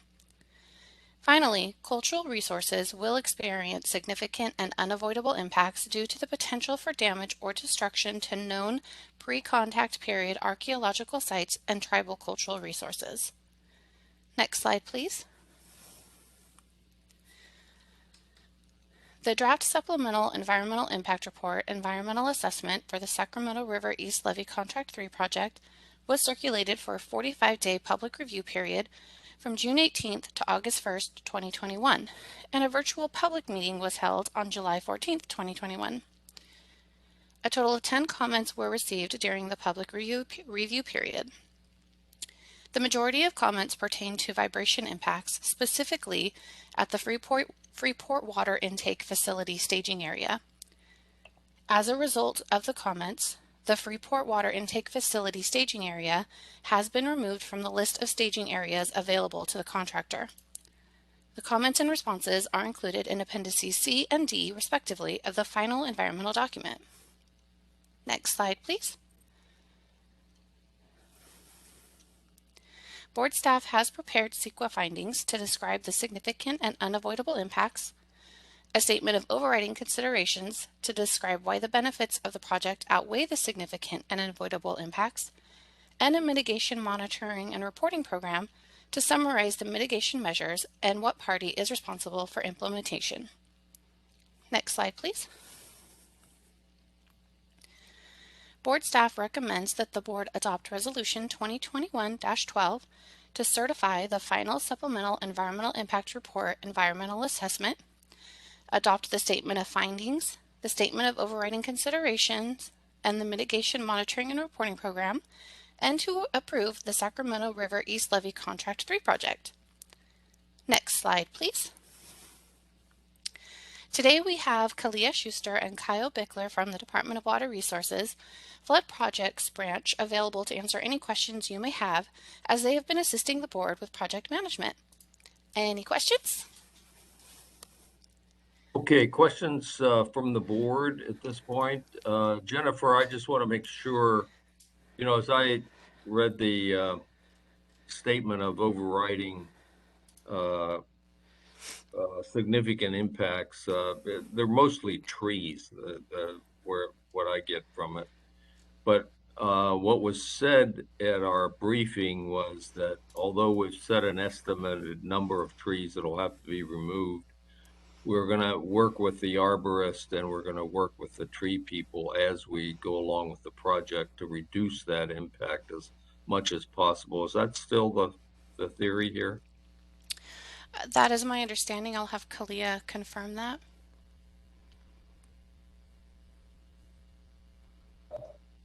I just want to make sure I'm on the video. Yeah, they are going to work with the different types of trees that are going to be removed. There was one pending due to real estate acquisition, but the number on the document should be pretty solid at this point, and we kind of did a survey based on those numbers, so it's been pretty solidified. Okay. Okay. And the number of trees to be removed is what, again? Looking back in my notes, we usually don't do a number of trees, we do acreage, which can probably be found in the document. Unfortunately, I don't have the exact number on me, but I can get that information. Okay. And submit. Okay, but you feel that based upon the most recent information, that number is pretty solid at this point? Yeah, I don't believe they have any intention to change that. If they did, we would definitely be consulted, and that would be something we discuss as far as impacts. Yes. Okay, thank you. Any other questions by the board? Okay, do I have a motion to approve resolution 2021-12?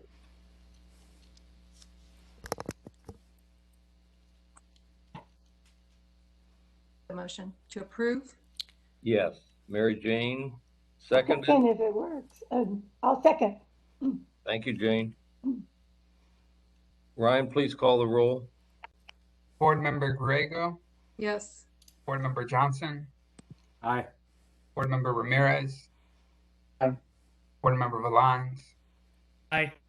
Board Member Countryman, Yes. Yes. President Edgar. Yes. Thank you. Thank you, Jen. Appreciate it. Thank Okay, you. we're on item 10D, deauthorization of federal levies. This is an item that we've been interested in for some time and have been trying to develop a procedure and process for deauthorizing federal levies. And it's an informational report.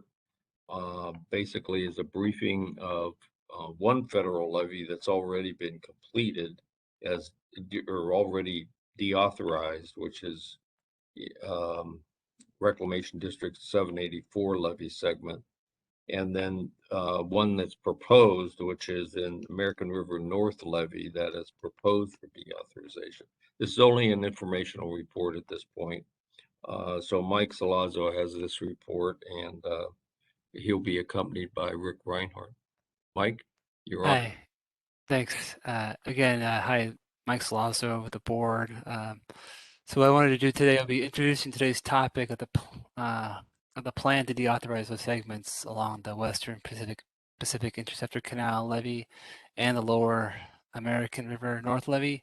Rick Reinhardt of MPK Engineers will then take over to discuss the details behind the process and can answer all the questions you may have. So next slide. So today's presentation will explain that the existing authorization for Reach 6 of the Western Pacific Interceptor Canal, or WPIC, and the 0.65 mile segment of the along the Lower American River should no longer apply, as those areas are either no longer function as a flood control structure or are unnecessary for flood protection. And finally, the goal being to offer language that you had suggested to deauthorize those segments in the next order bill. So next slide. So here are two maps, just kind of showing the vicinity of the WPIC Reach in the lower left and the Lower American River segment on the right, to give you an idea of where they're located. At this point, I just want to, well, Rick will have some additional detailed figures in the next slides, and I'd just like to turn it over to him, and he can take it over from here. Thanks, Mike. Good morning, President Edgar, members of the board. Rick Reinhardt with MBK Engineers. As Mike has gone over, I'm gonna cover two deauthorizations, one that we've already secured on the Western Pacific Interceptor Canal, and then a second one that we're actively pursuing for American River Flood Control District. So I want to provide a little context with this graphic. You can see the Feather River on the running down the center left of the graphic. When the Feather River is high, it backs up flood stages on the Bear River. You can see that on the bottom of the graphic, and that backs up stages on the Western Pacific Interceptor Canal. In large flood events, the Western Pacific Interceptor Canal is a lake. That area above Best Slough backs up. Your board has easements on that land, and all that land is part of the active floodplain. If you see where the arrow is that says WPIC Levy Reach 6, that's where Highway 70 is, and there's culverts that go under Highway 70 that lead to flooding prior to construction of this project on the west side of Highway 70. Next graphic, please. This is a close-up of Reach 6, segment 6 of the WPIC levee. That's the highlighted portion of this. That's the reach that was deauthorized. So prior to Three Rivers constructing its program of levee improvements, what would happen is these floodwaters that I mentioned would flow in those culverts under Highway 70 and would flood these areas north of the Olivehurst Detention Basin. But the specific problem that it posed for Three Rivers is the segment 6 levee ties into the UP Railroad embankment. You can see that at station 334 plus 06. It just, the levee terminates into the railroad embankment, and the railroad embankment's not a certifiable structure. And so if we were going to provide 200-year protection, we were going to have to build a levee upstream. The county had been dealing with an internal drainage problem. Internal drainage flows down through Clark Lateral into this area, and under low flow conditions exits those culverts into the WPIC. What the county would want to do is build a pump station and a ring levee and detention basin to prevent those high flows from coming underneath Highway 70. So Three Rivers picked up that project, built it with its program of improvements. So there's a ring levee that connects to Highway 70 to the WPIC levee. There's a pump station and this detention basin. And now that that project is in place, the water surface on the what is normally the water side of the levee is below the land side toe, meaning that this no longer functions as a levee, even with those internal drainage elevations. Next slide, please. So we worked with Congressman Garamendi's office and then our congressional, our DC advocate to secure to secure inclusion of deauthorization in Order 2020. This is the specific section that was included. So this section of the levee is now deauthorized. Next slide, please. So now we've got to go through the process of cleaning up all the documents and removing it from the state plan of flood control. So we've been working with board staff and the Corps on this. We have to update our O&M manual for the RD 784 system to reflect the new Goldfields 200-year levee that's been constructed, as well as the other improvements that Three Rivers completed on WPIC. As part of that update, we'll remove this section. We're still confirming with the Corps, but we believe that's all that's going to be required to clean things up with the Corps of Engineers. And then the board's going to need to take action to remove this feature as a state plan of flood control. So this is all I have on the Western Pacific Interceptor Canal. I want to pause there, an opportunity for the board to ask any questions before I move on to the American River. Any questions from the board? Jane? Oh, no. Oh, you're just, okay. Thank you. Any questions from the board? Okay, I don't see any, Mike. Rick. Okay, next slide, please. So Mike had shown you a vicinity map that's also in the lower right. This is the American River Flood Control District levee at the end of Arden Way. You can see the bike bridge to the bottom right. We've got the levee segment highlighted, starting at Arden Way, heading upstream to where it terminates into high ground. Next slide, please.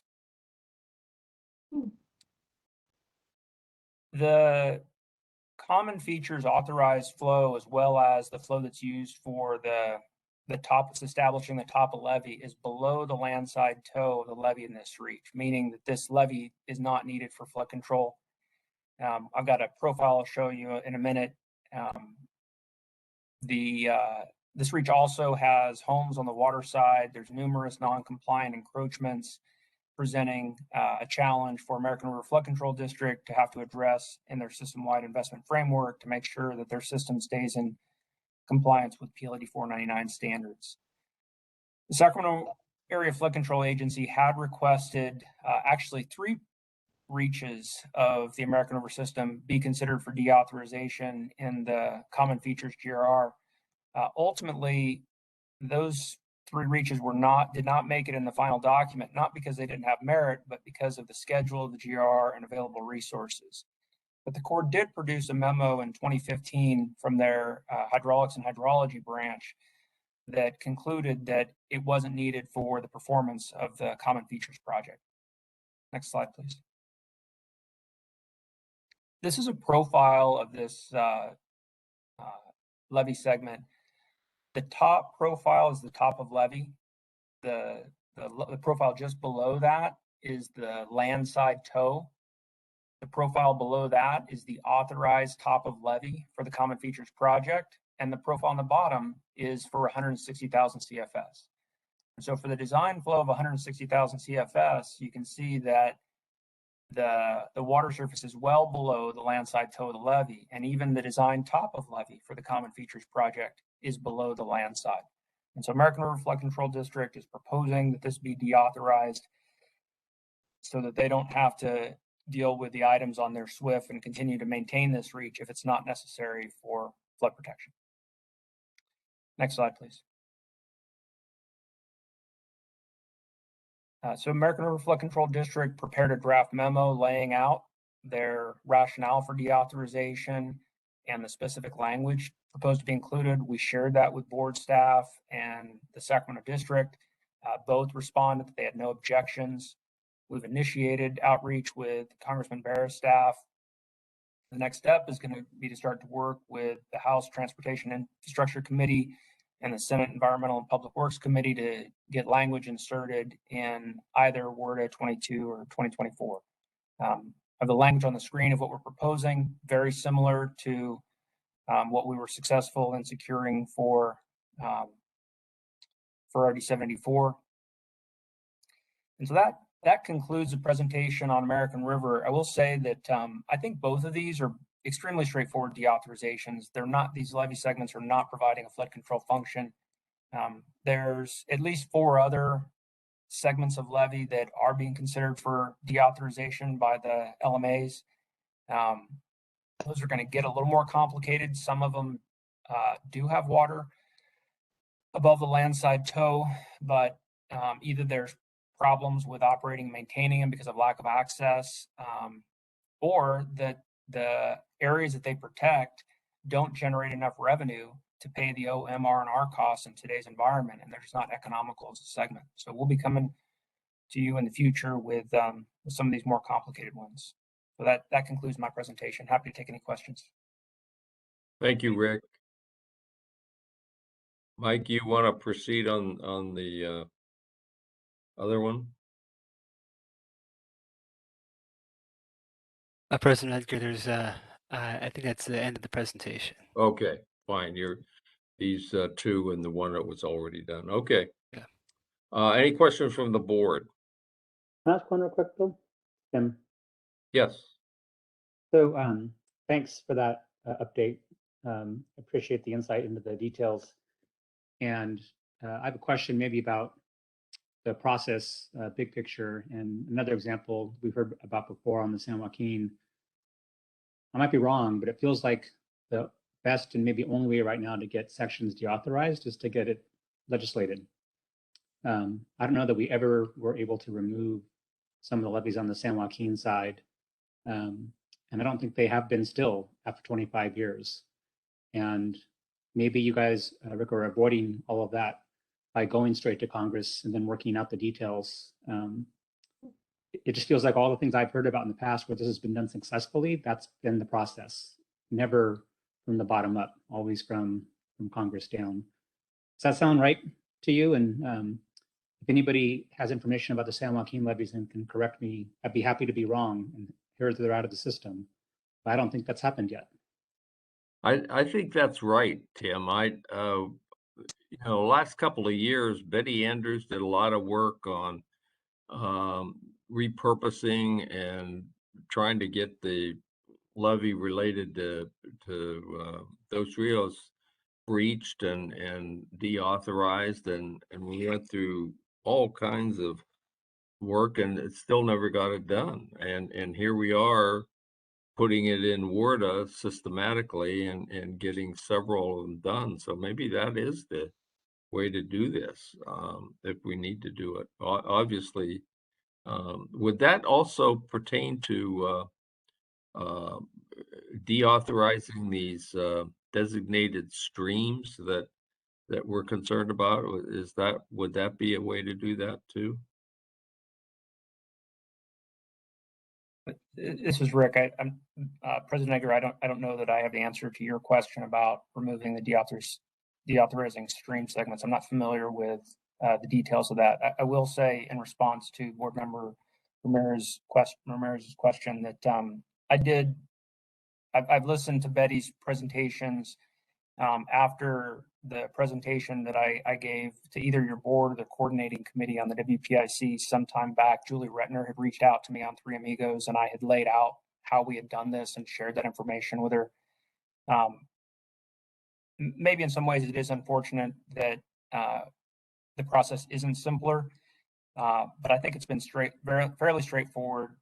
If you have an advocate in DC to work on your behalf, to work with House TNI and Senate EPW, and you have the support of your congressional delegation, it hasn't been difficult for us so far. But we're also dealing with pretty clean deauthorizations where they're not flood control facilities. When we have one that's a little more complicated, I don't know how easy it's going to be to go through straight to Congress. We might need to do a 7001 request and have the Corps do a study to demonstrate that there's no federal interest in continuing to have that segment. And then I think we are going to be roped into a more complicated process. Well, it seemed to me that the Dos Rios situation is pretty straightforward. I thought, anyway. Yeah, I'm glad that you guys have talked and shared that information, Rick. That's really what I was getting at. So we can follow up separately and talk with our friends on the San Joaquin. But thanks for that insight, and thanks for sharing it with them already. Yeah, that's good. Any other questions? Okay, this is an informational item. No action need to be taken. So we'll move on to item 11, Executive Officer's Report. Leslie, you want to summarize your report for us? Sure. Thank you, Mr. President. You'll notice there were a lot of events this month. We had, thanks to Board Member Griego for arranging a tour with the Yuba Water Agency. I was able to go with her, and hopefully we'll be able to arrange a briefing and a tour for the board next year. We're hoping for 2 tours. We also did the tour of the San Joaquin, and 6 of our 7 board members were able to make it to that. We certainly can brief Board Member Belines as well on some of those issues. So I put some of that in there, what we saw. It was notable last week. President Edgar and I were at the Sabufka, the Sutter Butte Flood Control Agency regular meeting, where they dedicated Project 1, the 200-year certification of Project 1, and dedicated it in memory of Francis Silva, who passed away earlier this year at age 99. So that was a really moving board meeting and event to be at. And President Edgar was asked to speak in his role as the first Sabufka executive director. So I appreciated being there to see that. I would also note, and you did hear a little bit about this earlier today, that I was representing the board in lieu of Board Member Ramirez at the DPIC when they discussed this subcommittee on the Science Action Plan for the Delta. So that's kind of interesting, and we'll be following that as well. We also had our legal and budget update, and I do I hear if there are any questions on that? Okay, board have any questions on that? Thank you, Leslie. That's helpful. Okay, we're on to item 12, board comments, committee updates. Any board comments or committee updates? Mr. President, this is Jane. Yeah. Unless Brian wants to do it. Advisory committee is set for its meeting next Tuesday, the 26th. So it will continue. It'll be probably providing initial reactions to the draft, and then it's continuing work for its subgroup. I don't know. I guess we're gonna add the Delta Plan amendment, huh, Brian? Okay, Jane, on that issue itself, you and Brian said this morning that we were going to try to follow the interrelationship between the conservation strategy and the plan amendment. Is that what the subject is next time? It's not what we've planned for this meeting next Tuesday, but because of the conversation this morning here at this board, probably sort of work with staff to figure out how that goes forward. Okay. It's obviously a board issue, but conservation strategy, ecosystem chapter, probably want to get some advice. I don't know, just thinking aloud here. Yeah, well, it came up this morning and it was kind of out of left field, so I didn't know whether committee was in a position to do, but it's certainly relevant. That's for sure. Okay, anything else on committee assignments or updates? Okay, we have a calendar under item 13, upcoming meetings and topics for the board.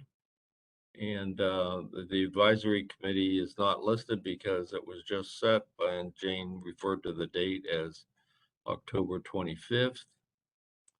We do not have a closed session under item 14, therefore we don't have a. Mr. President, I'm sorry, could I interrupt just to interject on item 13?